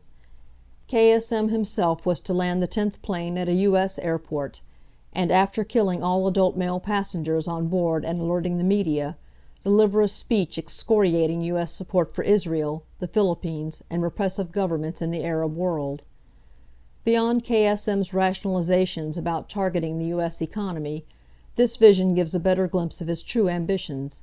This is theater, a spectacle of destruction with KSM as the self-cast star, the super-terrorist. KSM concedes that this proposal received a lukewarm response from al-Qaeda leaders skeptical of its scale and complexity. Although bin Laden listened to KSM's proposal, he was not convinced that it was practical. As mentioned earlier, bin Laden was receiving numerous ideas for potential operations. KSM's proposal to attack U.S. targets with commercial airplanes was only one of many. KSM presents himself as an entrepreneur seeking venture capital and people. He simply wanted al-Qaeda to supply the money and operatives needed for the attack while retaining his independence. It is easy to question such a statement. Money is one thing. Supplying a cadre of trained operatives willing to die is much more. Thus, although KSM contends he would have been just as likely to consider working with any comparable terrorist organization, he gives no indication of what other groups he thought could supply such exceptional commodities. KSM acknowledges formally joining al-Qaeda in late 1998 or 1999 and states that soon afterward, bin Laden also made the decision to support his proposal to attack the United States using commercial airplanes as weapons. Though KSM speculates about how bin Laden came to share his preoccupation with attacking America, bin Laden in fact had long been an opponent of the United States. KSM thinks that Atef may have persuaded bin Laden to approve this specific proposal. Atef's role in the entire operation is unquestionably very significant, but tends to fade into the background, in part because Atef himself is not available to describe it. He was killed in November 2001 by an American airstrike in Afghanistan. Bin Laden summoned KSM to Kandahar in March or April 1999 to tell him that al-Qaeda would support his proposal. The plot was now referred to within al-Qaeda as the Plains Operation. The plan evolves. Bin Laden reportedly discussed the Plains Operation with KSM and Atef in a series of meetings in the spring of 1999 at the Al-Matar complex near Kandahar. KSM's original concept of using one of the hijacked planes to make a media statement was scrapped, but bin Laden considered the basic idea feasible. Bin Laden, Atef, and KSM developed an initial list of targets. These included the White House, the U.S. Capitol, the Pentagon, and the World Trade Center. According to KSM, bin Laden wanted to destroy the White House and the Pentagon, KSM wanted to strike the World Trade Center, and all of them wanted to hit the Capitol. No one else was involved in the initial selection of targets. Bin Laden also soon selected 4 individuals to serve as suicide operatives: Khalid al-Mihdhar, Nawaf al-Hazmi, Khalad, and Abu Bara al-Yamani. During the Al-Matar meetings, bin Laden told KSM that Mihdhar and Hazmi were so eager to participate in an operation against the United States that they had already obtained U.S. visas. KSM states that they had done so on their own after the suicide of their friend Azam, Nashiri's cousin, and carrying out the Nairobi bombing. KSM had not met them. His only guidance from bin Laden was that the two should eventually go to the United States for pilot training. Hazmi and Madar were Saudi nationals, born in Mecca. Like the others in this initial group of selectees, they were already experienced mujahideen. They had traveled together to fight in Bosnia in a group that journeyed to the Balkans in 1995. By the time Hazmi and Madar were assigned to the plane's operation in early 1999, they had visited Afghanistan on several occasions. Khalad was another veteran mujahid, like much of his family. His father had been expelled from Yemen because of his extremist views. Khalad had grown up in Saudi Arabia, where his father knew bin Laden, Abdullah Azam, and Omar Abdal Rahman, the blind sheikh. Khalad departed for Afghanistan in 1994 at the age of 15. 3 years later, he lost his lower right leg in a battle with the Northern Alliance, a battle in which one of his brothers died. After this experience he pledged allegiance to bin Laden, whom he had first met as a child in Jeddah, and volunteered to become a suicide operative. When Khalad applied for a U.S. visa, however, his application was denied. Earlier in 1999, bin Laden had sent Khalad to Yemen to help Nashiri obtain explosives for the planned ship bombing and to obtain a visa to visit the United States so that he could participate in an operation there. Khalad applied under another name, using the cover story that he would be visiting a medical clinic to obtain a new prosthesis for his leg. Another al-Qaeda operative gave Khalad the name of a person living in the United States whom Khalad could use as a point of contact on a visa application. Khalad contacted this individual to help him get an appointment at a U.S. clinic. While Khalad was waiting for the letter from the clinic confirming the appointment, however, he was arrested by Yemeni authorities. The arrest resulted from mistaken identity. Khalad was driving the car of another conspirator in the ship bombing plot who was wanted by the Yemeni authorities. Khalad was released sometime during the summer of 1999 after his father and bin Laden intervened on his behalf. Khalad learned later that the al-Qaeda leader, apparently concerned that Khalad might reveal Nashiri's operation while under interrogation, had contacted a Yemeni official to demand Khalad's release, suggesting that bin Laden would not confront the Yemenis if they did not confront him. This account has been corroborated by others. Giving up on acquiring a U.S. visa, and concerned that the United States might learn of his ties to al-Qaeda, Khalad returned to Afghanistan. Travel issues thus played a part in al-Qaeda's operational planning from the very start. During the spring and summer of 1999, KSM realized that Khalad and Abu Bara, both of whom were Yemenis, would not be able to obtain U.S. visas as easily as Saudi operatives like Madar and Hazmi. Although Khalad had been unable to acquire a U.S. visa, KSM still wanted him and Abu Bara, as well as another Yemeni operative from bin Laden's security detail, to participate in the plane's operation. Yet because individuals with Saudi passports could travel much more easily than Yemeni, particularly to the United States, there were fewer martyrdom opportunities for Yemenis. To overcome this problem, KSM decided to split the plane's operation into two components. The first part of the plane's operation, crashing hijacked aircraft into U.S. targets, would remain as planned, with Midyar and Hazmi playing key roles. The second part, however, would now embrace the idea of using suicide operatives to blow up planes, a refinement of KSM's old Manila air plot. The operatives would hijack U.S.-flagged commercial planes flying Pacific routes across East Asia and destroy them in mid-air, possibly with shoe bombs, instead of flying them into targets. An alternate scenario apparently involved flying planes into U.S. targets in Japan, Singapore, or Korea. This part of the operation has been confirmed by Khalad, who said that they contemplated hijacking several planes, probably originating in Thailand, South Korea, Hong Kong, or Malaysia, and using Yemenis who would not need pilot training because they would simply down the planes. All the planes hijacked in the United States and East Asia were to be crashed or exploded at about the same time to maximize the attack's psychological impact. Training and deployment to Kuala Lumpur. In the fall of 1999, the 4 operatives selected by bin Laden for the plane's operation were chosen to attend an elite training course at al-Qaeda's Mes Anak camp in Afghanistan. Bin Laden personally selected the veteran fighters who received this training, and several of them were destined for important operations. One example is Ibrahim al-Thawar, or Nebras, who would participate in the October 12, 2000 suicide attack on the USS Cole. According to KSM, this training was not given specifically in preparation for the plane's operation or any other particular al-Qaeda venture. Although KSM claims not to have been involved with the training or to have met with the future 9/11 hijackers at Mes Anak, he says he did visit the camp while traveling from Kandahar to Kabul with bin Laden and others. The Mes Anak training camp was located in an abandoned Russian copper mine near Kabul. The camp opened in 1999 after the United States had destroyed the training camp near Khoust with cruise missiles in August 1998, and before the Taliban granted al-Qaeda permission to open the Al-Farouk camp in Kandahar. Thus, for a brief period in 1999, Mes Anak was the only al-Qaeda camp operating in Afghanistan. It offered a full range of instruction, including an advanced commando course taught by senior al-Qaeda member Saif al-Adal. Bin Laden paid particular attention to the 1999 training session.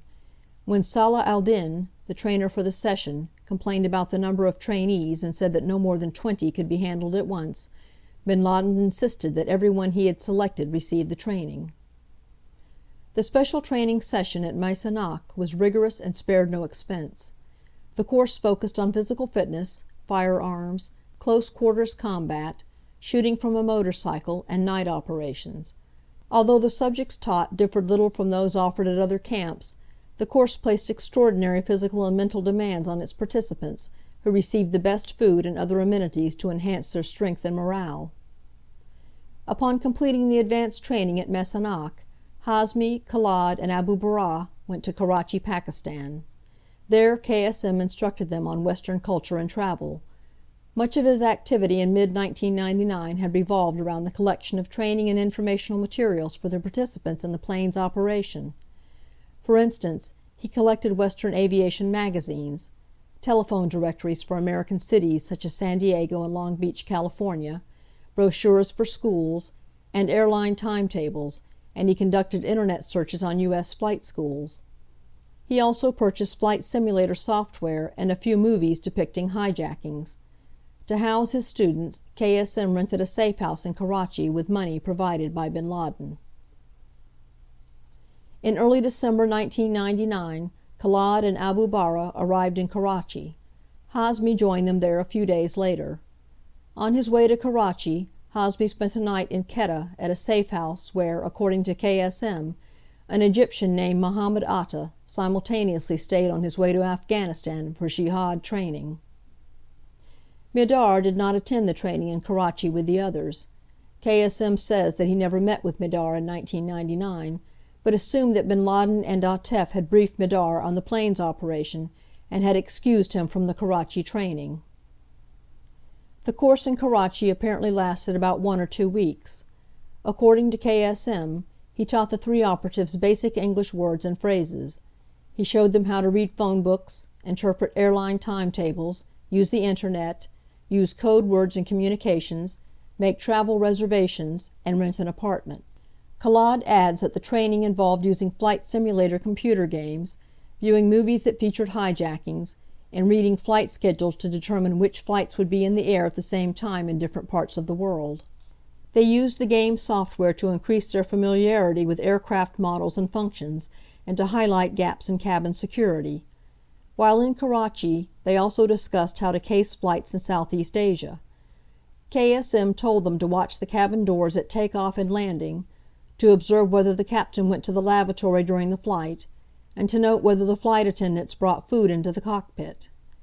KSM, Khalad, and Hazmi also visited travel agencies to learn the visa requirements for Asian countries. The 4 trainees traveled to Kuala Lumpur. Khalad, Abu Bara, and Hazmi came from Karachi.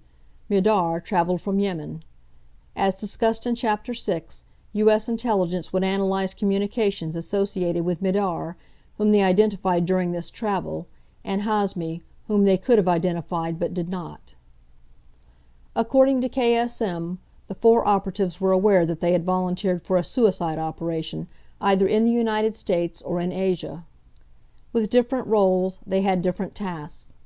Hazmi and Madar were sent to Kuala Lumpur before proceeding to their final destination, the United States.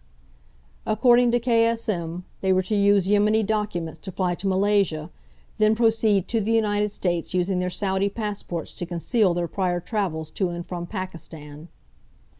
KSM had doctored Hazmi's Saudi passport so it would appear as if Hazmi had traveled to Kuala Lumpur from Saudi Arabia via Dubai. Khalid and Abu Bara went to Kuala Lumpur to study airport security and conduct casing flights. According to Khalid, he and Abu Bara departed for Malaysia in mid-December 1999. Hazmi joined them about 10 days later after briefly returning to Afghanistan to attend to some passport issues. Khalid had originally scheduled his trip in order to receive a new prosthesis at a Kuala Lumpur clinic called Indolite, and bin Laden suggested that he use the opportunity to case flights as well. According to Khalid, Malaysia was an ideal destination because its government did not require citizens of Saudi Arabia or other Gulf states to have a visa. Malaysian security was reputed to be lax when it came to Islamist jihadists. Also, other mujahideen wounded in combat had reportedly received treatment at the Indolite clinic and successfully concealed the origins of their injuries. Khalid said he got the money for the prosthesis from his father, bin Laden, and another al-Qaeda colleague. According to Khalid, when he and Abu Bara arrived in Kuala Lumpur, they contacted Hambali to let him know where they were staying, since he was to be kept informed of al-Qaeda activities in Southeast Asia. Hambali picked up Khalid and Abu Bara and brought them to his home, enlisting the help of a colleague who spoke better Arabic. Hambali then took them to the clinic. On December 31st, Khalid flew from Kuala Lumpur to Bangkok. The next day he flew to Hong Kong aboard a U.S. airliner. He flew in first class, which he realized was a mistake, because this seating assignment on that flight did not afford him a view of the cockpit.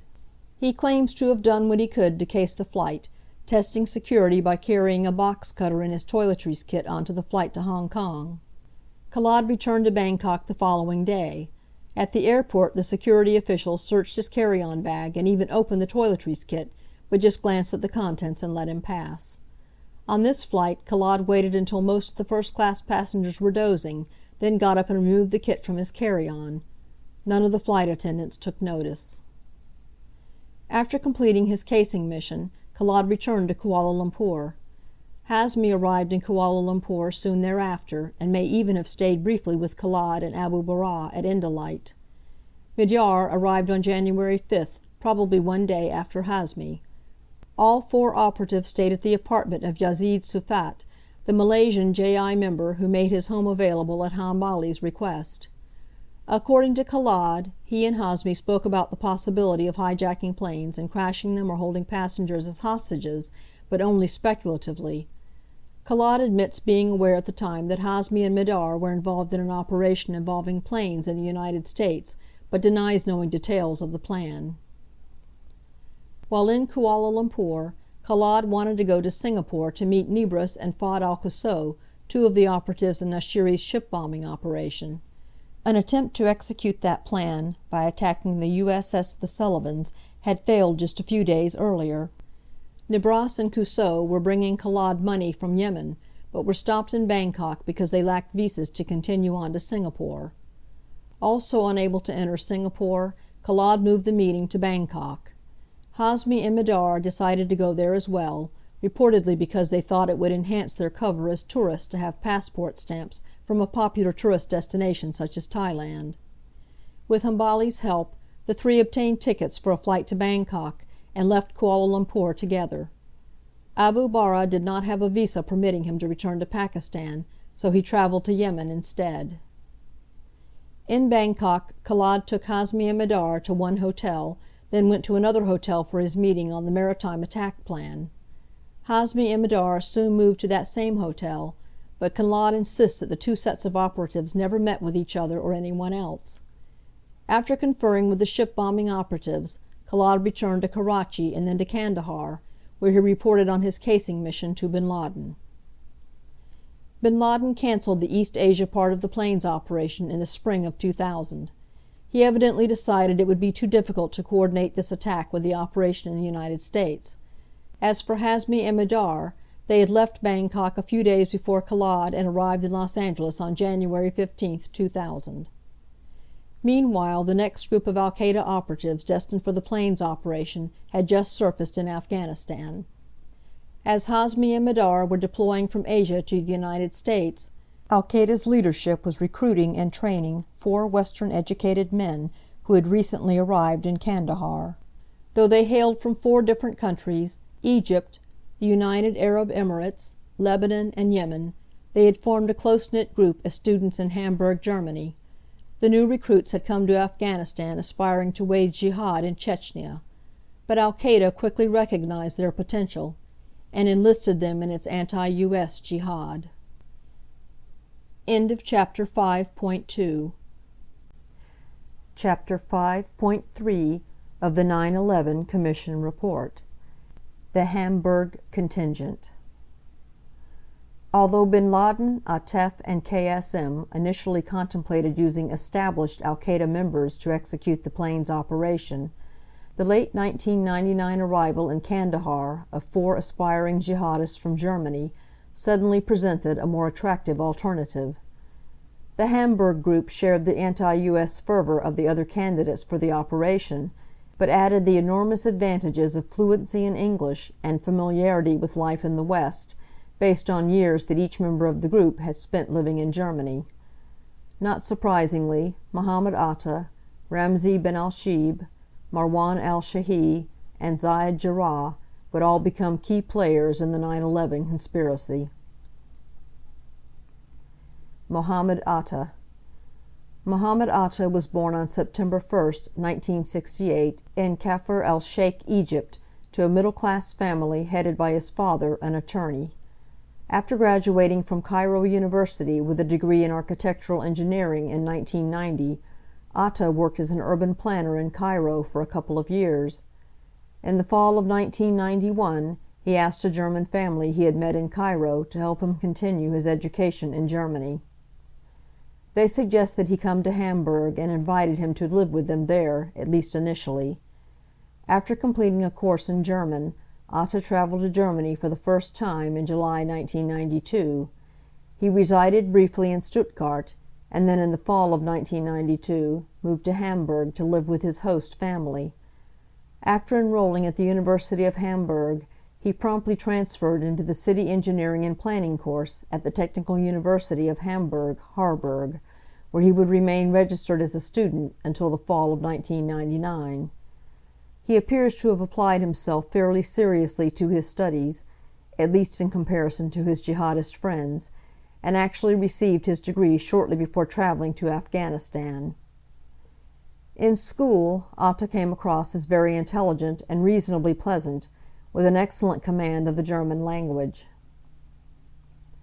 When Atta arrived in Germany, he appeared religious, but not fanatically so.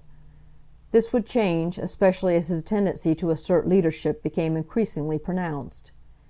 According to bin al-Shibh, as early as 1995, Atta sought to organize a Muslim student association in Hamburg.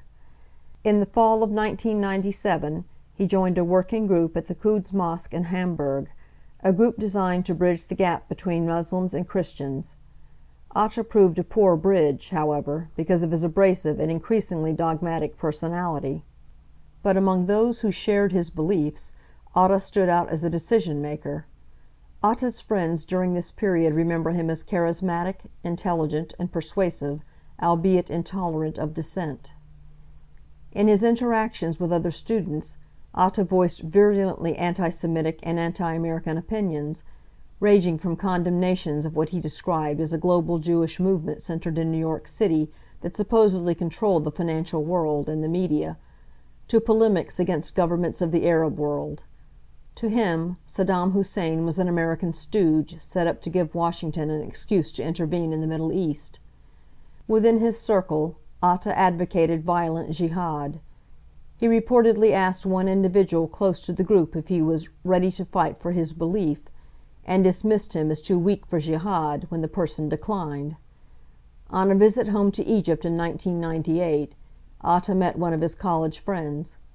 According to this friend, Atta had changed a great deal, had grown a beard, and had obviously adopted fundamentalism by that time. Ramzi bin al-Shibh. Ramzi bin al-Shibh was born on May 1, 1972, in Gail Bawazir, Yemen. There does not seem to be anything remarkable about his family or early background. A friend who knew bin al-Shibh in Yemen remembers him as religious but not too religious. From 1987 to 1995, bin al-Shibh worked as a clerk for the International Bank of Yemen. He first attempted to leave Yemen in 1995, when he applied for a U.S. visa. After his application was rejected, he went to Germany and applied for asylum under the name Ramzi Omar, claiming to be a Sudanese citizen seeking asylum. While his asylum petition was pending, bin al-Shibh lived in Hamburg and associated with individuals from several mosques there. In 1997, after his asylum application was denied, bin al-Shibh went home to Yemen, but returned to Germany shortly thereafter under his true name, this time registering as a student in Hamburg. Bin al-Shibh continually had academic problems, failing tests and cutting classes. He was expelled from one school in September 1998. According to bin al-Shibh, he and Atta first met at a mosque in Hamburg in 1995. The two men became close friends, and became identified with their shared extremist outlook. Like Atta, by the late 1990s, bin al-Shibh was decreeing what he perceived to be a Jewish world conspiracy. He proclaimed that the highest duty of every Muslim was to pursue jihad, and that the highest honor was to die during the jihad. Despite his rhetoric, however, bin al-Shibh presented a more amiable figure than the austere Atta, and was known within the community as being sociable, extroverted, polite, and adventuresome. In 1998, bin al-Shibh and Atta began sharing an apartment in the Harburg section of Hamburg, together with a young student from the United Arab Emirates named Marwan al-Shahi. Marwan al-Shahi. Marwan al-Shahi was born on May 9, 1978, in Ras al-Khaimah, the United Arab Emirates. His father, who died in 1997, was a prayer leader at the local mosque. After graduating from high school in 1995, Shahi joined the Emirati military and received half a year of basic training before gaining admission to a military scholarship program that would fund his continued study in Germany. Shahi first entered Germany in April 1996. After sharing an apartment in Bonn for 2 months with 3 other scholarship students, Shahi moved in with a German family with whom he resided for several months before moving into his own apartment. During this period, he came across as very religious, praying 5 times a day. Friends also remember him as convivial and a regular guy, wearing Western clothes and occasionally renting cars for trips to Berlin, France, and the Netherlands. As a student, Shahi was less than a success. Upon completing a course in German, he enrolled at the University of Bonn in a program for technical, mathematical, and scientific studies. In June 1997, he requested a leave from his studies, citing the need to attend to unspecified problems in his home country. Although the university denied his request, Shahi left anyway, and consequently was compelled to repeat the first semester of his studies. In addition to having academic difficulties at this time, Shahi appeared to become more extreme in the practice of his faith. For example, he specifically avoided restaurants that cooked with or served alcohol. In late 1997, he applied for permission to complete his coursework in Hamburg, a request apparently motivated by his desire to join Atta and bin al-Shibh. Just how and when the 3 of them first met remains unclear, although they seemed to know each other already when Shahi relocated to Hamburg in early 1998. Atta and bin al-Shibh moved into his apartment in April. The transfer to Hamburg did not help Shahi's academic progress. He was directed by the scholarship program administrators at the Emirati Embassy to repeat his second semester starting in August 1998, but back in Bonn. Shahi initially flouted this directive, however, and did not re-enroll at the University of Bonn until the following January, barely passing his course there.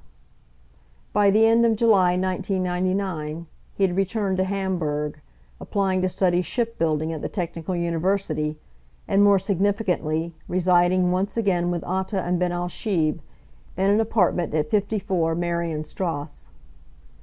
After Shahi moved in with Atta and Ben al-Shib, his evolution toward Islamic fundamentalism became more pronounced. A fellow Emirati student who came to Hamburg to visit Shahi noticed he no longer lived as comfortably as before. Shahi now occupied an old apartment with a roommate, had no television, and wore inexpensive clothes. When asked why he was living so frugally, Shahi responded that he was living the way the Prophet had lived. Similarly, when someone asked why he and Atta never laughed, Shahi retorted, "How can you laugh when people are dying in Palestine?" Zayed Jarrah. Born on May 11, 1975, in Masra, Lebanon, Zayed Jarrah came from an affluent family and attended private Christian schools. Like Atta, Ben al-Shib, and Shahi, Jarrah aspired to pursue higher education in Germany. In April 1996, he and a cousin enrolled at a junior college in Greifswald in northeastern Germany. There Jarrah met and became intimate with Aysel Senguin, the daughter of Turkish immigrants who was preparing to study dentistry.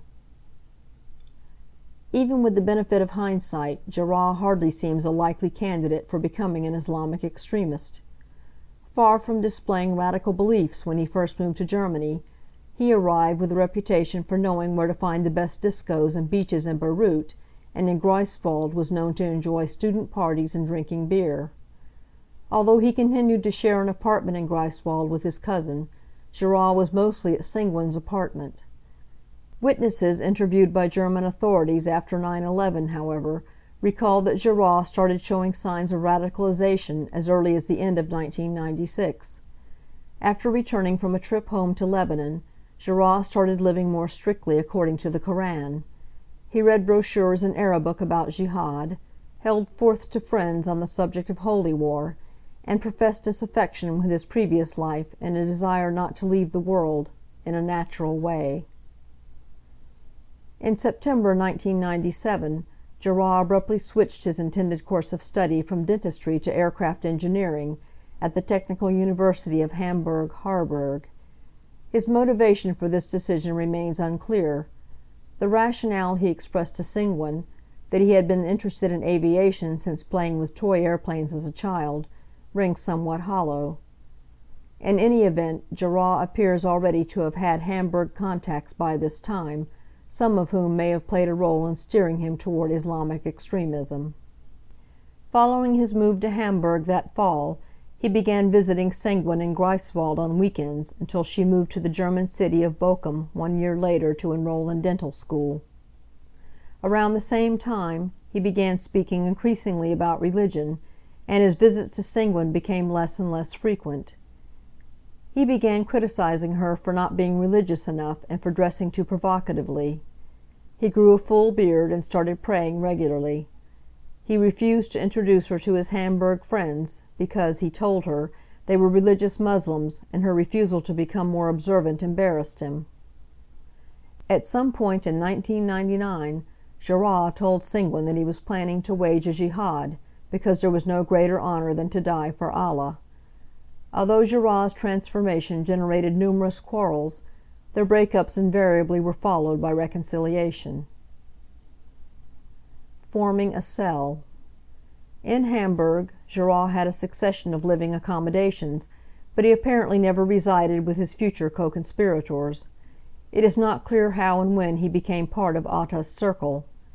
He became particularly friendly with Ben al-Shib after meeting him at the Quds Mosque in Hamburg, which Jarrah began attending regularly in late 1997. The worshippers at this mosque featured an outspoken, flamboyant Islamist named Mohammed Haider Zamar. A well-known figure in the Muslim community, and to German and U.S. intelligence agencies by the late 1990s, Zamar had fought in Afghanistan and relished any opportunity to extol the virtues of violent jihad. Indeed, a witness has reported hearing Zamar press bin al-Shibh to fulfill his duty to wage jihad. Moreover, after 9/11, Zamar reportedly took credit for influencing not just bin al-Shibh, but the rest of the Hamburg group. In 1998, Zamar encouraged them to participate in jihad and even convinced them to go to Afghanistan. Owing to Zamar's persuasion or some other source of inspiration, Atta, bin al-Shibh, Shahi, and Jarrah eventually prepared themselves to translate their extremist beliefs into action. By late 1999, they were ready to abandon their student lives in Germany in favor of violent jihad. This final stage in their evolution toward embracing Islamist extremism did not entirely escape the notice of the people around them. The foursome became core members of a group of radical Muslims, often hosting sessions at their Marienstrasse apartment that involved extremely anti-American discussions. Meeting 3 to 4 times a week, the group became something of a sect, whose members, according to one participant in the meetings, tended to deal only with each other. Atta's rent checks for the apartment provide evidence of the importance that the apartment assumed as a center for the group, as he would write on them the notation Dar al-Ansar, or House of the Followers. In addition to Atta, bin al-Shibh, Shahi, and Jarrah, the group included other extremists, some of whom also would attend al-Qaeda training camps, and in some instances would help the 9/11 hijackers as they executed the plot. Saeed Bahaji, son of a Moroccan immigrant, was the only German citizen in the group. Educated in Morocco, Bahaji returned to Germany to study electrical engineering at the Technical University of Hamburg-Harburg. He spent 5 months in the German army before obtaining a medical discharge, and lived with Atta and bin al-Shibh at 54 Marienstrasse for 8 months between November 1998 and July 1999. Described as an insecure follower with no personality and with limited knowledge of Islam, Bahaji nonetheless professed his readiness to engage in violence. Atta and bin al-Shibh used Bahaji's computer for Internet research, as evidenced by documents and diskettes seized by German authorities after 9/11. Zakaria Essabar, a Moroccan citizen, moved to Germany in February 1997 and to Hamburg in 1998, where he studied medical technology. Soon after moving to Hamburg, Essabar met bin al-Shibh and the others through a Turkish mosque. Essabar turned extremist fairly suddenly, probably in 1999, and reportedly pressured one acquaintance with physical force to become more religious, grow a beard, and compel his wife to convert to Islam. Essabar's parents were said to have made repeated but unsuccessful efforts to sway him from this lifestyle.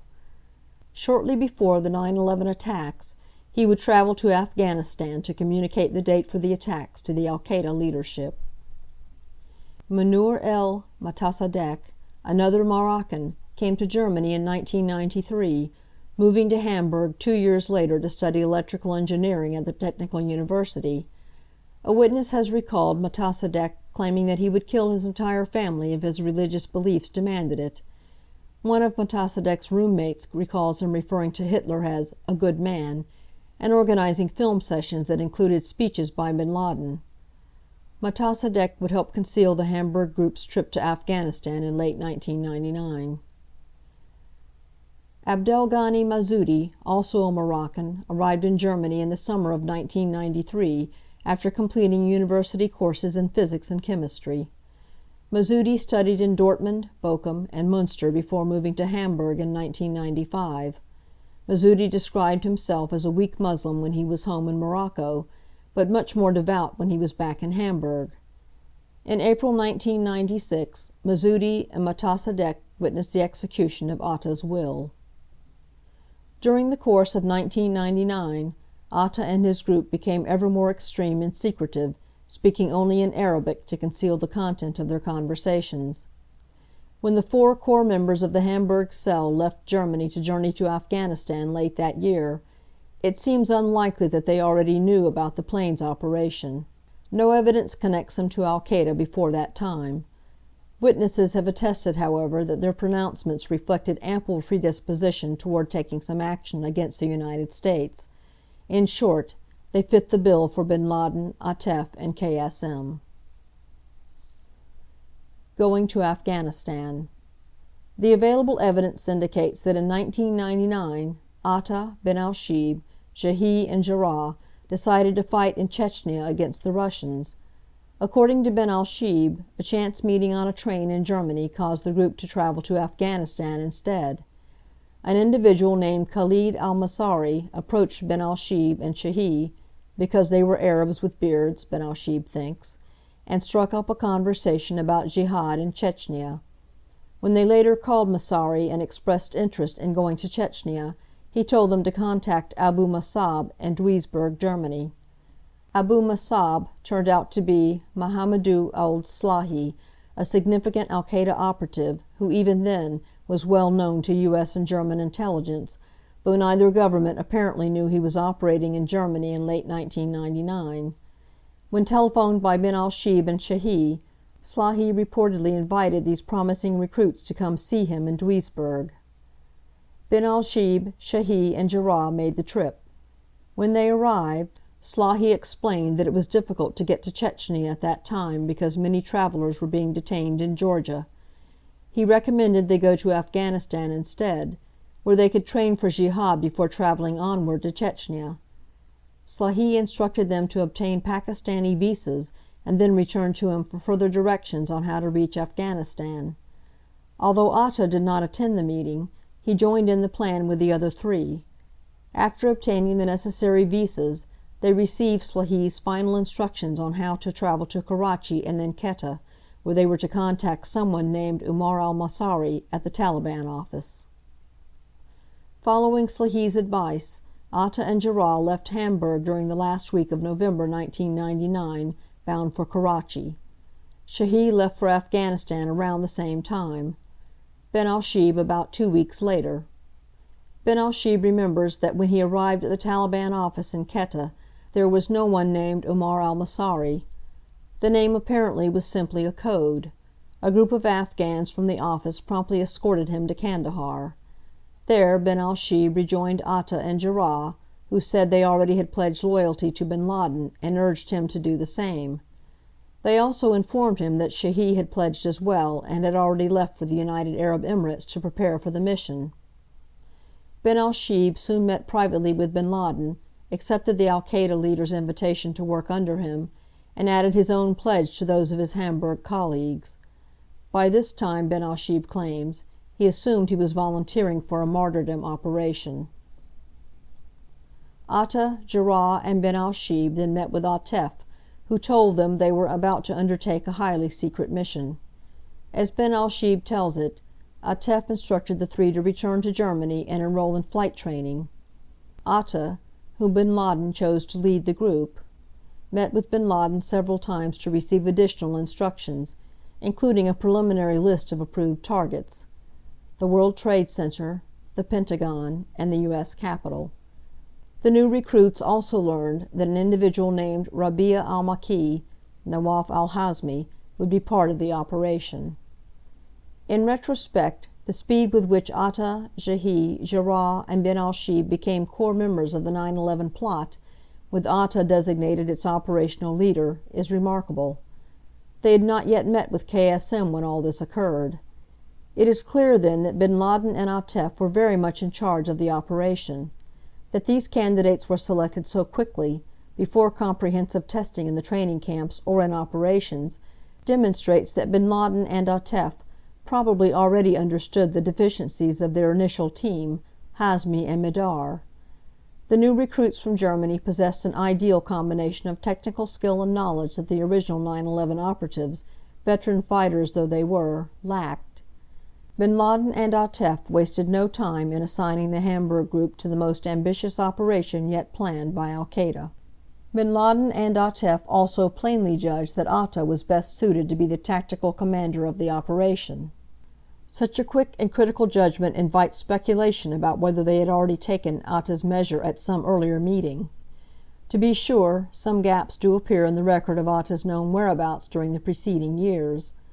One such gap is February through March 1998, a period for which there is no evidence of his presence in Germany and when he conceivably could have been in Afghanistan. Yet to date, neither KSM, bin al-Shibh, nor any other al-Qaeda figure interrogated about the 9/11 plot has claimed that Atta or any other member of the Hamburg group traveled to Afghanistan before the trip in late 1999. While the 4 core Hamburg cell members were in Afghanistan, their associates back in Hamburg handled their affairs so that their trip could be kept secret. Mossadegh appears to have done the most. He terminated Shahid's apartment lease, telling the landlord that Shahid had returned to the UAE for family reasons, and used a power of attorney to pay bills from Shahid's bank account. Mossadegh also assisted Jarrah, offering to look after Aysel Singwan in Jarrah's absence. Saeed Bahaji attended to similar routine matters for Atta and bin al-Shibh, thereby helping them remain abroad without drawing attention to their absence. Preparing for the operation. In early 2000, Atta, Jarrah, and bin al-Shibh returned to Hamburg. Jarrah arrived first on January 31, 2000. According to bin al-Shibh, he and Atta left Kandahar together and proceeded first to Karachi, where they met KSM and were instructed by him on security and on living in the United States. Shahid apparently had already met with KSM before returning to the UAE. Atta returned to Hamburg in late February, and bin al-Shibh arrived shortly thereafter. Shahid's travels took him to the UAE, where he acquired a new passport and a U.S. visa, Saudi Arabia, Bahrain, and 1 or more other destinations. Shahid also returned to Germany, possibly sometime in March. After leaving Afghanistan, the hijackers made clear efforts to avoid appearing radical. Once back in Hamburg, they distanced themselves from conspicuous extremists like Zamar, whom they knew attracted unwanted attention from the authorities. They also changed their appearance and behavior. Atta wore Western clothing, shaved his beard, and no longer attended extremist mosques. Jarrah also no longer wore a full beard, and, according to Singwan, acted much more the way he had when she first met him.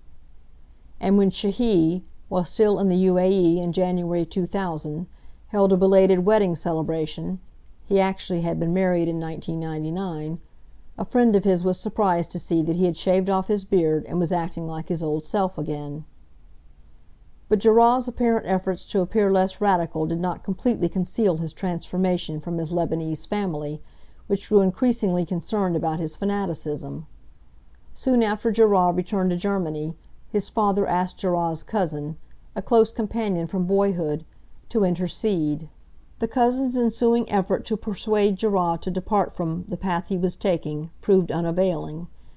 Yet Jarrah clearly differed from the other hijackers in that he maintained much closer contact with his family, and continued his intimate relationship with Singwan.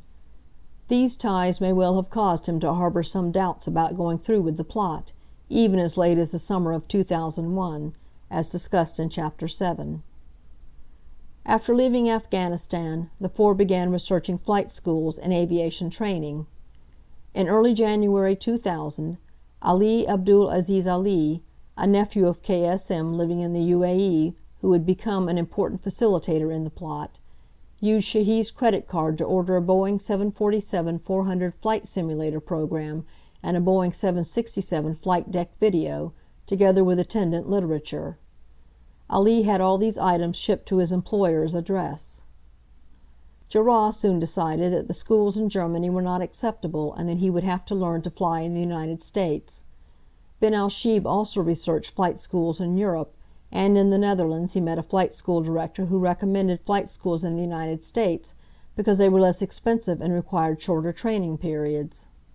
In March 2000, Atta emailed 31 different U.S. flight schools on behalf of a small group of men from various Arab countries studying in Germany who, while lacking prior training, were interested in learning to fly in the United States.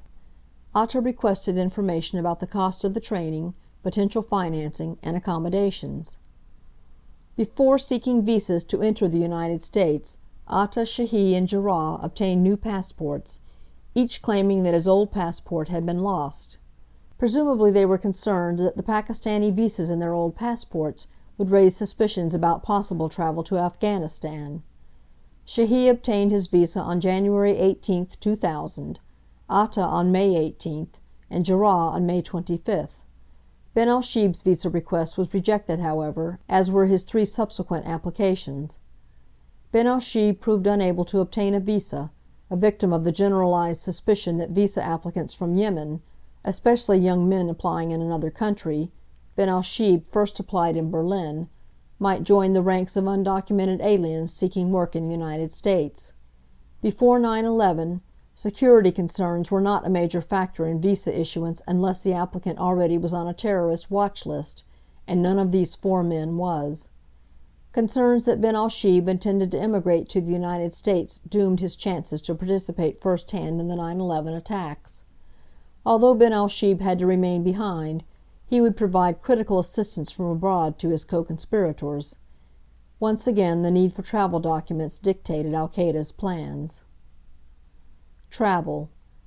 It should by now be apparent how significant travel was in the planning undertaken by a terrorist organization as far-flung as al-Qaeda.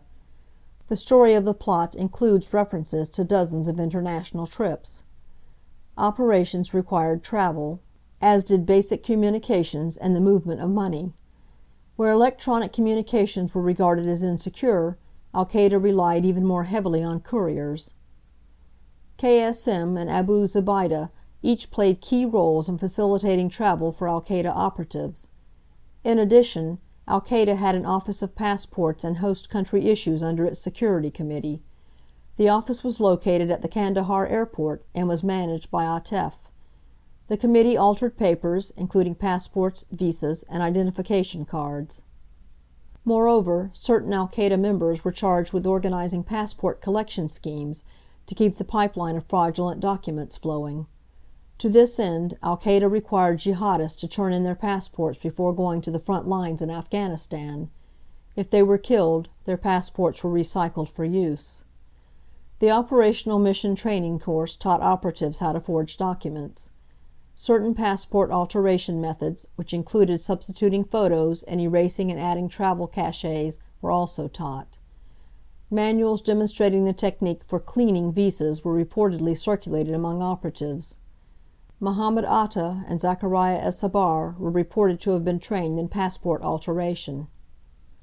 The purpose of all this training was twofold: to develop an institutional capacity for document forgery, and to enable operatives to make necessary adjustments in the field.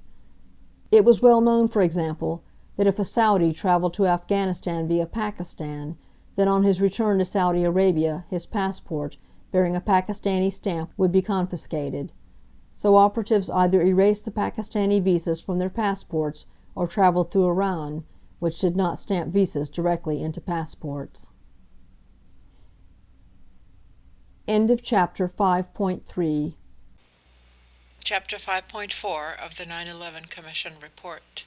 A Money Trail. Bin Laden and his aides did not need a very large sum to finance their planned attack on America. The 9/11 plotters eventually spent somewhere between $400,000 and $500,000 to plan and conduct their attack. Consistent with the importance of the project, al-Qaeda funded the plotters. KSM provided his operatives with nearly all the money they needed to travel to the United States, train, and live. The plotters' tradecraft was not especially sophisticated, but it was good enough. They moved, stored, and spent their money in ordinary ways, easily defeating the detection mechanisms in place at the time. The origin of the funds remains unknown, although we have a general idea of how al-Qaeda financed itself during the period leading up to 9/11. General financing. As we explained in Chapter 2, bin Laden did not fund al-Qaeda through a personal fortune and a network of businesses in Sudan. Instead, al-Qaeda relied primarily on a fundraising network developed over time. The CIA now estimates that it cost al-Qaeda about $30 million per year to sustain its activities before 9/11, and that this money was raised almost entirely through donations. For many years, the United States thought bin Laden financed al-Qaeda's expenses through a vast personal inheritance. Bin Laden purportedly inherited approximately $300 million when his father died, and was rumored to have had access to these funds to wage jihad while in Sudan and Afghanistan and to secure his leadership position in al-Qaeda. In early 2000, the U.S. government discovered a different reality. Roughly from 1970 to 1994, bin Laden received about $1 million per year. A significant sum, to be sure, but not a $300 million fortune that could be used to fund jihad. Then, as part of a Saudi government crackdown early in the 1990s, the bin Laden family was forced to find a buyer for Osama's share of the family company in 1994. The Saudi government subsequently froze the proceeds of the sale. This action had the effect of divesting bin Laden of what otherwise might indeed have been a large fortune. Nor were bin Laden's assets in Sudan a source of money for al-Qaeda. When bin Laden lived in Sudan from 1991 to 1996, he owned a number of businesses and other assets. These could not have provided significant income, as most were small or not economically viable. When bin Laden left in 1996, it appears that the Sudanese government expropriated all his assets. He left Sudan with practically nothing. When bin Laden arrived in Afghanistan, he relied on the Taliban until he was able to reinvigorate his fundraising efforts by drawing on ties to wealthy Saudi individuals that he had established during the Afghan War in the 1980s. Al-Qaeda appears to have relied on a core group of financial facilitators who raised money from a variety of donors and other fundraisers, primarily in the Gulf countries and particularly in Saudi Arabia. Some individual donors surely knew, and others did not, the ultimate destination of their donations. Al-Qaeda and its friends took advantage of Islam's strong calls for charitable giving, zakat. These financial facilitators also appear to rely heavily on certain imams at mosques who were willing to divert zakat donations to al-Qaeda's cause. Al-Qaeda also collected money from employees of corrupt charities. It took two approaches to using charities for fundraising. One was to rely on al-Qaeda sympathizers in specific foreign branch offices of large international charities, particularly those with lax external oversight and ineffective internal controls, such as the Saudi-based Al-Haramain Islamic Foundation. Smaller charities in various parts of the globe were funded by these large Gulf charities and had employees who would siphon the money to al-Qaeda. In addition, entire charities such as the Al-Wafa organization may have wittingly participated in funneling money to al-Qaeda. In those cases, al-Qaeda operatives controlled the entire organization, including access to bank accounts. Charities were a source of money and also provided significant cover, which enabled operatives to travel undetected under the guise of working for a humanitarian organization. It does not appear that any government other than the Taliban financially supported al-Qaeda before 9/11, although some governments may have contained al-Qaeda sympathizers who turned a blind eye to al-Qaeda's fundraising activities. Saudi Arabia has long been considered the primary source of al-Qaeda funding, but we have found no evidence that the Saudi government as an institution or senior Saudi officials individually funded the organization. This conclusion does not exclude the likelihood that charities with significant Saudi government sponsorship diverted funds to al-Qaeda. Still, al-Qaeda found fertile fundraising ground in Saudi Arabia, where extreme religious views are common, and charitable giving was both essential to the culture and subject to very limited oversight. Al-Qaeda also sought money from wealthy donors in other Gulf states. Al-Qaeda frequently moved the money it raised by hawala, an informal and ancient trust-based system for transferring funds. In some ways, Al-Qaeda had no choice after its move to Afghanistan in 1996.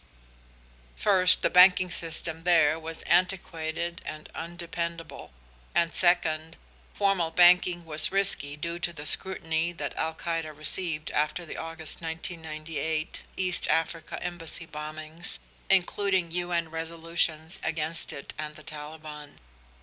Bin Laden relied on the established Hawala networks operating in Pakistan, in Dubai, and throughout the Middle East to transfer funds efficiently. Hawaladars associated with al-Qaeda may have used banks to move and store money, as did various al-Qaeda fundraisers and operatives outside of Afghanistan, but there is little evidence that bin Laden or core al-Qaeda members used banks while in Afghanistan. Before 9/11, al-Qaeda spent funds as quickly as it received them.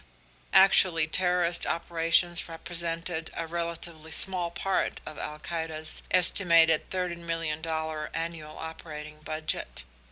Al-Qaeda funded salaries for jihadists, training camps, airfields, vehicles, arms, and the development of training manuals. Bin Laden provided approximately $10 to $12 million per year to the Taliban in return for safe haven. Bin Laden also may have used money to create alliances with other terrorist organizations, although it is unlikely that al-Qaeda was funding an overall jihad program. Rather, bin Laden selectively provided startup funds to new groups or money for specific terrorist operations. Al-Qaeda has been alleged to have used a variety of illegitimate means, particularly drug trafficking and conflict diamonds, to finance itself. While the drug trade was a source of income for the Taliban, it did not serve the same purpose for al-Qaeda, and there is no reliable evidence that bin Laden was involved in or made his money through drug trafficking. Similarly, we have seen no persuasive evidence that al-Qaeda funded itself by trading in African conflict diamonds. There also have been claims that al-Qaeda financed itself through manipulation of the stock market based on its advanced knowledge of the 9/11 attacks. Exhaustive investigations by the Securities and Exchange Commission, FBI, and other agencies have uncovered no evidence that anyone with advanced knowledge of the attacks profited through securities transactions. To date, the U.S. government has not been able to determine the origin of the money used for the 9/11 attacks. Ultimately, the question is of little practical significance. Al-Qaeda had many avenues of funding.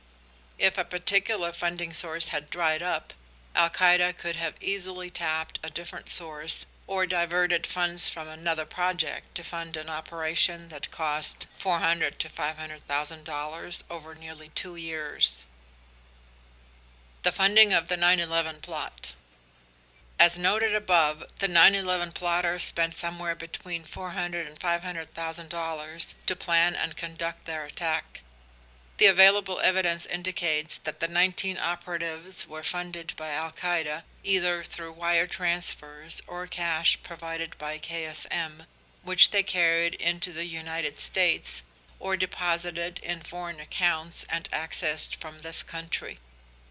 Our investigation has uncovered no credible evidence that any person in the United States gave the hijackers substantial financial assistance. Similarly, we have seen no evidence that any foreign government or foreign government official supplied any funding. We have found no evidence that the Hamburg cell members Atta, Shehi, Jarrah, and Bin al-Shib received funds from al-Qaeda before late 1999. It appears they supported themselves. KSM bin al-Shib and another plot facilitator, Mustafa al-Hawsawi, each received money, in some cases perhaps as much as $10,000, to perform their roles in the plot. After the Hamburg recruits joined the 9/11 conspiracy, Al-Qaeda began giving them money. Our knowledge of the funding during this period, before the operatives entered the United States, remains murky. According to KSM, the Hamburg cell members each received $5,000 to pay for their return to Germany from Afghanistan after they had been selected to join the plot, and they received additional funds to travel from Germany to the United States. Financial transactions of the plotters are discussed in more detail in Chapter 7. Requirements for a successful attack. As some of the core operatives prepared to leave for the United States, Al-Qaeda leaders could have reflected on what they needed to be able to do in order to organize and conduct a complex international terrorist operation to inflict catastrophic harm. We believe such a list of requirements would have included leaders able to evaluate, approve, and supervise the planning and direction of the operation, communications sufficient to enable planning and direction of the operatives and those who would be helping them, a personnel system that could recruit candidates, vet them, indoctrinate them, and give them necessary training, an intelligence effort to gather required information and form assessments of enemy strengths and weaknesses, the ability to move people, and the ability to raise and move the necessary money. The information we have presented about the development of the plane's operation shows how, by the spring and summer of 2000, Al-Qaeda was able to meet these requirements. By late May 2000, 2 operatives assigned to the plane's operation were already in the United States. 3 of the 4 Hamburg cell members would soon arrive. End of Chapter 5.4. Chapter 6 of the 9/11 Commission Report. From Threat to Threat. In Chapters 3 and 4, we described how the U.S. government adjusted its existing agencies and capacities to address the emerging threat from Osama bin Laden and his associates. After the August 1998 bombings of the American embassies in Kenya and Tanzania, President Bill Clinton and his chief aides explored ways of getting bin Laden expelled from Afghanistan, or possibly capturing or even killing him. Although disruption efforts around the world had achieved some successes, the core of bin Laden's organization remained intact. President Clinton was deeply concerned about bin Laden. He and his national security advisor, Samuel "Sandy" Berger, ensured they had a special daily pipeline of reports feeding them the latest updates on bin Laden's reported location. In public, President Clinton spoke repeatedly about the threat of terrorism, referring to terrorist training camps but saying little about bin Laden and nothing about Al-Qaeda. He explained to us that this was deliberate, intended to avoid enhancing bin Laden's stature by giving him unnecessary publicity.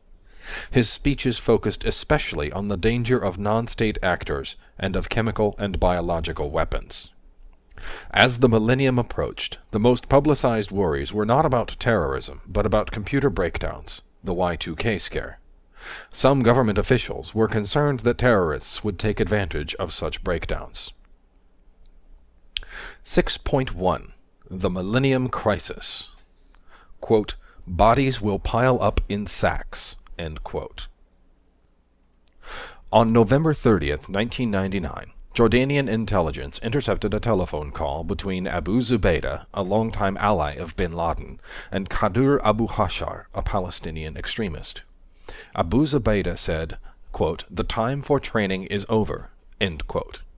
Suspecting that this was a signal for Abu Hashar to commence a terrorist operation, Jordanian police arrested Abu Hashar and 15 others and informed Washington.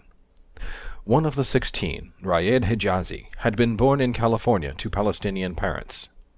After spending his childhood in the Middle East, he had returned to Northern California, taken refuge in extremist Islamist beliefs, and then made his way to Abu Zubaydah's Kaldan camp in Afghanistan, where he learned the fundamentals of guerrilla warfare. He and his younger brother had been recruited by Abu Hashar into a loosely knit plot to attack Jewish and American targets in Jordan. After late 1996, when Abu Hashar was arrested and jailed, Hijazi moved back to the United States, worked as a cab driver in Boston, and sent money back to his fellow plotters. After Abu Hashar's release, Hijazi shuttled between Boston and Jordan, gathering money and supplies. With Abu Hashar, he recruited in Turkey and Syria as well as Jordan. With Abu Zubaydah's assistance, Abu Hashar sent these recruits to Afghanistan for training. In late 1998, Hijazi and Abu Hashar had settled on a plan. They would first attack 4 targets: the SAS Radisson Hotel in downtown Amman, the border crossings from Jordan into Israel, and 2 Christian holy sites, at a time when all these locations were likely to be thronged with American and other tourists. Next, they would target a local airport and other religious and cultural sites. Hijazi and Abu Hashar cased the intended targets and sent reports to Abu Zubaydah, who approved their plan. Finally, back in Amman from Boston, Hijazi gradually accumulated bomb-making materials, including sulfuric acid and 5,200 pounds of nitric acid, which were then stored in an enormous sub-basement dug by the plotters over a period of 2 months underneath a rented house.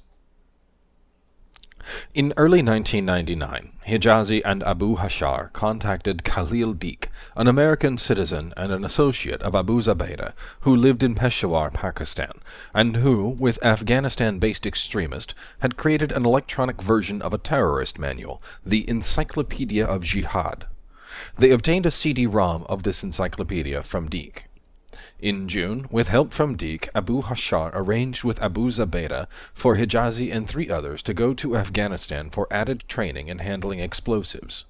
In late November 1999, Hijazi reportedly swore before Abu Zubaydah the bayat to bin Laden, committing himself to do anything bin Laden ordered. He then departed for Jordan and was at a waypoint in Syria when Abu Zubaydah sent Abu Hashar the message that prompted Jordanian authorities to roll up the whole cell. After the arrests of Abu Hashar and 15 others, the Jordanians tracked Deek to Peshawar, persuaded Pakistan to extradite him, and added him to their catch. Searchers in Amman found the rented house and, among other things, 71 drums of acids, several forged Saudi passports, detonators, and Deek's encyclopedia. 6 of the accomplices were sentenced to death. In custody, Hijazi's younger brother said that the group's motto had been, quote, "The season is coming and bodies will pile up in sacks," end quote. On December 4th, as news came in about the discoveries in Jordan, National Security Council, NSC, counterterrorism coordinator Richard Clark wrote Berger, quote, "If George's, Tenet's, story about a planned series of UBL attacks at the Millenium is true, we will need to make some decisions now," end quote. He told us he held several conversations with President Clinton during the crisis. He suggested threatening reprisals against the Taliban in Afghanistan in the event of any attacks on U.S. interests anywhere by bin Laden. He further proposed to Berger that a strike be made during the last week of 1999 against al-Qaeda camps in Afghanistan, a proposal not adopted. Warned by the CIA that the disrupted Jordanian plot was probably part of a larger series of attacks intended for the Millennium, some possibly involving chemical weapons, the Principals Committee met on the night of December 8th and decided to task Clark's Counterterrorism Security Group, CSG, to develop plans to deter and disrupt al-Qaeda plots. Michael Sheehan, the State Department director of the CSG, communicated warnings to the Taliban that they would be held responsible for future al-Qaeda attacks. Quote, "Mike was not diplomatic," end quote, Clark reported to Berger. With virtually no evidence of a Taliban response, a new approach was made to Pakistan. General Anthony Zinni, the commander of Central Command, CENTCOM, was designated as the President's special envoy and sent to ask General Musharraf to, quote, "take whatever action you deem necessary to resolve the bin Laden problem at the earliest possible time," end quote. But Zinni came back empty-handed. As Ambassador William Milam reported from Islamabad, Musharraf was, quote, "unwilling to take the political heat at home," end quote. The CIA worked hard with foreign security services to detain or at least keep an eye on suspected bin Laden associates. Tenet spoke to 20 of his foreign counterparts. Disruption and arrest operations were mounted against terrorists in 8 countries. In mid-December, President Clinton signed a Memorandum of Notification, MON, giving the CIA broader authority to use foreign proxies to detain bin Laden lieutenants without having to transfer them to U.S. custody. The authority was to capture, not kill, though lethal force might be used if necessary. Tenet would later send a message to all CIA personnel overseas saying, quote, "The threat could not be more real. Do whatever is necessary to disrupt UBL's plans. The American people are counting on you and me to take every appropriate step to protect them during this period." End quote. The State Department issued a worldwide threat advisory to its posts overseas. Then, on December 14th, an Algerian jihadist was caught bringing a load of explosives into the United States. Ressam's arrest. Ahmed Ressam, 23, had illegally immigrated to Canada in 1994. Using a falsified passport and a bogus story about persecution in Algeria, Ressam entered Montreal and claimed political asylum. For the next few years he supported himself with petty crime. Recruited by an alumnus of Abu Zubaydah's Kaldan camp, Ressam trained in Afghanistan in 1998, learning, among other things, how to place cyanide near the air intake of a building to achieve maximum lethality at minimum personal risk. Having joined other Algerians in planning a possible attack on a U.S. airport or consulate, Ressam left Afghanistan in early 1999, carrying precursor chemicals for explosives disguised in toiletry bottles, a notebook containing bomb assembly instructions, and $12,000. Back in Canada, he went about procuring weapons, chemicals, and false papers. In early summer 1999, having learned that not all of his colleagues could get the travel documents to enter Canada, Ressam decided to carry out the plan alone. By the end of the summer, he had chosen 3 Los Angeles area airports as potential targets, ultimately fixing on Los Angeles International, LAX, as the largest and easiest to operate in surreptitiously. He bought or stole chemicals and equipment for his bomb, obtaining advice from 3 Algerian friends, all of whom were wanted by authorities in France for their roles in past terrorist attacks there. Ressam also acquired new confederates.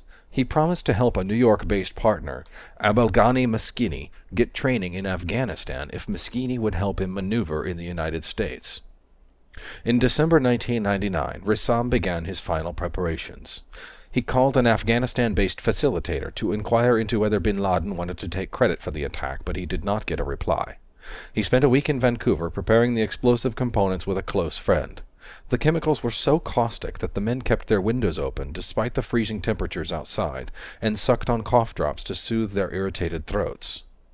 While in Vancouver, Ressam also rented a Chrysler sedan for his travel into the United States, and packed the explosives in the trunk's spare tire well. On December 14, 1999, Ressam drove his rental car onto the ferry from Victoria, Canada, to Port Angeles, Washington. Ressam planned to drive to Seattle and meet Maskini, with whom he would travel to Los Angeles, and case LAX. Inset, a case study in terrorist travel. Following a familiar terrorist pattern, Ressam and his associates used fraudulent passports and immigration fraud to travel. In Ressam's case, this involved flying from France to Montreal using a photo-substituted French passport under a false name. Under questioning, Ressam admitted the passport was fraudulent and claimed political asylum. He was released pending a hearing which he failed to attend. His political asylum claim was denied. He was arrested again, released again, and given another hearing date. Again he did not show. He was arrested 4 times for thievery, usually from tourists, but was neither jailed nor deported.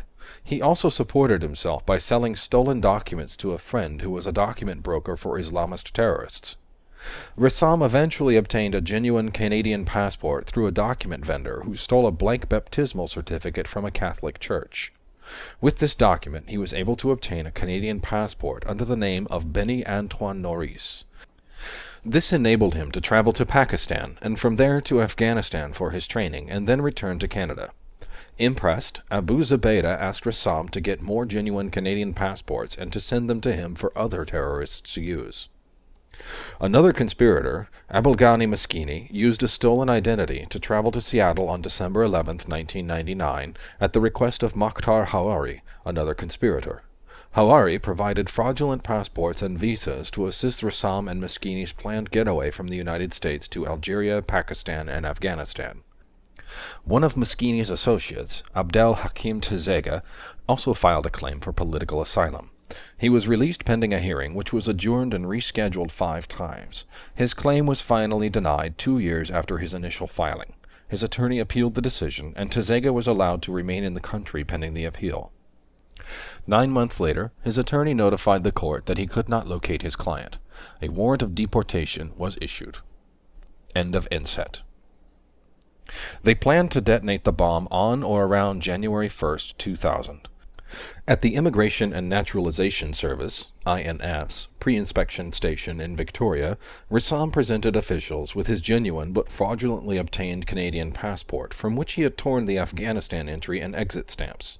The INS agent on duty ran the passport through a variety of databases, but, since it was not in Rassam's name, he did not pick up the pending Canadian arrest warrants. After a cursory examination of Rassam's car, the INS agents allowed Rassam to board the ferry. Late in the afternoon of December 14th, Rassam arrived in Port Angeles. He waited for all the other cars to depart the ferry, assuming, incorrectly, that the last car off would draw less scrutiny. Customs officers assigned to the port, noticing Rassam's nervousness, referred him to secondary inspection. When asked for additional identification, Rassam handed the customs agents a Price Costco membership card in the same false name as his passport. As that agent began an initial pat-down, Rassam panicked and tried to run away. Inspectors examining Rassam's rental car found the explosives concealed in the spare tire well, but at first they assumed the white powder and viscous liquid were drug-related, until an inspector pried apart and identified one of the 4 timing devices concealed within black boxes. Rassam was placed under arrest. Investigators guessed his target was in Seattle. They did not learn about the Los Angeles airport planning until they re-examined evidence seized in Montreal in 2000. They obtained further details when Rassam began cooperating in May 2001. Emergency cooperation. After the disruption of the plot in Amman, it had not escaped notice in Washington that Hijazi had lived in California and driven a cab in Boston, and that Deke was a naturalized U.S. citizen who, as Berger reminded President Clinton, had been in touch with extremists in the United States as well as abroad. Before Rassam's arrest, Berger saw no need to raise a public alarm at home, although the FBI put all field offices on alert. Now, following Rassam's arrest, the FBI asked for an unprecedented number of special wiretaps. Both Berger and Tenet told us that their impression was that more Foreign Intelligence Surveillance Act, FISA, wiretap requests were processed during the Millennium Alert than ever before. The next day, writing about Rassam's arrest and links to a cell in Montreal, Berger informed the president that the FBI would advise police in the United States to step up activities, but would still try to avoid undue public alarm by stressing that the government had no specific information about planned attacks. At a December 22nd meeting of the small group of principals, FBI Director Louis Freeh briefed officials from the NSC staff, CIA, and Justice on wiretaps and investigations inside the United States, including a Brooklyn entity tied to the Rassam arrest, a seemingly unreliable foreign report of possible attacks on 7 U.S. cities, 2 Algerians detained on the Canadian border, and searches in Montreal related to a jihadist cell. The Justice Department released a statement on the alert the same day. Clark's staff warned, quote, "Foreign terrorist sleeper cells are present in the U.S. and attacks in the U.S. are likely," end quote. Clark asked Berger to try to make sure that the domestic agencies remained alert. Quote, "Is there a threat to civilian aircraft?" End quote, he wrote. Clark also asked the principals in late December to discuss a Foreign Security Service report about a bin Laden plan to put bombs on transatlantic flights. The CSG met daily. Berger said that the principals met constantly. Later, when asked what made her decide to ask Rassam to step out of his vehicle, Diana Dean, a customs inspector who referred Rassam to secondary inspection, testified that it was her, quote, "training and experience," end quote. It appears that the heightened sense of alert at the national level played no role in Rassam's detention. There was a mounting sense of public alarm. The earlier Jordanian arrests have been covered in the press, and Rassam's arrest was featured on network evening news broadcasts throughout the Christmas season.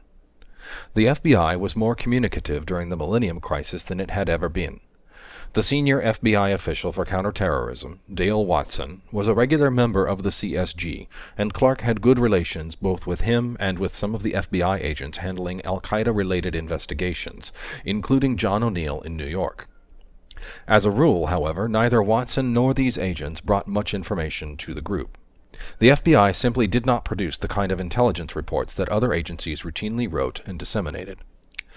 As law enforcement officers, Bureau agents tended to write up only witness interviews. Written case analysis usually occurred only in memoranda to supervisors requesting authority to initiate or expand an investigation. But during the Millennium Alert, with its direct links into the United States from Hijazi, Deek, and Rassam, FBI officials were briefing in person about ongoing investigations, not relying on the dissemination of written reports. Berger told us that it was hard for FBI officials to hold back information in front of a cabinet-rank group. After the alert, according to Berger and members of the NSC staff, the FBI returned to its normal practice of withholding written reports and saying little about investigations or witness interviews, taking the position that any information related to pending investigations might be presented to a grand jury and hence could not be disclosed under then prevailing federal law. The terrorist plots that were broken up at the end of 1999 display the variety of operations that might be attributed, however indirectly, to al-Qaeda. The Jordanian cell was a loose affiliate. We now know that it sought approval and training from Afghanistan, and at least one key member swore loyalty to bin Laden. But the cell's plans and preparations were autonomous. Rassam's ties to al-Qaeda were even looser. Though he had been recruited, trained, and prepared in a network affiliated with the organization and its allies, Rassam's own plans were, nonetheless, essentially independent. Al-Qaeda and bin Laden himself did have at least one operation of their very own in mind for the Millennium period. In Chapter 5, we introduced an al-Qaeda operative named Nashiri. Working with bin Laden, he was developing a plan to attack a ship near Yemen. On January 3rd, an attempt was made to attack a U.S. warship in Aden, the USS The Sullivans. The attempt failed when the small boat, overloaded with explosives, sank. The operatives salvaged their equipment without the attempt becoming known, and they put off their plans for another day. Al-Qaeda's, quote, planes operation, end quote, was also coming along. In January 2000, the United States caught a glimpse of its preparations. A lost trail in Southeast Asia. In late 1999, the National Security Agency, NSA, analyzed communications associated with a suspected terrorist facility in the Middle East, indicating that several members of, quote, an operational cadre, end quote, were planning to travel to Kuala Lumpur in January 2000. Initially, only the first names of three were known: Nawaf, Salem, and Khalid. NSA analysts surmised correctly that Salem was Nawaf's younger brother. Seeing links not only with al-Qaeda, but specifically with the 1998 embassy bombings, a CIA desk officer guessed that, quote, something more nefarious was afoot, end quote. In Chapter 5, we discussed the dispatch of two operatives to the United States for their part in the planes operation, Nawaf al-Hamzi and Khalid al-Midhar. Two more, Khaled and Abu Bara, went to Southeast Asia to case flights for the part of the operation that was supposed to unfold there. All made their way to Southeast Asia from Afghanistan and Pakistan, except for Midhar, who traveled from Yemen. Though Nawaf's trail was temporarily lost, the CIA soon identified Khalid as Khalid al-Midhar. He was located leaving Yemen and tracked until he arrived in Kuala Lumpur on January 5, 2000. Other Arabs, unidentified at the time, were watched as they gathered with him in the Malaysian capital. On January 8th, the surveillance teams reported that 3 of the Arabs had suddenly left Kuala Lumpur on a short flight to Bangkok. They identified one as Midhar. They later learned that one of his companions was named Al-Hazmi, though it was not yet known that he was Nawaf. The only identifier available for the third person was part of a name, Salaseh. In Bangkok, CIA officers received the information too late to track the 3 men as they came in, and the travelers disappeared into the streets of Bangkok. the Counter-Terrorist Center, CTC, had briefed the CIA leadership on the gathering in Kuala Lumpur, and the information had been passed on to Berger and the NSC staff and to Director Free and others at the FBI, though the FBI noted that the CIA had the lead and would let the FBI know if a domestic angle arose. The head of the Bin Laden unit kept providing updates, unaware at first even that the Arabs had left Kuala Lumpur, let alone that their trail had been lost in Bangkok. When this bad news arrived, the names were put on a Thai watch list so that Thai authorities could inform the United States if any of them departed from Thailand. Several weeks later, CIA officers in Kuala Lumpur prodded colleagues in Bangkok for additional information regarding the three travelers. In early March 2000, Bangkok reported that Nawaf al-Hazmi, now identified for the first time with his full name, had departed on January 15th on a United Airlines flight to Los Angeles. As for Khalid al-Midar, there was no report of his departure, even though he had accompanied Hazmi on the United flight to Los Angeles. No one outside of the Counter-Terrorist Center was told any of this. The CIA did not try to register Midar or Hazmi with the State Department's tip-off watch list, either in January, when word arrived of Midar's visa, or in March, when word came that Hazmi, too, had had a U.S. visa and a ticket to Los Angeles. None of this information about Midar's U.S. visa or Hazmi's travel to the United States went to the FBI, and nothing more was done to track any of the three until January 2001, when the investigation of another bombing, that of the USS Cole, reignited interest in Khalad. We will return to that story in Chapter 8. End of Chapter 6.1. Chapter 6.2 of the 9/11 Commission Report. 6.2. Post-Crisis Reflection. Agenda for 2000. After the Millenium Alert, elements of the U.S. government reviewed their performance. The CIA's leadership was told that while a number of plots had been disrupted, the Millennium might be only the kickoff for a period of extended attacks. Clark wrote Berger on January 11, 2000, that the CIA, the FBI, Justice, and the NSC staff had come to two main conclusions. First, U.S. disruption efforts thus far had, quote, not put too much of a dent, end quote, in bin Laden's network. If the United States wanted to, quote, roll back, end quote, the threat, disruption would have to proceed at a, quote, markedly different tempo, end quote. Second, quote, sleeper cells, end quote, and a, quote, variety of terrorist groups, end quote, had turned up at home. As one of Clark's staff noted, only a, quote, chance discovery, end quote, by U.S. Customs had prevented a possible attack. Berger gave his approval for the NSC staff to commence a, quote, after-action review, end quote, anticipating new budget requests. He also asked DCI Tenet to review the CIA's counterterrorism strategy and come up with a plan for, quote, where we go from here, end quote. The NSC staff advised Berger that the United States had only been, quote, nibbling at the edges, end quote, of bin Laden's network, and that more terror attacks were a question not of, quote, if, end quote, but rather of, quote, when, end quote, and, quote, where, end quote. The Principals Committee met on March 10, 2000, to review possible new moves. The principals ended up agreeing that the government should take three major steps. First, more money should go to the CIA to accelerate its efforts to, quote, seriously attrit, end quote, Al-Qaeda. Second, there should be a crackdown on foreign terrorist organizations in the United States. Third, immigration law enforcement should be strengthened, and the INS should tighten controls on the Canadian border, including stepping up U.S.-Canada cooperation. The principals endorsed the proposed programs.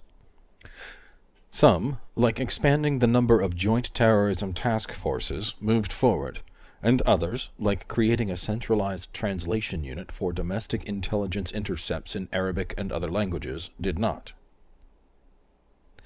Pressing Pakistan. While this process moved along, diplomacy continued its rounds. Direct pressure on the Taliban had proved unsuccessful.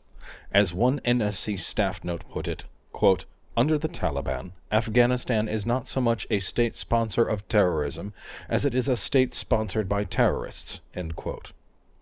In early 2000, the United States began a high-level effort to persuade Pakistan to use its influence over the Taliban. In January 2000, Assistant Secretary of State Karl Inderfurth and the State Department's counterterrorism coordinator Michael Sheehan met with General Musharraf in Islamabad, dangling before him the possibility of a presidential visit in March as a reward for Pakistani cooperation. Such a visit was coveted by Musharraf, partly as a sign of his government's legitimacy. He told the two envoys that he would meet with Mullah Omar and press him on bin Laden. They left, however, reporting to Washington that Pakistan was unlikely in fact to do anything, quote, given what it sees as the benefits of Taliban control of Afghanistan, end quote. President Clinton was scheduled to travel to India. The State Department felt that he should not visit India without also visiting Pakistan. The Secret Service and the CIA, however, warned in the strongest terms that visiting Pakistan would risk the president's life. Counterterrorism officials also argued that Pakistan had not done enough to merit a presidential visit. But President Clinton insisted on including Pakistan in the itinerary for his trip to South Asia. His one-day stopover on March 25, 2000, was the first time a U.S. president had been there since 1969. At his meeting with Musharraf and others, President Clinton concentrated on tensions between Pakistan and India and the dangers of nuclear proliferation, but also discussed bin Laden. President Clinton told us that when he pulled Musharraf aside for a brief one-on-one meeting, he pleaded with the general for help regarding bin Laden. Quote, I offered him the moon when I went to see him in terms of better relations with the United States, if he'd help us get bin Laden and deal with another issue or two, end quote. The U.S. effort continued. Early in May, President Clinton urged Musharraf to carry through on his promise to visit Afghanistan and press Mullah Omar to expel bin Laden. At the end of the month, Under-Secretary of State Thomas Pickering followed up with a trip to the region. In June, DCI Tenet traveled to Pakistan with the same general message. By September, the United States was becoming openly critical of Pakistan for supporting a Taliban military offensive aimed at completing the conquest of Afghanistan. In December, taking a step proposed by the State Department some months earlier, the United States led a campaign for new UN sanctions, which resulted in UN Secretary Council Resolution 1333, again calling for bin Laden's expulsion and forbidding any country to provide the Taliban with arms or military assistance. This, too, had little, if any, effect. The Taliban did not expel bin Laden. Pakistani arms continued to flow across the border. Secretary of State Madeleine Albright told us, quote, we did not have a strong hand to play with the Pakistanis. Because of the sanctions required by U.S. law, we had few carrots to offer, end quote. Congress had blocked most economic and military aid to Pakistan because of that country's nuclear arms program and Musharraf's coup. Sheehan was critical of Musharraf, telling us that the Pakistani leader, quote, blew a chance to remake Pakistan, end quote. Building new capabilities. The CIA. The After Action Review had treated the CIA as the lead agency for any offensive against al-Qaeda, and the principals, at their March 10th meeting, had endorsed strengthening the CIA's capability for that role. To the CTC, that meant proceeding with, quote, the plan, end quote, which it had put forward half a year earlier, hiring and training more case officers and building up the capabilities of foreign security services that provided intelligence via liaison. On occasion, as in Jordan in December 1999, these liaison services took direct action against al-Qaeda cells. In the CTC and higher up, the CIA's managers believed that they desperately needed funds just to continue their current counterterrorism effort, for they reckoned that the Millenium Alert had already used up all the center's funds for the current fiscal year. The bin Laden unit had spent 140% of its allocation. Tenet told us he met with Berger to discuss funding for counterterrorism just 2 days after the principals' meeting. While Clark strongly favored giving the CIA more money for counterterrorism, he differed sharply with the CIA's managers about where it should come from. They insisted that the CIA had been shortchanged ever since the end of the Cold War. Their ability to perform any mission, counterterrorism included, they argued, depended on preserving what they had, restoring what they had lost since the beginning of the 1990s and building from there, with across-the-board recruitment and training of new case officers and the reopening of closed stations. To finance the counterterrorism effort, Tenet had gone to congressional leaders after the 1998 embassy bombings and persuaded them to give the CIA a special supplemental appropriation. Now, in the aftermath of the Millennium Alert, Tenet wanted a boost in overall funds for the CIA and another supplemental appropriation specifically for counterterrorism.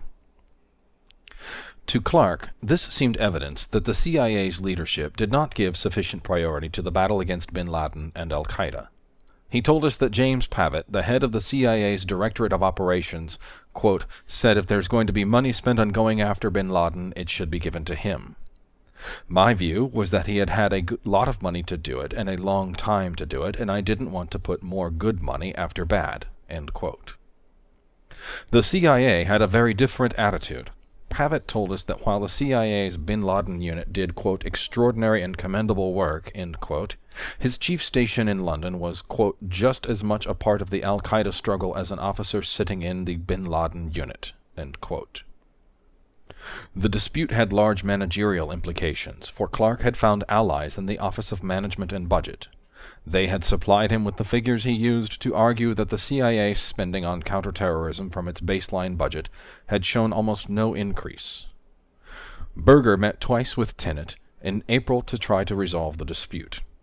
The Deputies Committee met later in the month to review fiscal year 2000 and 2001 budget priorities and offsets for the CIA and other agencies. In the end, Tenet obtained a modest supplemental appropriation which funded counterterrorism without requiring much reprogramming of baseline funds. But the CIA still believed that it remained underfunded for counterterrorism. Terrorist financing. The second major point on which the principals had agreed on March 10th was the need to crack down on terrorist organizations and curtail their fundraising. The embassy bombings of 1998 had focused attention on al-Qaeda's finances. One result had been the creation of an NSC-led interagency committee on terrorist financing. On its recommendation, the President had designated bin Laden and al-Qaeda as subject to sanctions under the International Emergency Economic Powers Act. This gave the Treasury Department's Office of Foreign Assets Control the ability to search for and freeze any bin Laden or al-Qaeda assets that reached the U.S. financial system.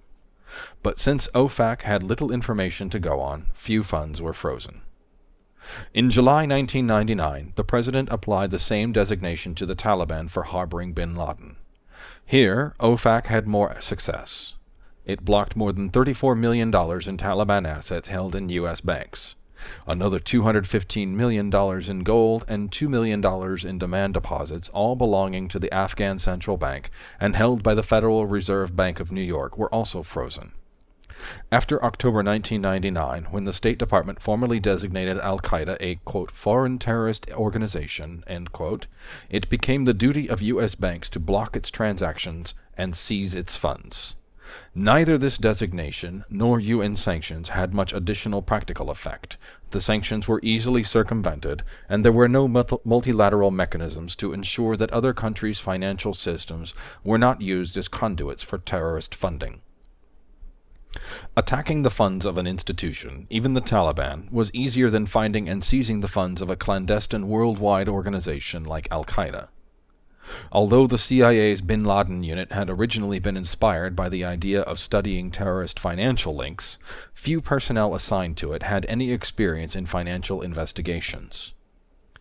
Any terrorist financing intelligence appeared to have been collected collaterally as a consequence of gathering other intelligence. This attitude may have stemmed in large part from the chief of this unit, who did not believe that simply following the money from point A to point B revealed much about the terrorists' plans and intentions. As a result, the CIA placed little emphasis on terrorist financing.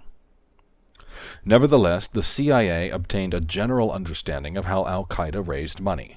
It knew relatively early, for example, about the loose affiliation of financial institutions, businesses, and wealthy individuals who supported extremist Islamic activities. Much of the early reporting on al-Qaeda's financial situation and its structure came from Jamal Ahmed al-Fadl, whom we have mentioned earlier in the report. After the 1998 embassy bombings, the U.S. government tried to develop a clearer picture of bin Laden's finances. A U.S. interagency group traveled to Saudi Arabia twice, in 1999 and 2000, to get information from the Saudis about their understanding of those finances. The group eventually concluded that the oft-repeated assertion that bin Laden was funding al-Qaeda from his personal fortune was in fact not true. The officials developed a new theory. Al-Qaeda was getting its money elsewhere, and the United States needed to focus on other sources of funding, such as charities, wealthy donors, and financial facilitators. Ultimately, although the intelligence community devoted more resources to the issue and produced somewhat more intelligence, it remained difficult to distinguish al-Qaeda's financial transactions among the vast sums moving in the international financial system. The CIA was not able to find or disrupt al-Qaeda's money flows. The NSC staff thought that one possible solution to these weaknesses in the intelligence community was to create an all-source terrorist financing intelligence analysis center. Clark pushed for the funding of such a center at Treasury, but neither Treasury nor the CIA was willing to commit the resources. Within the United States, various FBI field offices gathered intelligence on organizations suspected of raising funds for al-Qaeda or other terrorist groups. By 9/11, FBI agents understood that there were extremist organizations operating within the United States, supporting a global jihadist movement and with substantial connections to al-Qaeda. The FBI operated a web of informants, conducted electronic surveillance, and had opened significant investigations in a number of field offices, including New York, Chicago, Detroit, San Diego, and Minneapolis. On a national level, however, the FBI never used the information to gain a systematic or strategic understanding of the nature and extent of al-Qaeda fundraising. Treasury regulators, as well as U.S. financial institutions, were generally focused on finding and deterring or disrupting the vast flows of U.S. currency generated by drug trafficking and high-level international fraud. Large-scale scandals, such as the use of the Bank of New York by Russian money launderers to move millions of dollars out of Russia, captured the attention of the Department of the Treasury and of Congress. Before 9/11, Treasury did not consider terrorist financing important enough to mention in its national strategy for money laundering. Border security. The third point on which the principals had agreed on March 10th was the need for attention to America's porous borders and the weak enforcement of immigration laws. Drawing on ideas from government officials, Clark's working group developed a menu of proposals to bolster border security. Some reworked or reiterated previous presidential directives. They included creating an interagency center to target illegal entry and human traffickers, imposing tighter controls on student visas, taking legal action to prevent terrorists from coming into the United States and to remove those already here, detaining them while awaiting removal proceedings. Further increasing the number of immigration assets to FBI Joint Terrorism Task Forces to help investigate immigration charges against individuals suspected of terrorism. Activating a special court to enable the use of classified evidence in immigration-related national security cases, and both implementing new security measures for U.S. passports and working with the United Nations and foreign governments to raise global security standards for travel documents. Clark's working group compiled new proposals as well, such as undertaking a joint perimeter defense program with Canada to establish cooperative intelligence and law enforcement programs, leading to joint operations based on shared visa and immigration data and joint border patrols, staffing land crossings 24/7 and equipping them with video, cameras, physical barriers, and means to detect weapons of mass destruction, WMD, and addressing the problem of migrants, possibly including terrorists, who destroy their travel documents so they cannot be returned to their countries of origin. These proposals were praiseworthy in principle. In practice, however, they required action by weak, chronically underfunded executive agencies and powerful congressional committees, which were more responsive to well-organized interest groups than to executive branch interagency committees. The changes sought by the principals in March 2000 were only beginning to occur before 9/11. Afghan Eyes. In early March 2000, when President Clinton received an update on U.S. covert action efforts against bin Laden, he wrote in the memo's margin that the United States could surely do better. Military officers in the Joint Staff told us that they shared this sense of frustration. Clark used the president's comment to push the CSG to brainstorm new ideas, including aid to the Northern Alliance. Back in December 1999, Northern Alliance leader Ahmed Shah Massoud had offered to stage a rocket attack against bin Laden's Darunta training complex. Officers at the CIA had worried that giving him a green light might cross the line into violation of the assassination ban. Hence, Massoud was told not to take any such action without explicit U.S. authorization. In the spring of 2000, after the CIA had sent out officers to explore possible closer relationships with both the Uzbeks and the Northern Alliance, discussions took place in Washington between U.S. officials and delegates sent by Massoud. The Americans agreed that Massoud should get some modest technical help so that he could work on U.S. priorities, collecting intelligence on and possibly acting against al-Qaeda. But Massoud wanted the United States both to become his ally in trying to overthrow the Taliban and to recognize that they were fighting common enemies. Clark and Kofor Black, the head of the Counterterrorist Center, wanted to take this next step. Proposals to help the Northern Alliance had been debated in the U.S. government since 1999, and, as we mentioned in Chapter 4, the U.S. government as a whole had been very wary of endorsing them, largely because of the Northern Alliance's checkered history, its limited base of popular support in Afghanistan, and Pakistan's objections. CIA officials also began pressing proposals to use their ties with the Northern Alliance to get American agents on the ground in Afghanistan for an extended period, setting up their own base for covert intelligence collection and activity in the Panjshir Valley and lessening reliance on foreign proxies. Quote, "There's no substitute for face-to-face," end quote, one officer told us. But the CIA's institutional capacity for such direct action was weak, especially if it was not working jointly with the U.S. military. The idea was turned down as too risky. In the meantime, the CIA continued to work with its tribal assets in southern Afghanistan. In early August, the tribals reported an attempt to ambush bin Laden's convoy as he traveled on the road between Kabul and Kandahar city, their first such reported interdiction attempt in more than a year and a half. But it was not a success. According to the tribal's own account, when they approached one of the vehicles, they quickly determined that women and children were inside and called off the ambush. Conveying this information to the NSC staff, the CIA noted that they had no independent corroboration for this incident, but that the tribals had acted within the terms of the CIA's authority in Afghanistan. In 2000, plans continued to be developed for potential military operations in Afghanistan. Navy vessels that could launch missiles into Afghanistan were still on call in the North Arabian Sea. In the summer, the military refined its list of strikes and special operations possibilities to a set of 13 options within the Operation Infinite Resolve plan. Yet planning efforts continued to be limited by the same operational and policy concerns encountered in 1998 and 1999.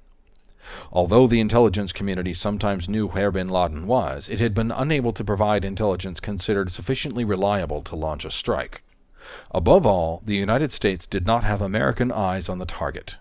As one military officer put it, "We had our hand on the door, but we couldn't open the door and walk in."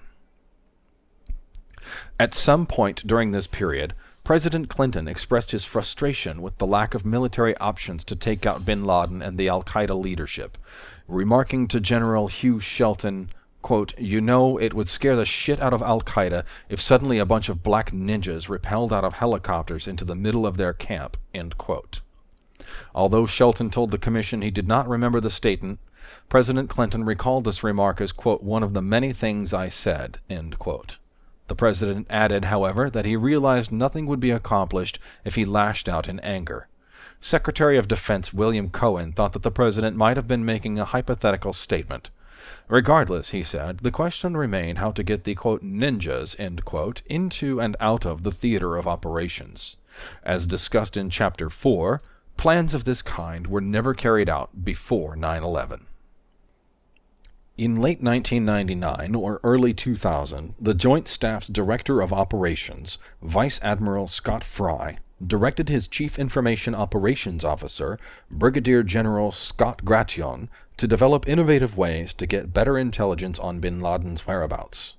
Gration and his team worked on a number of different ideas aimed at getting reliable American eyes on bin Laden in a way that would reduce the time lag between sighting and striking. One option was to use a small unmanned U.S. Air Force drone called the Predator, which could survey the territory below and send back video footage. Another option, eventually dismissed as impractical, was to place a powerful long-range telescope on a mountain within range of one of bin Laden's training camps. Both proposals were discussed with General Shelton, the chairman of the Joint Chiefs of Staff, and then briefed to Clark's office at the White House as the CSG was searching for new ideas.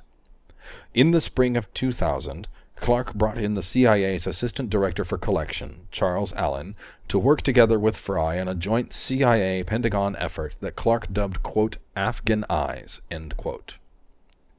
After much argument between the CIA and the Defense Department about who should pay for the program, the White House eventually imposed a cost-sharing agreement. The CIA agreed to pay for Predator operations as a 60-day proof-of-concept trial run.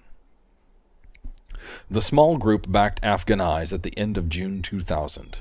By mid-July, testing was completed and the equipment was ready, but legal issues were still being ironed out. By August 11th, the principals had agreed to deploy the Predator. The NSC staff considered how to use the information the drones would be relaying from Afghanistan.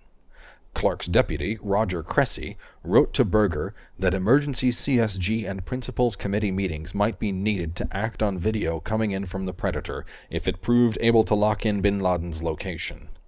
In the memo's margin, Berger wrote that before considering action, quote, I will want more than verified location. We will need at least data on a pattern of movements to provide some assurance he will remain in place, end quote. President Clinton was kept up to date. On September 7th, the Predator flew for the first time over Afghanistan. When Clark saw video taken during the trial flight, he described the imagery to Berger as, quote, truly astonishing, end quote, and he argued immediately for more flights seeking to find bin Laden and target him for cruise missile or air attack. Even if bin Laden were not found, Clark said, Predator missions might identify additional worthwhile targets, such as other al-Qaeda leaders or stocks of chemical or biological weapons. Clark was not alone in his enthusiasm. He had backing from Cofer Black and Charles Allen at the CIA.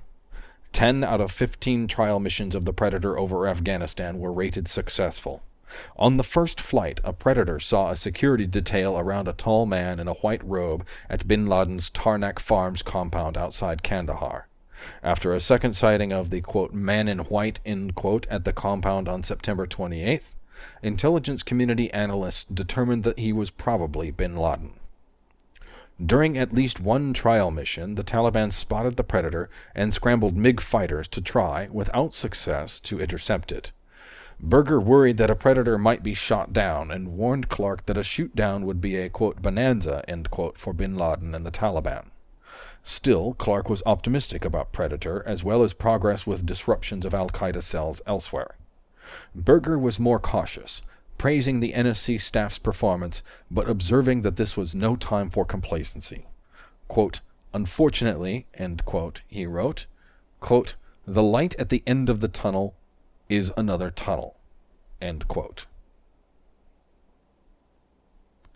End of chapter 6.2. Chapter 6.3 of the 9/11 Commission Report. 6.3.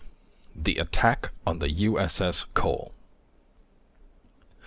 Early in Chapter 5, we introduced, along with Khalid Sheikh Mohammed, two other men who became operational coordinators for al-Qaeda, Khalad and Nashiri. As we explained, both were involved during 1998 and 1999 in preparing to attack a ship off the coast of Yemen with a boatload of explosives. They had originally targeted a commercial vessel, specifically an oil tanker, but bin Laden urged them to look for a U.S. warship instead. In January 2000, their team had attempted to attack a warship in the port of Aden, but the attempt failed when the suicide boat sank. More than 9 months later, on October 12, 2000, Al-Qaeda operatives in a small boat laden with explosives attacked a U.S. Navy destroyer, the USS Cole. The blast ripped a hole in the side of the Cole, killing 17 members of the ship's crew and wounding at least 40. The plot, we now know, was a full-fledged Al-Qaeda operation supervised directly by bin Laden. He chose the target and location of the attack, selected the suicide operatives, and provided the money needed to purchase explosives and equipment. Nashiri was the field commander and managed the operation in Yemen. Khalad helped in Yemen until he was arrested in a case of mistaken identity and freed with bin Laden's help, as we also mentioned earlier. Local Al-Qaeda coordinators included Jamal al-Badawi and Fahd al-Kuso, who was supposed to film the attack from a nearby apartment. The two suicide operatives chosen were Hassan al-Khamri and Ibrahim al-Thawar, also known as Nibras. Nibras and Kuso delivered money to Khalad in Bangkok during Khalad's January 2000 trip to Kuala Lumpur and Bangkok. In September 2000, bin Laden reportedly told Nashiri that he wanted to replace Khamri and Nibras. Nashiri was angry and disagreed, telling others he would go to Afghanistan and explain to bin Laden that the new operatives were already trained and ready to conduct the attack. Prior to departing, Nashiri gave Nibras and Khamri instructions to execute the attack on the next U.S. warship that entered the port of Aden. While Nashiri was in Afghanistan, Nibras and Khamri saw their chance. They piloted the explosives-laden boat alongside the USS Cole, made friendly gestures to crew members, and detonated the bomb. Kuso did not arrive at the apartment in time to film the attack. Back in Afghanistan, bin Laden anticipated U.S. military retaliation. He ordered the evacuation of Al-Qaeda's Kandahar airport compound and fled, first to the desert area near Kabul, then to Khost and Jalalabad, and eventually back to Kandahar. In Kandahar, he rotated between 5 to 6 residences, spending one night at each residence. In addition, he sent his senior advisor, Mohammad Atef, to a different part of Kandahar, and his deputy, Ayman al-Zawahiri, to Kabul, so that all three could not be killed in one attack. There was no American strike. In February 2001, a source reported that an individual whom he identified as the Big Instructor, probably a reference to bin Laden, complained frequently that the United States had not yet attacked. According to the source, bin Laden wanted the United States to attack, and if it did not, he would launch something bigger. The attack on the USS Cole galvanized Al-Qaeda's recruitment efforts. Following the attack, bin Laden instructed the media committee, then headed by Khalid Sheikh Mohammed, to produce a propaganda video that included a reenactment of the attack, along with images of the Al-Qaeda training camps and training methods. It also highlighted Muslim suffering in Palestine, Kashmir, Indonesia, and Chechnya. Al-Qaeda's image was very important to bin Laden, and the video was widely disseminated. Portions were aired on Al Jazeera, CNN, and other television outlets. It was also disseminated among many young men in Saudi Arabia and Yemen, and caused many extremists to travel to Afghanistan for training and jihad. Al-Qaeda members considered the video an effective tool in their struggle for preeminence among other Islamist and jihadist movements. Investigating the attack. Teams from the FBI, the Naval Criminal Investigative Services, and the CIA were immediately sent to Yemen to investigate the attack. With difficulty, Barbara Bodine, the U.S. ambassador to Yemen, tried to persuade the Yemeni government to accept these visitors and allow them to carry arms, though the Yemenis balked at letting Americans openly carry long guns, rifles, shotguns, automatic weapons. Meanwhile, Bodine and the leader of the FBI team, John O'Neill, clashed repeatedly, to the point that after O'Neill had been rotated out of Yemen but wanted to return, Bodine refused the request. Despite the initial tension, the Yemeni and American investigations proceeded. Within a few weeks, the outline of the story began to emerge. On the day of the Cole attack, a list of suspects was assembled that included al-Qaeda's affiliate Egyptian Islamic Jihad. U.S. counterterrorism officials told us they immediately assumed that al-Qaeda was responsible. But as Deputy DCI John McLaughlin explained to us, it was not enough for the attack to smell, look, and taste like an al-Qaeda operation. To make a case, the CIA needed not just a guess, but a link to someone known to be an al-Qaeda operative. Within the first weeks after the attack, the Yemenis found and arrested both Badawi and Kuso, but did not let the FBI team participate in the interrogations. The CIA described initial Yemeni support after the Cole as, quote, slow and inadequate, end quote. President Clinton, Secretary Albright, and DCI Tenet all intervened to help. Because the information was second-hand, the U.S. team could not make its own assessment of its reliability. On November 11th, the Yemenis provided the FBI with new information from the interrogations of Badawi and Kuso, including descriptions of individuals from whom the detainees had received operational direction. One of them was Khalad, who was described as having lost his leg. The detainee said that Khalad helped direct the Cole operation from Afghanistan or Pakistan. The Yemenis, correctly, judged that the man described as Khalad was Tawfiq bin Atash. An FBI special agent recognized the name Khalad and connected this news with information from an important al-Qaeda source who had been meeting regularly with CIA and FBI officers. The source had called Khalad bin Laden's, quote, run boy, end quote, and described him as having lost one leg in an explosives accident at a training camp a few years earlier.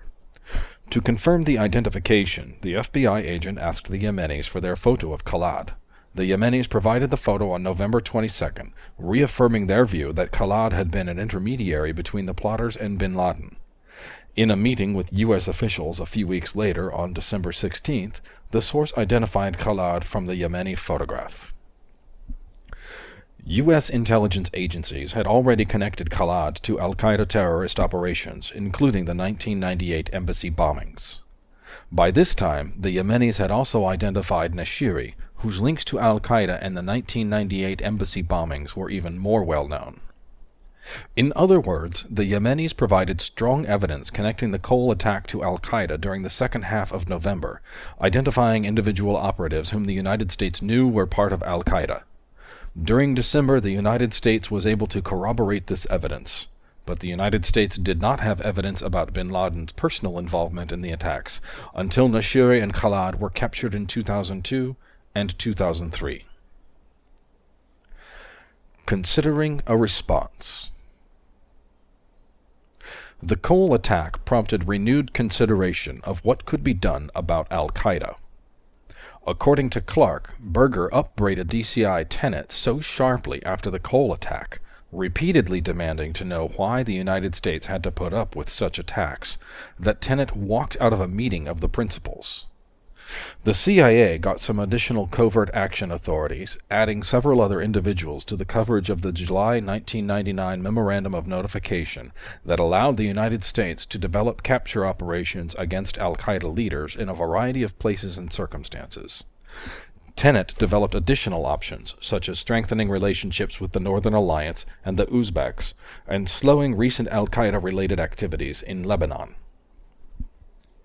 On the diplomatic track, Berger agreed on October 30, 2000, to let the State Department make another approach to Taliban Deputy Foreign Minister Abdul Jalil about expelling bin Laden. The National Security Advisor ordered that the U.S. message be, quote, stern and foreboding, unquote. This warning was similar to those issued in 1998 and 1999. Meanwhile, the administration was working with Russia on new UN sanctions against Mullah Omar's regime. President Clinton told us that before he could launch further attacks on al-Qaeda in Afghanistan, or deliver an ultimatum to the Taliban threatening strikes if they did not immediately expel bin Laden, the CIA or the FBI had to be sure enough that they would, quote, be willing to stand up in public and say, we believe that he, bin Laden, did this, end quote. He said he was very frustrated that he could not get a definitive enough answer to do something about the Cole attack. Similarly, Berger recalled that to go to war, a president needs to be able to say that his senior intelligence and law enforcement officers have concluded who is responsible. He recalled that the intelligence agencies had strong suspicions, but had reached, quote, no conclusion by the time we left office that it was Al-Qaeda, end quote. Our only sources for what intelligence officials thought at the time are what they said in informal briefings. Soon after the Cole attack, and for the remainder of the Clinton administration, analysts stopped distributing written reports about who was responsible. The topic was obviously sensitive, and both Ambassador Bodine in Yemen and CIA analysts in Washington presumed that the government did not want reports circulating around the agencies that might become public, impeding law enforcement actions or backing the president into a corner. Instead, the White House and other principals relied on informal updates as more evidence came in. Though Clark worried that the CIA might be equivocating in assigning responsibility to Al-Qaeda, he wrote Berger on November 7th that the analysts had described their case by saying that, quote, it has web feet, flies, and quacks, end quote. On November 10th, CIA analysts briefed the small group of principals on their preliminary findings that the attack was carried out by a cell of Yemeni residents with some ties to the transnational Mujahideen network. According to the briefing, these residents likely had some support from Al-Qaeda, but the information on outside sponsorship, support, and direction of the operation was inconclusive.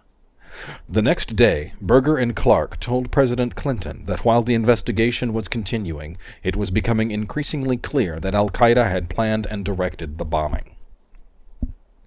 In mid-November, as the evidence of Al-Qaeda involvement mounted, Berger asked General Shelton to re-evaluate military plans to act quickly against bin Laden.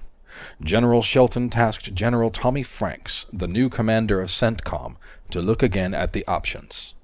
Shelton wanted to demonstrate that the military was imaginative and knowledgeable enough to move on an array of options and to show the complexity of the operations.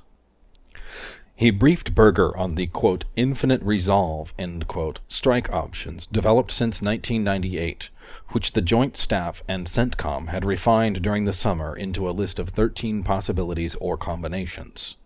CENTCOM added a new, quote, phased campaign, end quote, concept for wider-ranging strikes, including attacks against the Taliban. For the first time, these strikes envisioned an air campaign against Afghanistan of indefinite duration. Military planners did not include contingency planning for an invasion of Afghanistan. The concept was briefed to Deputy National Security Advisor Donald Carrick on December 20th and to other officials. On November 25th, Berger and Clark wrote President Clinton that although the FBI and CIA investigations had not reached a formal conclusion, they believed the investigations would soon conclude that the attack had been carried out by a large cell whose senior members belonged to Al-Qaeda. Most of those involved had trained in bin Laden-operated camps in Afghanistan, Berger continued. So far, bin Laden had not been tied personally to the attack, and nobody had heard him directly order it, but 2 intelligence reports suggested that he was involved. When discussing possible responses, though, Berger referred to the premise, Al-Qaeda responsibility, as an, quote, unproven assumption, end quote. In the same November 25th memo, Berger informed President Clinton about a closely held idea, a last-chance ultimatum for the Taliban. Clark was developing his idea with specific demands: immediate extradition of bin Laden and his lieutenants to a legitimate government for trial, observable closure of all terrorist facilities in Afghanistan, and expulsion of all terrorists from Afghanistan within 90 days. Non-compliance would mean U.S., quote, force directed at the Taliban itself, end quote, and U.S. efforts to ensure that the Taliban would never defeat the Northern Alliance. No such ultimatum was issued. Nearly a month later, on December 21st, the CIA made another presentation to the small group of principals on the investigative team's findings. The CIA's briefing slides said that their, quote, preliminary judgment, end quote, was that bin Laden's al-Qaeda group, quote, supported the attack, end quote, on the Cole, based on strong circumstantial evidence tying key perpetrators of the attack to al-Qaeda. The CIA listed the key suspects, including Nashiri. In addition, the CIA detailed the timeline of the operation from the mid-1999 preparations to the failed attack on the USS The Sullivans on January 3, 2000, through a meeting held by the operatives the day before the attack. The slides said that so far the CIA had, quote, no definitive answer on the crucial question of outside direction of the attack, how and by whom, end quote.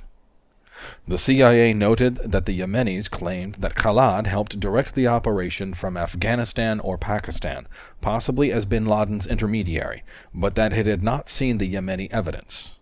However, the CIA knew from both human sources and signals intelligence that Khalad was tied to al-Qaeda. The prepared briefing concluded that while some reporting about al-Qaeda's role might have merit, those reports offered few specifics. Intelligence gave some ambiguous indicators of al-Qaeda direction of the attack. This, President Clinton and Berger told us, was not the conclusion they needed in order to go to war or deliver an ultimatum to the Taliban threatening war. The election and change of power was not the issue, President Clinton added. There was enough time. If the agencies had given him a definitive answer, he said, he would have sought a UN Security Council ultimatum and given the Taliban 1, 2, or 3 days before taking further action against both al-Qaeda and the Taliban. But he did not think it would be responsible for a president to launch an invasion of another country just based on a, quote, preliminary judgment, end quote. Other advisers have echoed this concern. Some of Secretary Albright's advisers warned her at the time to be sure the evidence conclusively linked bin Laden to the Cole before considering any response, especially a military one, because such action might inflame the Islamic world and increase support for the Taliban. Defense Secretary Cohen told us it would not have been prudent to risk killing civilians based only on an assumption that al-Qaeda was responsible. General Shelton added that there was an outstanding question as to who was responsible and what the targets were. Clark recalled that while the Pentagon and the State Department had reservations about retaliation, the issue never came to a head, because the FBI and the CIA never reached a firm conclusion. He thought they were, quote, holding back, end quote. He said he did not know why, but his impression was that Tenet and Reno possibly thought the White House, quote, didn't really want to know, end quote, since the principal's discussions by November suggested that there was not much White House interest in conducting further military operations against Afghanistan in the administration's last weeks. He thought that instead President Clinton, Berger, and Secretary Albright were concentrating on a last-minute push for a peace agreement between the Palestinians and the Israelis. Some of Clark's fellow counterterrorism officials, such as the State Department's Sheehan and the FBI's Watson, shared his disappointment that no military response occurred at the time. Clark recently recalled that an angry Sheehan asked rhetorically of defense officials, quote, does al-Qaeda have to attack the Pentagon to get their attention, end quote. On the question of evidence, Tenet told us he was surprised to hear that the White House was awaiting a conclusion from him on responsibility for the Cole attack before taking action against al-Qaeda. He did not recall Berger or anyone else telling him that they were waiting for the magic words from the CIA and the FBI. Nor did he remember having any discussions with Berger or the President about retaliation. Tenet told us he believed that it was up to him to present the case. Then it was up to the principals to decide if the case was good enough to justify using force. He believed he laid out what was knowable relatively early in the investigation, and that this evidence never really changed until after 9/11.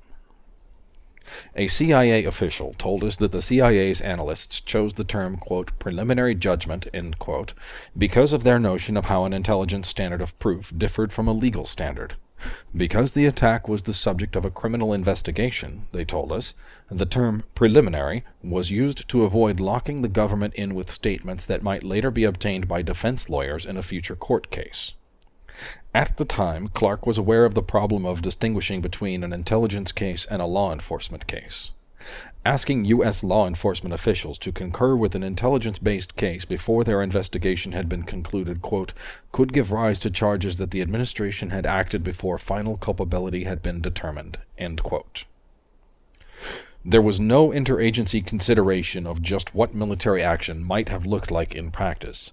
Either the Pentagon's new, quote, phased campaign, end quote, concept, or a prolonged air campaign in Afghanistan. Defense officials, such as Undersecretary Walter Slocum and Vice Admiral Fry, told us the military response options were still limited. Bin Laden continued to be elusive. They felt, just as they had for the past 2 years, that hitting inexpensive and rudimentary training camps with costly missiles would not do much good and might even help al-Qaeda if the strikes failed to kill bin Laden. In late 2000, the CIA and the NSC staff began thinking about the counterterrorism policy agenda they would present to the new administration. The Counterterrorist Center put down its best ideas for the future, assuming it was free of any prior policy or financial constraints. The paper was therefore informally referred to as the, quote, blue sky, end quote, memo. It was sent to Clark on December 29th. The memo proposed a major effort to support the Northern Alliance through intelligence sharing and increased funding so that it could stave off the Taliban army and tie down al-Qaeda fighters. This effort was not intended to remove the Taliban from power, a goal that was judged impractical and too expensive for the CIA alone to attain. Increased support to the Uzbeks to strengthen their ability to fight terrorism and assist the United States in doing so. Assistance to anti-Taliban groups and proxies who might be encouraged to passively resist the Taliban. The CIA memo noted that there was, quote, no single silver bullet available to deal with the growing problems in Afghanistan, end quote. A multifaceted strategy would be needed to produce change. No action was taken on these ideas in the few remaining weeks of the Clinton administration. Berger did not recall seeing or being briefed on the Blue Sky memo, nor was the memo discussed during the transition with incoming top Bush administration officials. Tenet and his deputy told us they pressed these ideas as options after the new team took office. As the Clinton administration drew to a close, Clark and his staff developed a policy paper of their own, the first such comprehensive effort since the Delenda Plan of 1998. The resulting paper, entitled, quote, Strategy for Eliminating the Threat from the Jihadist Networks of Al-Qaeda, Status and Prospects, end quote, reviewed the threat and the record to date, incorporated the CIA's new ideas from the Blue Sky memo, and posed several near-term policy options. Clark and his staff proposed a goal to, quote, roll back, end quote, Al-Qaeda over a period of 3 to 5 years. Over time, the policy should try to weaken and eliminate the network's infrastructure in order to reduce it to a, quote, rump group, end quote, like other formerly feared but now largely defunct terrorist organizations of the 1980s. Quote, continued anti-Al-Qaeda operations at the current level will prevent some attacks, end quote, Clark's office wrote, quote, but will not seriously attrit their ability to plan and conduct attacks, end quote. The paper backed covert aid to the Northern Alliance, covert aid to Uzbekistan, and renewed Predator flights in March 2001. A sentence called for military action to destroy al-Qaeda command and control targets and infrastructure and Taliban military and command assets. The paper also expressed concern about the presence of al-Qaeda operatives in the United States. End of Chapter 6.3. Chapter 6.4 of the 9/11 Commission Report, Change and Continuity. On November 7, 2000, American voters went to the polls in what turned out to be one of the closest presidential contests in U.S. history, an election campaign during which there was a notable absence of serious discussion of the al-Qaeda threat or terrorism. Election night became a 36-day legal fight, until the Supreme Court's 5-4 ruling on December 12th and Vice President Al Gore's concession. No one knew whether Gore or his Republican opponent, Texas Governor George W. Bush, would become president in 2001. The dispute over the election and the 36-day delay cut in half the normal transition period. Given that a presidential election in the United States brings wholesale change in personnel, this loss of time hampered the new administration in identifying, recruiting, clearing, and obtaining Senate confirmation of key appointees. From the old to the new. The principal figures on Bush's White House staff would be National Security Advisor Condoleezza Rice, who had been a member of the NSC staff in the administration of George H.W. Bush, Rice's deputy, Stephen Hadley, who had been an Assistant Secretary of Defense under the first Bush, and Chief of Staff Andrew Card, who had served that same administration as Deputy Chief of Staff, then Secretary of Transportation. For Secretary of State, Bush chose General Colin Powell, who had been National Security Advisor for President Ronald Reagan, and then Chairman of the Joint Chiefs of Staff. For Secretary of Defense, he selected Donald Rumsfeld, a former member of Congress, White House Chief of Staff, and, under President Gerald Ford, already once Secretary of Defense. Bush decided fairly soon to keep Tenet as Director of Central Intelligence. Louis Freeh, who had statutory 10-year tenure, would remain Director of the FBI until his voluntary retirement in the summer of 2001. Bush and his principal advisors had all received briefings on terrorism, including bin Laden.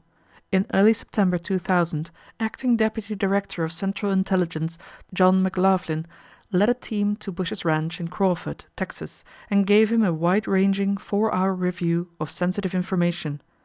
Ben Bonk, Deputy Chief of the CIA's Counter-Terrorist Center, used one of the 4 hours to deal with terrorism.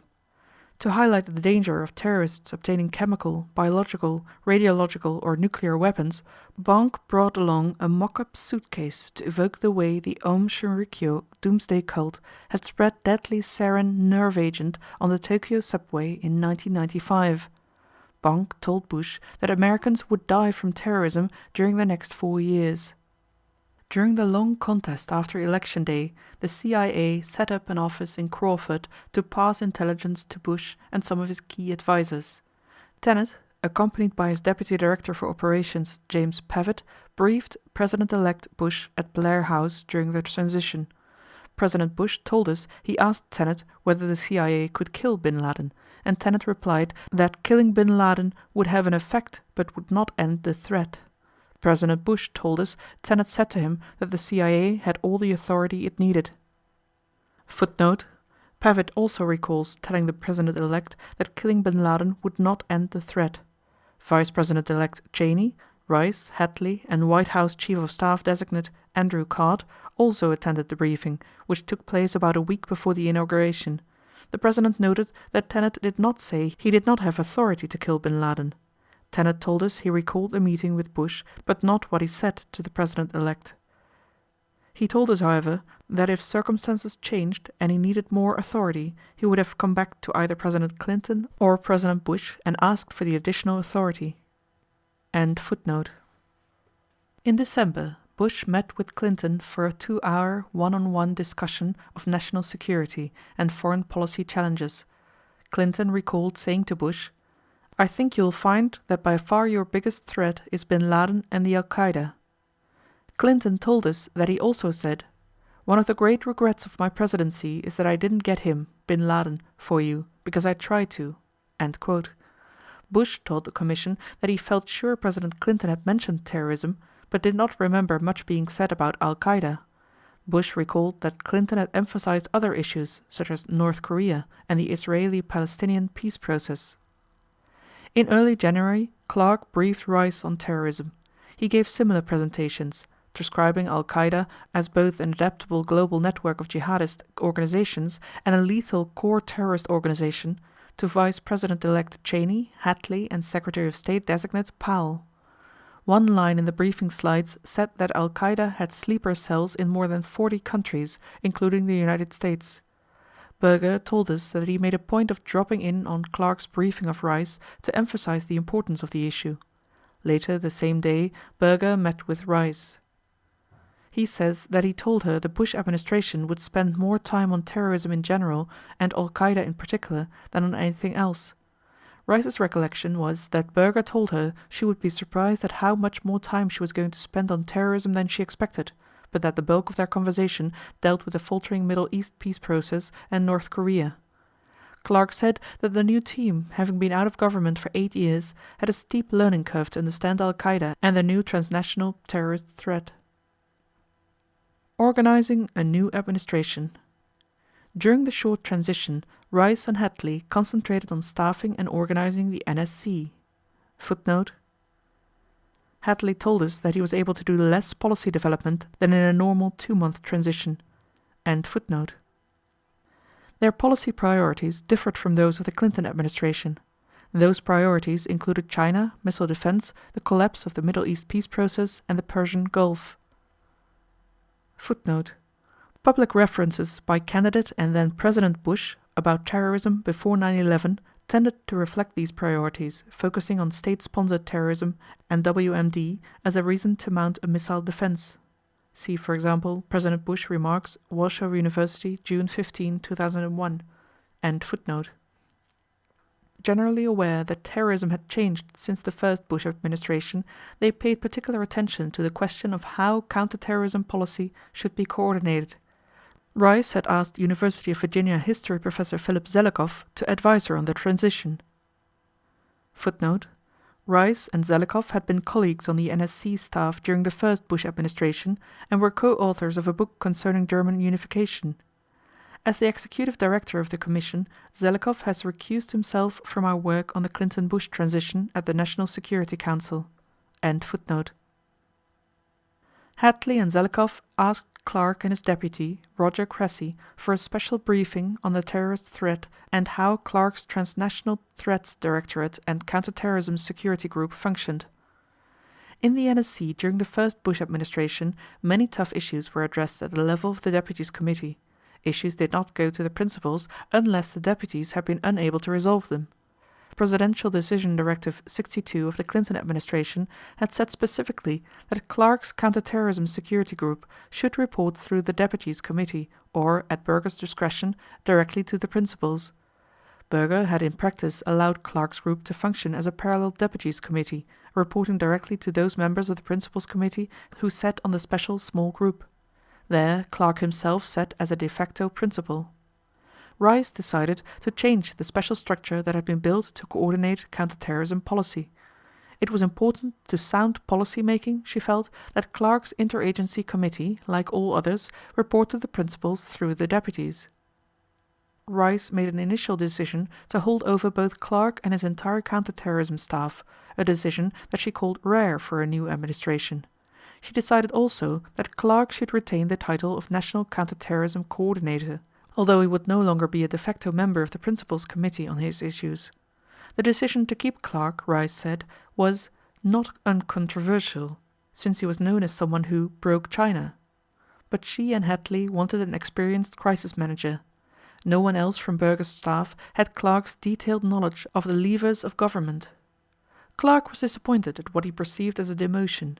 He also worried that reporting through the Deputies Committee would slow decision-making on counterterrorism.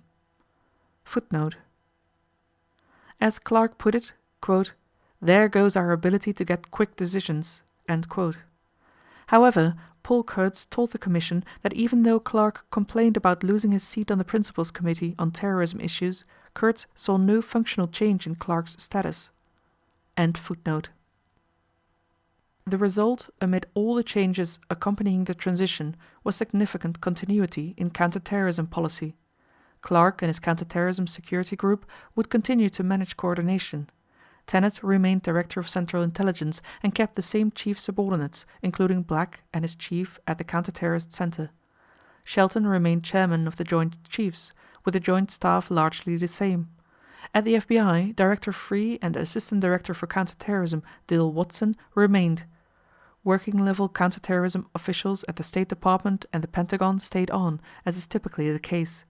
The changes were at the cabinet and sub-cabinet level and in the CSG's reporting arrangements. At the sub-cabinet level, there were significant delays in the confirmation of key officials, particularly at the Defense Department. The procedures of the Bush administration were to be at once more formal and less formal than its predecessors. President Clinton, a voracious reader, received his daily intelligence briefings in writing. He often scrawled questions and comments in the margins, eliciting written responses. The new president, by contrast, reinstated the practice of face-to-face briefings from the DCI. President Bush and Tenet met in the Oval Office at 8 a.m., with Vice President Cheney, Rice and Card usually also present. The President and the DCI both told us that these daily sessions provided a useful opportunity for exchanges on intelligence issues. The President talked with Rice every day, and she in turn talked by phone at least daily with Powell and Rumsfeld. As a result, the President often felt less need for formal meetings. If, however, he decided that an event or an issue called for action, Rice would typically call on Hadley to have the Deputies Committee develop and review options. The President said that this process often tried his patience, but that he understood the necessity for coordination. Early decisions. Within the first few days after Bush's inauguration, Clark approached Rice in an effort to get her and the new president to give terrorism very high priority and to act on the agenda that he had pushed during the last few months of the previous administration. After Rice requested that all senior staff identify desirable major policy reviews or initiatives, Clark submitted an elaborate memorandum on January 25, 2001. He attached to it his 1998 Delenda Plan and the December 2000 strategy paper. "We urgently need a principles-level review on the Al-Qaeda network," Clark wrote. He wanted the Principles Committee to decide whether Al-Qaeda was a first-order threat or a more modest worry being overblown by chicken-little alarmists. Alluding to the transition briefing that he had prepared for Rice, Clark wrote that Al-Qaeda, quote, "is not some narrow little terrorist issue that needs to be included in broader regional policy," end quote. Two key decisions that had been deferred, he noted, concerned Covert Aid to keep the Northern Alliance alive when fighting began again in Afghanistan in the spring, and Covert Aid to the Uzbeks. Clark also suggested that decisions should be made soon on messages to the Taliban and Pakistan over the Al-Qaeda sanctuary in Afghanistan, on possible new money for CIA operations, and on when and how to respond to the attack on the USS Cole. The National Security Advisor did not respond directly to Clark's memorandum. No Principles Committee meeting on Al-Qaeda was held until September 4, 2001. Although the Principles Committee met frequently on other subjects, such as the Middle East peace process, Russia, and the Persian Gulf. Footnote: the Bush administration held 32 Principles Committee meetings on subjects other than Al-Qaeda before 9/11. Rice told us the administration did not need a Principles meeting on Al-Qaeda because it knew that Al-Qaeda was a major threat. End footnote. But Rice and Hadley began to address the issues Clark had listed. What to do or say about the Cole had been an obvious question since Inauguration Day. When the attack occurred, 25 days before the election, candidate Bush had said to CNN, quote, "I hope that we can gather enough intelligence to figure out who did the act and take the necessary action. There must be a consequence." End quote. Footnote. Vice presidential candidate Dick Cheney also urged swift retaliation against those responsible for bombing the destroyer, saying, quote, "Any would-be terrorist out there needs to know that if you're going to attack, you'll be hit very hard and very quick. It's not time for diplomacy and debate. It's time for action." End quote. End footnote. Since the Clinton administration had not responded militarily, what was the Bush administration to do? On January 25th, Tenet briefed the president on the Cole investigation. The written briefing repeated for top officials of the new administration what the CIA had told the Clinton White House in November.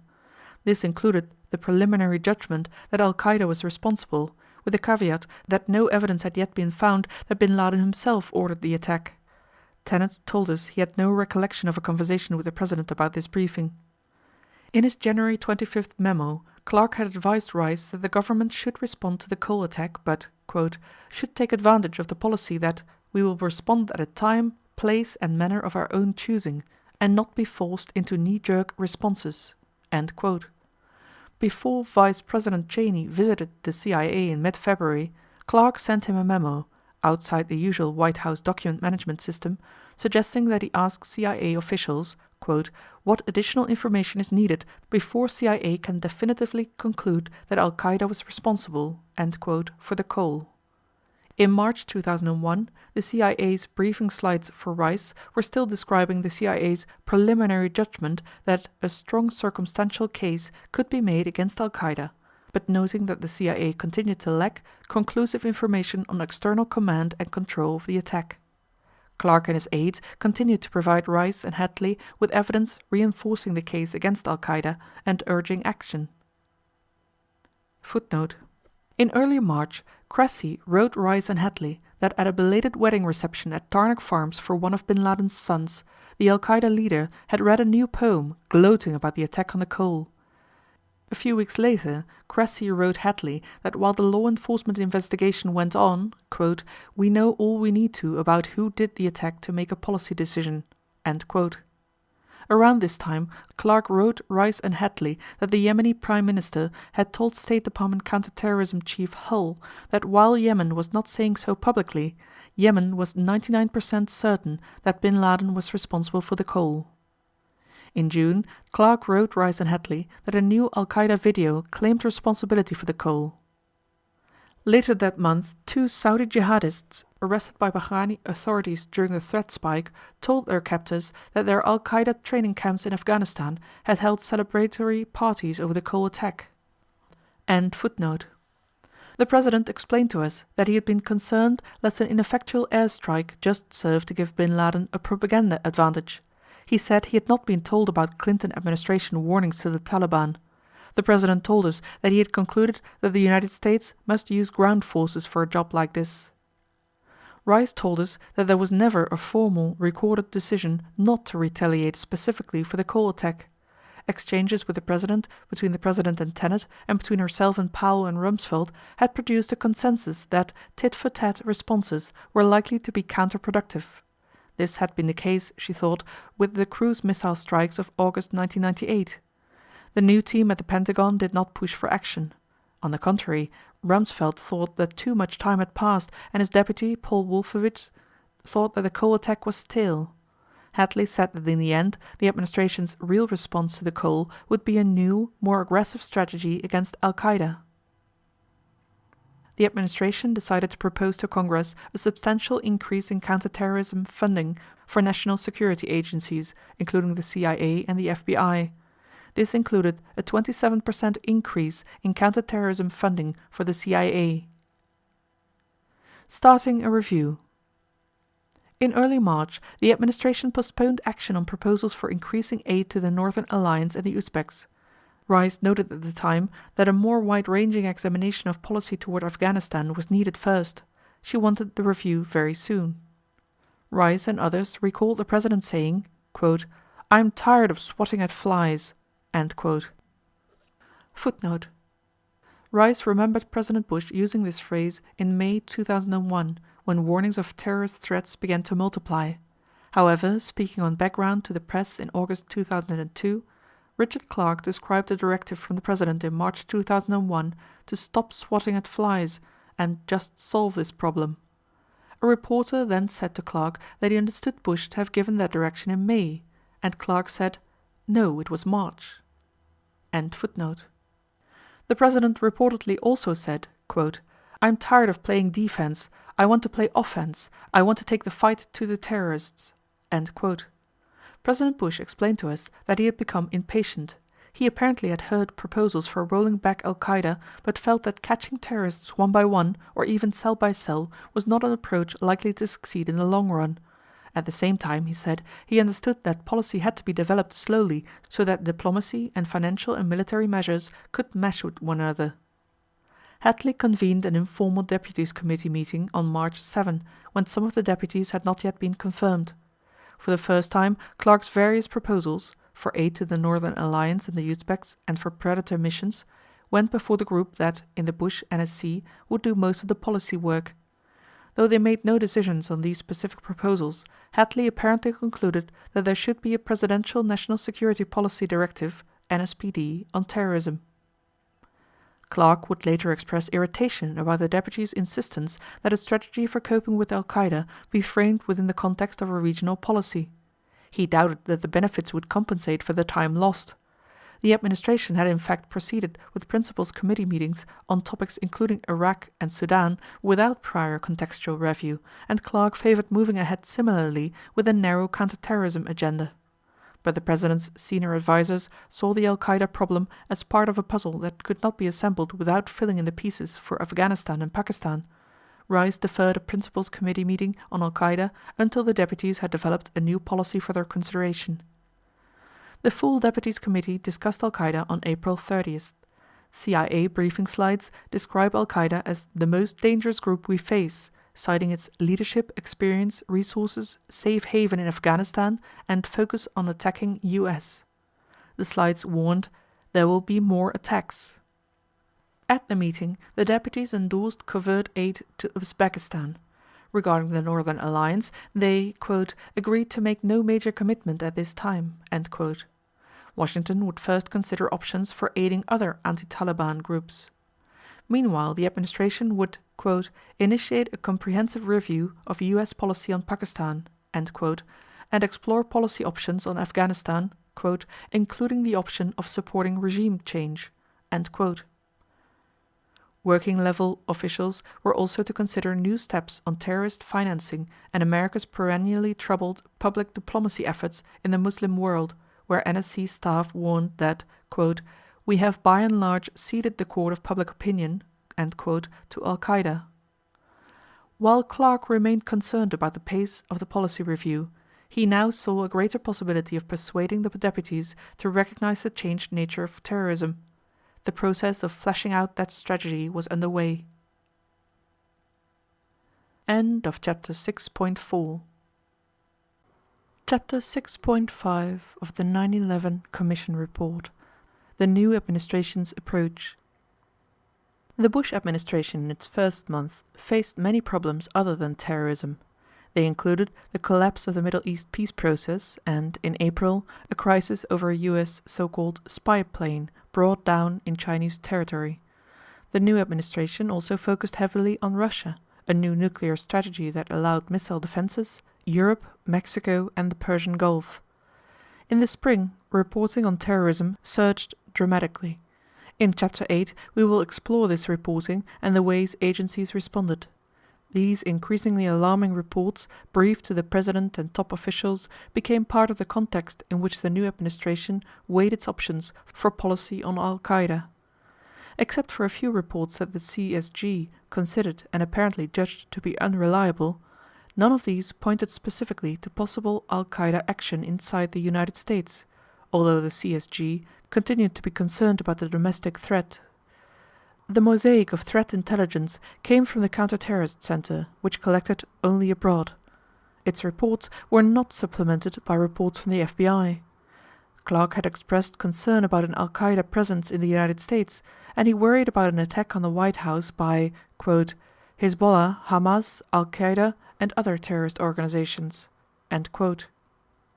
In May, President Bush announced that Vice President Cheney would himself lead an effort looking at preparations for managing a possible attack by weapons of mass destruction and at more general problems of national preparedness. The next few months were mainly spent organizing the effort and bringing an admiral from the Sixth Fleet back to Washington to manage it. The Vice President's task force was just getting underway when the 9/11 attack occurred.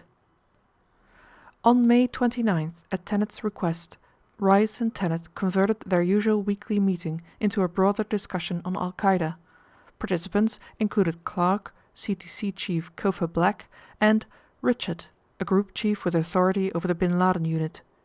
Rice asked about, quote, taking the offensive, end quote, and whether any approach could be made to influence Bin Laden or the Taliban.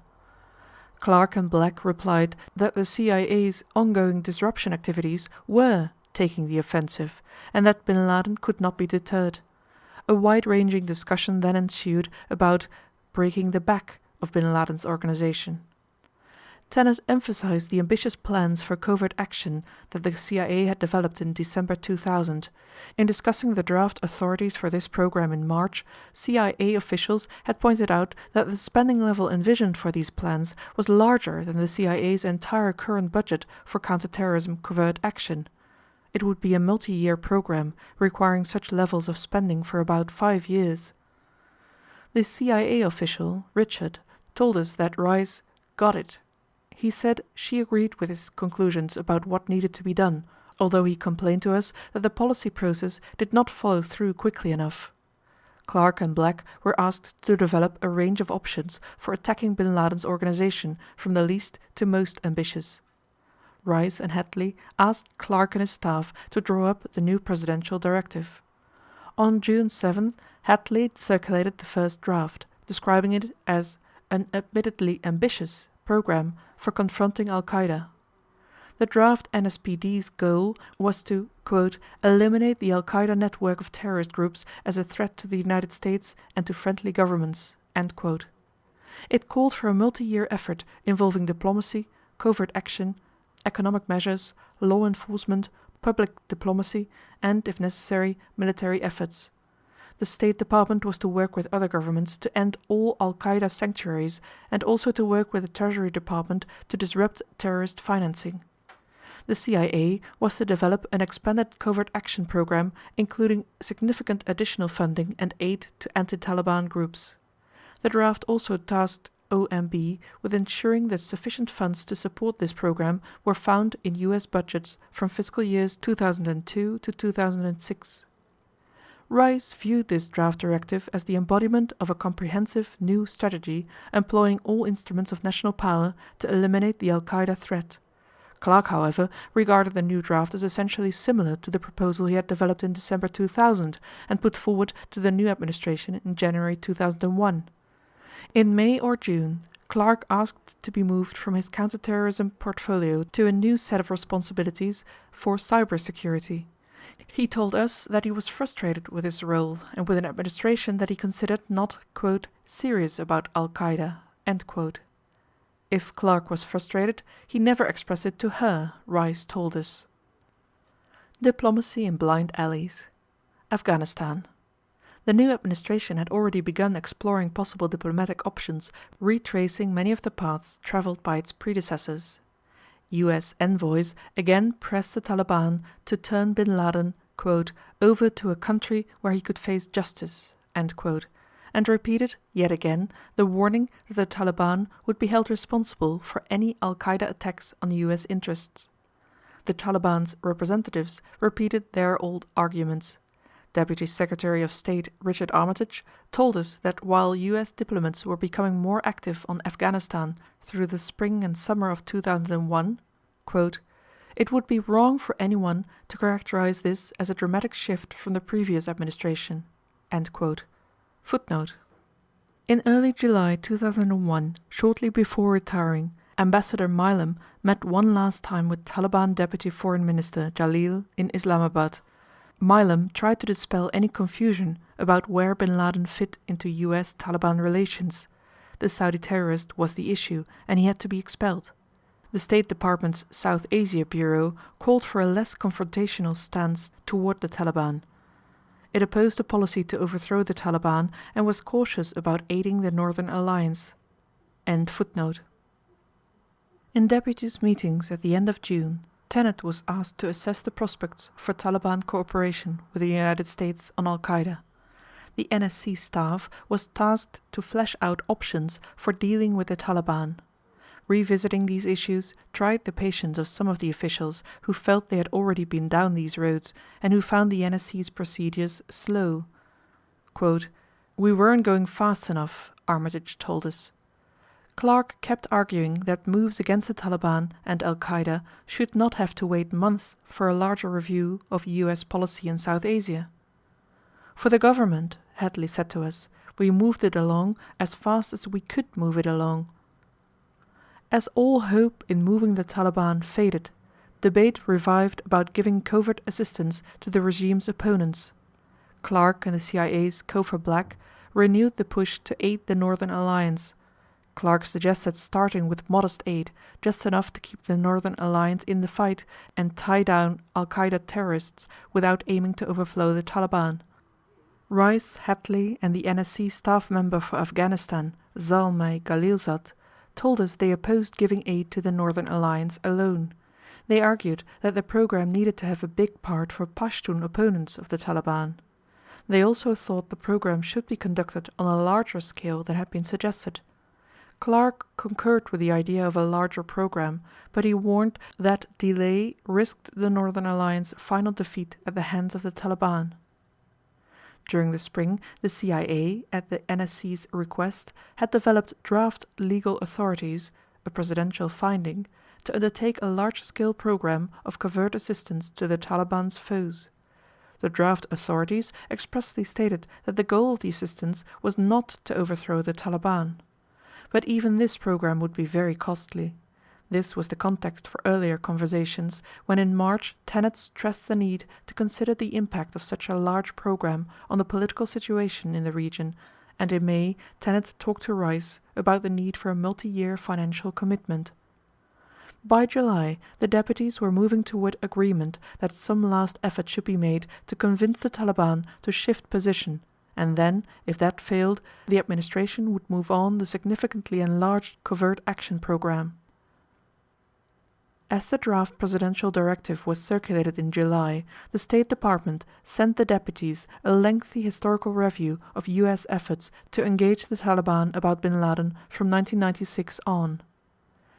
These talks have been fruitless, the State Department concluded. Arguments in the summer brought to the surface the more fundamental issue of whether the US Covert Action program should seek to overthrow the regime, intervening decisively in the civil war in order to change Afghanistan's government. By the end of a deputies' meeting on September 10, officials formally agreed on a three-phase strategy. First, an envoy would give the Taliban a last chance. If this failed, continuing diplomatic pressure would be combined with a planned covert action program encouraging anti-Taliban Afghans of all major ethnic groups to stalemate the Taliban in the civil war and attack al-Qaeda bases, while the United States developed an international coalition to undermine the regime. In Phase 3, if the Taliban's policy still did not change, the deputies agreed that the United States would try covert action to topple the Taliban's leadership from within. The deputies agreed to revise the al-Qaeda presidential directive, then being finalized for presidential approval, in order to add this strategy to it. Armitage explained to us that after months of continuing the previous administration's policy, he and Powell were bringing the State Department to a policy of overthrowing the Taliban. From his point of view, once the United States made the commitment to arm the Northern Alliance, even covertly, it was taking action to initiate regime change, and it should give those opponents the strength to achieve complete victory. Pakistan. The Bush administration immediately encountered the dilemmas that arose from the varied objectives the United States was trying to accomplish in its relationship with Pakistan. In February 2001, President Bush wrote General Musharraf on a number of matters. He emphasized that bin Laden and al-Qaeda were, quote, a direct threat to the United States and its interests that must be addressed, end quote. He urged Musharraf to use his influence with the Taliban on bin Laden and al-Qaeda. Powell and Armitage reviewed the possibility of acquiring more carrots to dangle in front of Pakistan. Given the generally negative view of Pakistan on Capitol Hill, the idea of lifting sanctions may have seemed far-fetched, but perhaps no more so than the idea of persuading Musharraf to antagonize the Islamists in his own government and nation. On June 18, Rice met with the visiting Pakistani Foreign Minister Abdul Sattar. She, quote, really let him have it, end quote, about al-Qaeda, she told us. Other evidence corroborates her account. But as she was upbraiding Sattar, Rice recalled thinking that the Pakistani diplomat seemed to have heard it all before. Sattar urged senior US policymakers to engage the Taliban, arguing that such a course would take time but would produce results. In late June, the deputies agreed to review US objectives. Clark urged Hadley to split off all other issues in US-Pakistani relations and just focus on demanding that Pakistan move vigorously against terrorism, to push the Pakistanis to do before an al-Qaeda attack what Washington would demand that they do after. He had made similar requests in the Clinton administration. He had no more success with Rice than he had with Berger. On August 4, President Bush wrote President Musharraf to request his support in dealing with terrorism and to urge Pakistan to engage actively against Al-Qaeda. The new administration was again registering its concerns, just as its predecessor had, but it was still searching for new incentives to open up diplomatic possibilities. For its part, Pakistan had done little. Assistant Secretary of State Christina Rocca described the administration's plan to break this logjam as a move from half engagement to enhanced engagement. The administration was not ready to confront Islamabad and threatened to rupture relations. Deputy Secretary Armitage told us that before 9/11, the envisioned new approach to Pakistan had not yet been attempted.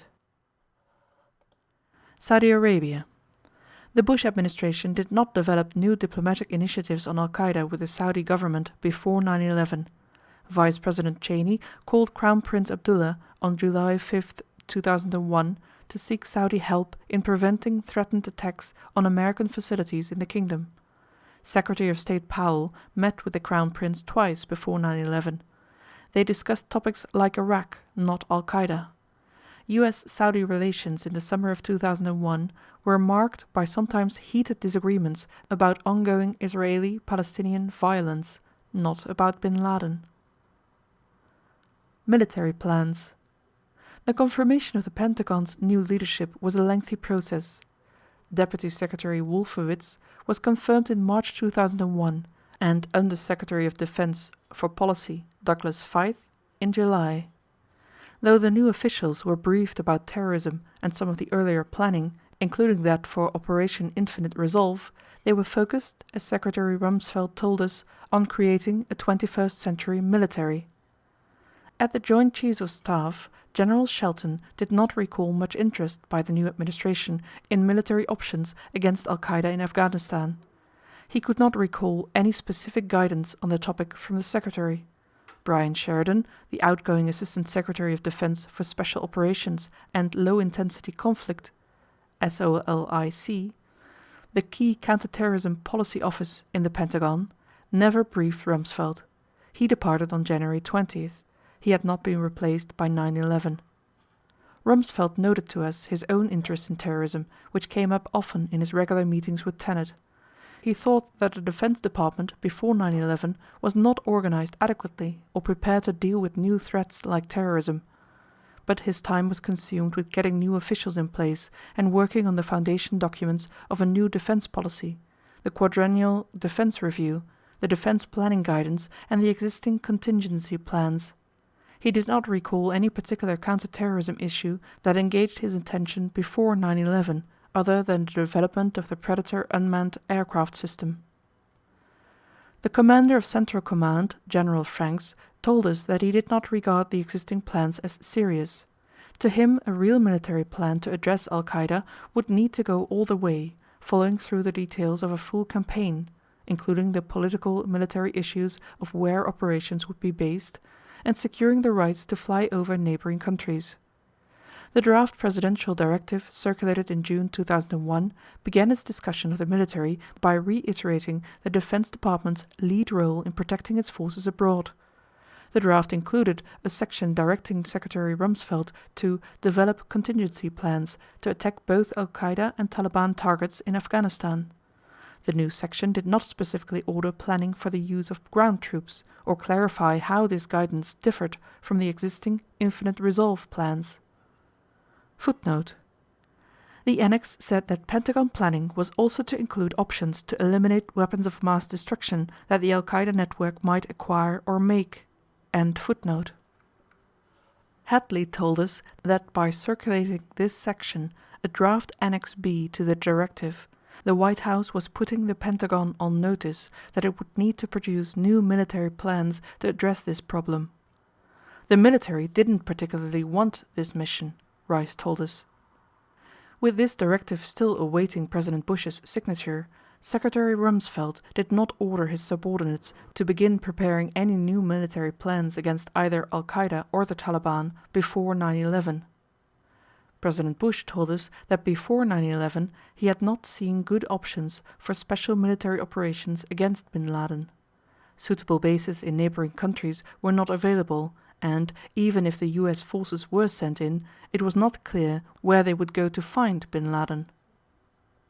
President Bush told us that before 9/11 there was an appetite in the government for killing bin Laden, not for war. Looking back in 2004, he equated the presidential directive with a readiness to invade Afghanistan. The problem, he said, would have been how to do that if there had not been another attack on America. To many people, he said, it would have seemed like an ultimate act of unilateralism. But he said that he was prepared to take that on. Domestic change and continuity. During the transition, Bush had chosen John Ashcroft, a former senator from Missouri, as his Attorney General. On his arrival at the Justice Department, Ashcroft told us, he faced a number of problems, spotlighting the need for reform at the FBI. In February, Clark briefed Attorney General Ashcroft on his directorate's issues. He reported that at the time the Attorney General acknowledged a steep learning curve and asked about the progress of the Cole investigation. Neither Ashcroft nor his predecessors received the President's daily brief. His office did receive the daily intelligence report for senior officials that, during the spring and summer of 2001, was carrying much of the same threat information. The FBI was struggling to build up its institutional capabilities to do more against terrorism, relying on a strategy called Max Cap 05 that had been unveiled in the summer of 2000. The FBI's Assistant Director for Counterterrorism, Dale Watson, told us that he felt the new Justice Department leadership was not supportive of this strategy. Watson had the sense that the Justice Department wanted the FBI to get back to the investigative basics, guns, drugs, and civil rights. The new administration did seek an 8% increase in overall FBI funding in its initial budget proposal for fiscal year 2002, including the largest proposed percentage increase in the FBI's counterterrorism program since fiscal year 1997. The additional funds included the FBI's support of the 2002 Winter Olympics in Salt Lake City, Utah, a one-time increase, enhanced security at FBI facilities, and improvements to the FBI's WMD incident response capability. In May, the Justice Department began shaping plans for building a budget for fiscal year 2003, the process that would usually culminate in an administration proposal at the beginning of 2002. On May 9, the Attorney General testified at a congressional hearing concerning federal efforts to combat terrorism. He said that one of the nation's most fundamental responsibilities is to protect its citizens from terrorist attacks. The budget guidance issued the next day, however, highlighted gun crimes, narcotics trafficking, and civil rights as priorities. Watson told us that he almost fell out of his chair when he saw this memo because it did not mention counterterrorism. Longtime FBI Director Louis Freeh left in June 2001 after announcing the indictment in the Covert Towers case that he had worked so long to obtain. Thomas Pickard was the acting director during the summer. Freeh's successor, Robert Mueller, took office just before 9/11. The Justice Department prepared a draft fiscal year 2003 budget that maintained but did not increase the funding level for counterterrorism in its pending fiscal year 2002 proposal. Pickard appealed for more counterterrorism enhancements, an appeal the Attorney General denied on September 10. Footnote: Pickard told us that he approached Ashcroft and asked him to reconsider DOJ's denial of the FBI's original counterterrorism budget request in light of the continuing threat. It was not uncommon for FBI budget requests to be reduced by the Attorney General or by OMB before being submitted to Congress. This had occurred during the previous administration. End footnote. Ashcroft had also inherited an ongoing debate on whether and how to modify the 1995 procedures governing intelligence sharing between the FBI and the Justice Department's Criminal Division. But in August 2001, Ashcroft's deputy, Larry Thompson, issued a memorandum reaffirming the 1995 procedures with the clarification that evidence of any federal felony was to be immediately reported by the FBI to the Criminal Division. The 1995 procedures remained in effect until after 9/11. Footnote: in Chapter 3 we discuss how this problem arose. By 2001 it had become worse. During 2000, the FBI had erred in preparing some of its applications for FISA surveillance, misstating how much information had been shared with criminal prosecutors and the nature of the walls between the intelligence and law enforcement functions within the FBI. In March 2001, Judge Royce Lamberth, Chief Judge of the FISA Court, chastised the FBI, sending a letter to Ashcroft announcing he was banning an offending supervisory agent from appearing before the court. Judge Lamberth also met personally with Ashcroft and his acting deputy, Robert Mueller, to complain about the performance of the FBI and the Office of Intelligence Policy and Review, OIPR.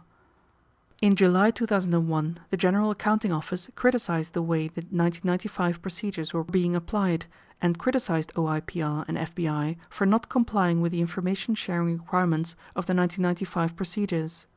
This was the third report in as many years by a government agency indicating that the procedures were not working as planned. In October 2000, December 2000, and March 2001, proposals for reform to the 1995 procedures were put forth by senior DOJ officials. None resulted in reform. One impediment was that the respective DOJ components could not agree on all the proposed reforms. A second impediment was a concern that such reforms would require a challenge to the FISA Court's position on the matter. This was considered risky because the FISA Court of Review had never convened, and one of the judges had previously voiced skepticism regarding the constitutionality of the FISA statute. Deputy Attorney General Larry Thompson did ask the court to accept the modifications described in the text, which were distributed as part of his August 2001 memorandum reaffirming the 1995 procedures. End footnote. Covert Action and the Predator. In March 2001, Rice asked the CIA to prepare a new series of authorities for covert action in Afghanistan. Rice's recollection was that the idea had come from Clark and the NSC Senior Director for Intelligence, Mary McCarthy, and had been linked to the proposal for aid to the Northern Alliance and the Uzbeks. Rice described the draft document as providing for consolidation plus, superseding the various Clinton administration documents. In fact, the CIA drafted two documents. One was a finding that did concern aid to opponents of the Taliban regime. The other was a draft memorandum of notification, which included more open-ended language authorizing possible lethal action in a variety of situations. Tenet delivered both to Hadley on March 28. The CIA's notes for Tenet advised him that, quote, in response to the NSC request for drafts that will help the policymakers review their options, each of the documents has been crafted to provide the agency with the broadest possible discretion permissible under the law. End quote. At the meeting, Tenet argued for deciding on a policy before deciding on the legal authorities to implement it. Hadley accepted this argument, and the draft MON was put on hold. Footnote. This tasking may have occurred before Rice's March 15, 2001 meeting with Tenet. Attorney General John Ashcroft told us he told Rice on March 7, 2001 that his lawyers had determined that the existing legal authorities for covert action against bin Laden were unclear and insufficient, and that he suggested new, explicit kill authorities be developed. As the policy review moved forward, the planned covert action program for Afghanistan was included in the draft presidential directive as part of an Annex A on intelligence activities to eliminate the Al-Qaeda threat. The main debate during the summer of 2001 concentrated on the one new mechanism for a lethal attack on bin Laden, an armed version of the Predator drone. In the first months of the new administration, questions concerning the Predator became more and more a central focus of dispute.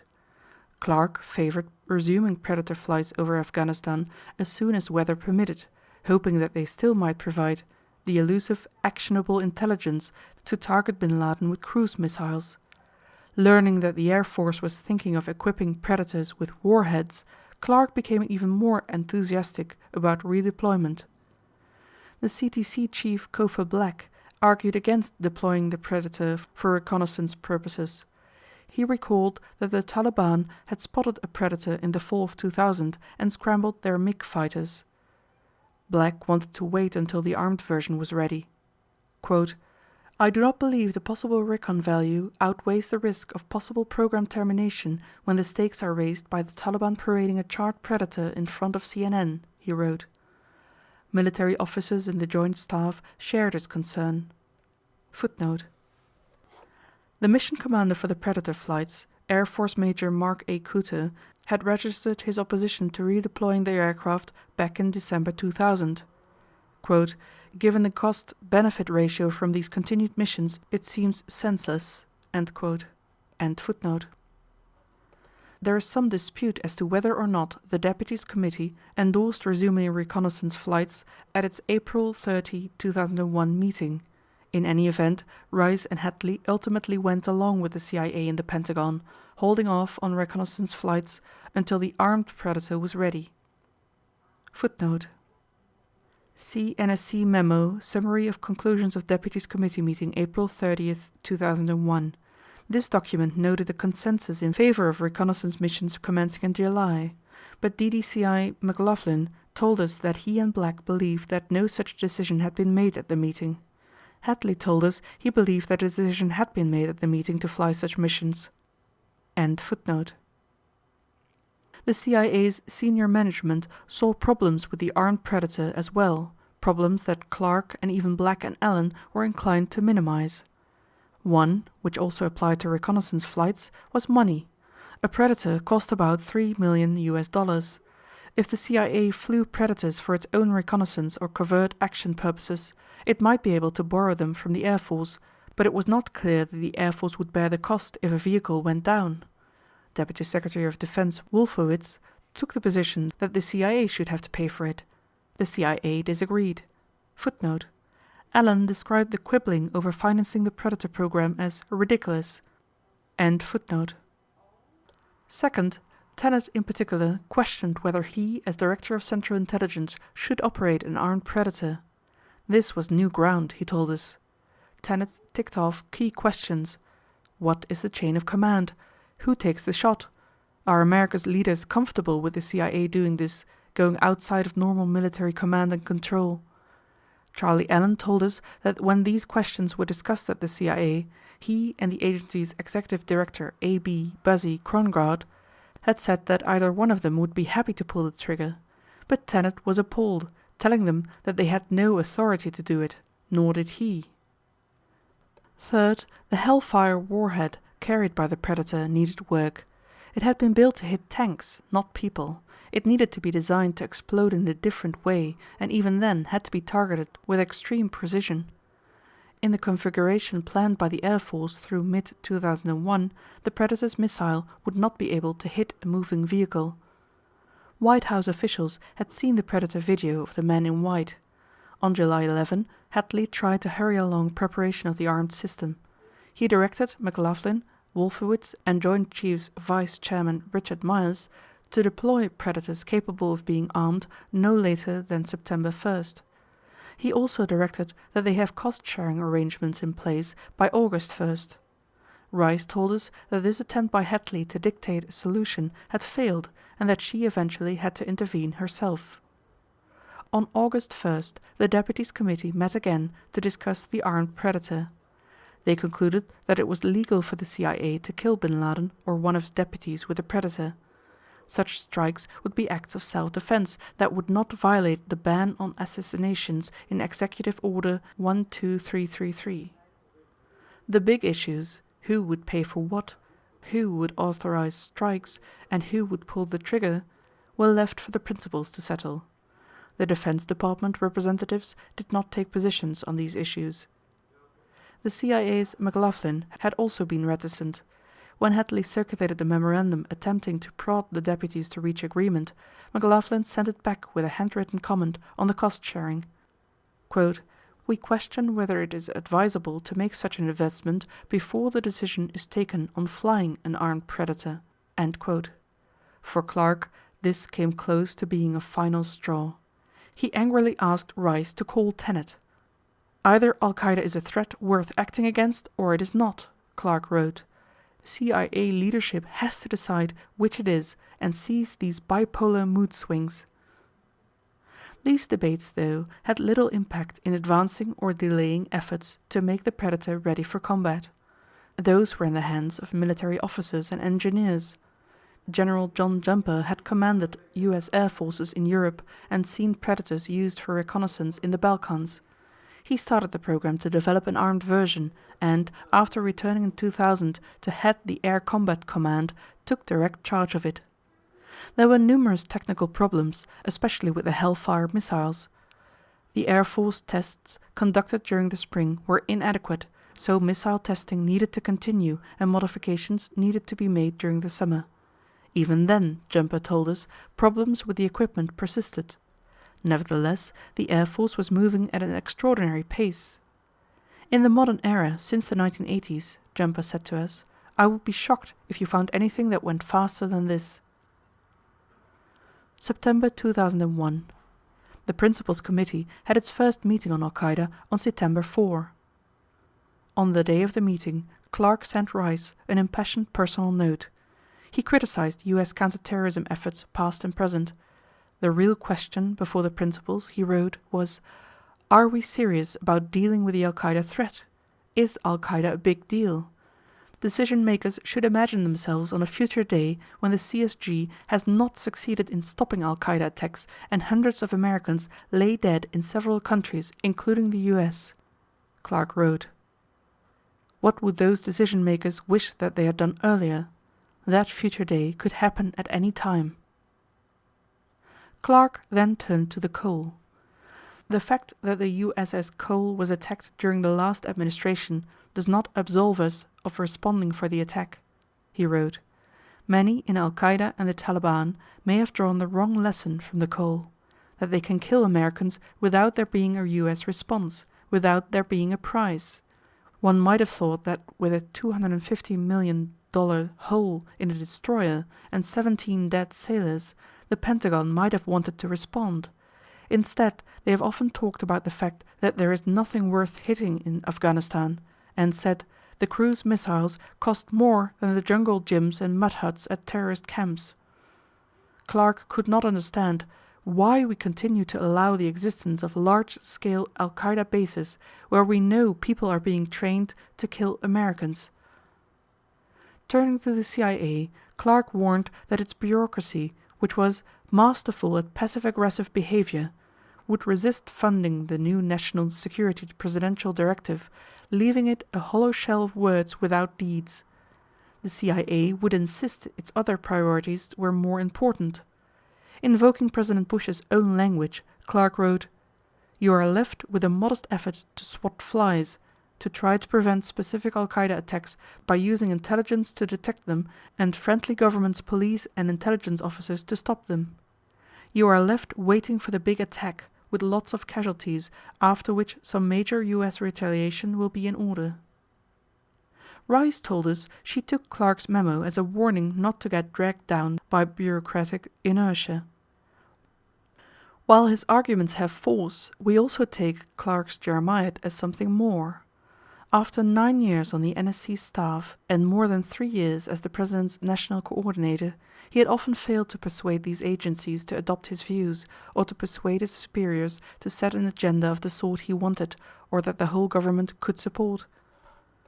Meanwhile, another counterterrorism veteran, Cofer Black, was preparing his boss for the principals' meeting. He advised Tenet that the draft presidential directive envisioned an ambitious covert action program, but that the authorities for it had not yet been approved and the funding still had not been found. If the CIA was reluctant to use the Predator, Black did not mention it. He wanted a timely decision from the principals, adding that the window for missions within 2001 was a short one.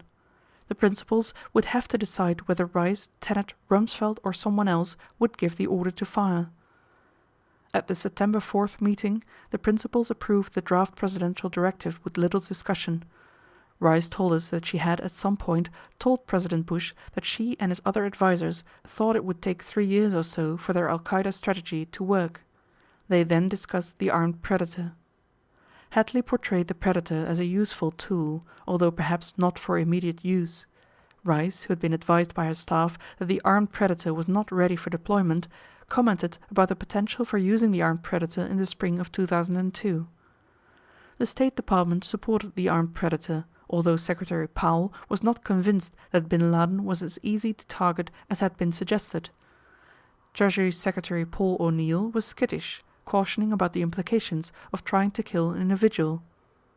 The Defense Department favored strong action. Deputy Secretary Wolfowitz questioned the United States' ability to deliver bin Laden and bring him to justice.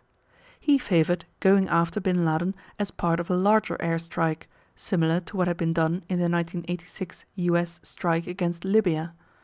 General Myers emphasized the Predator's value for surveillance, perhaps enabling broader airstrikes that would go beyond bin Laden to attack Al-Qaeda's training infrastructure. The principals also discussed which agency, CIA or Defense, should have the authority to fire a missile from the Armed Predator.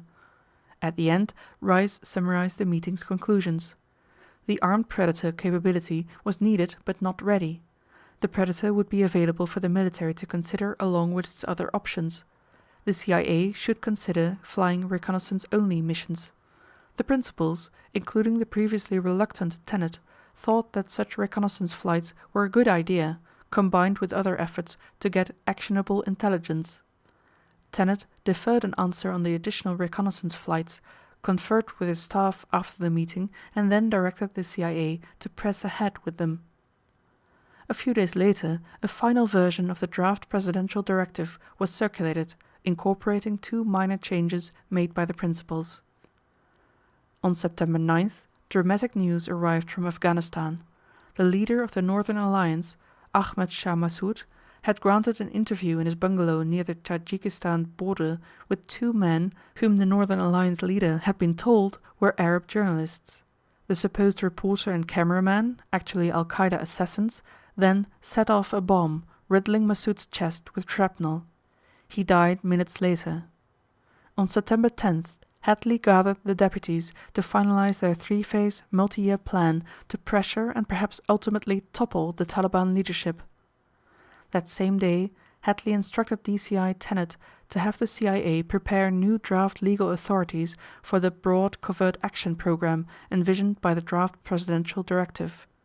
Hadley also directed Tenet to prepare a separate section authorizing a broad range of other covert activities, including authority to capture or to use lethal force against Al-Qaeda command and control elements.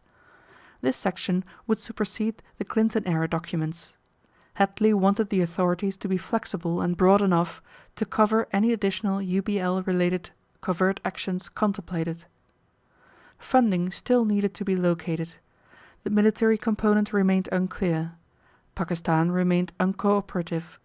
The domestic policy institutions were largely uninvolved. But the pieces were coming together for an integrated policy dealing with Al-Qaeda, the Taliban, and Pakistan. End of chapter 6.5.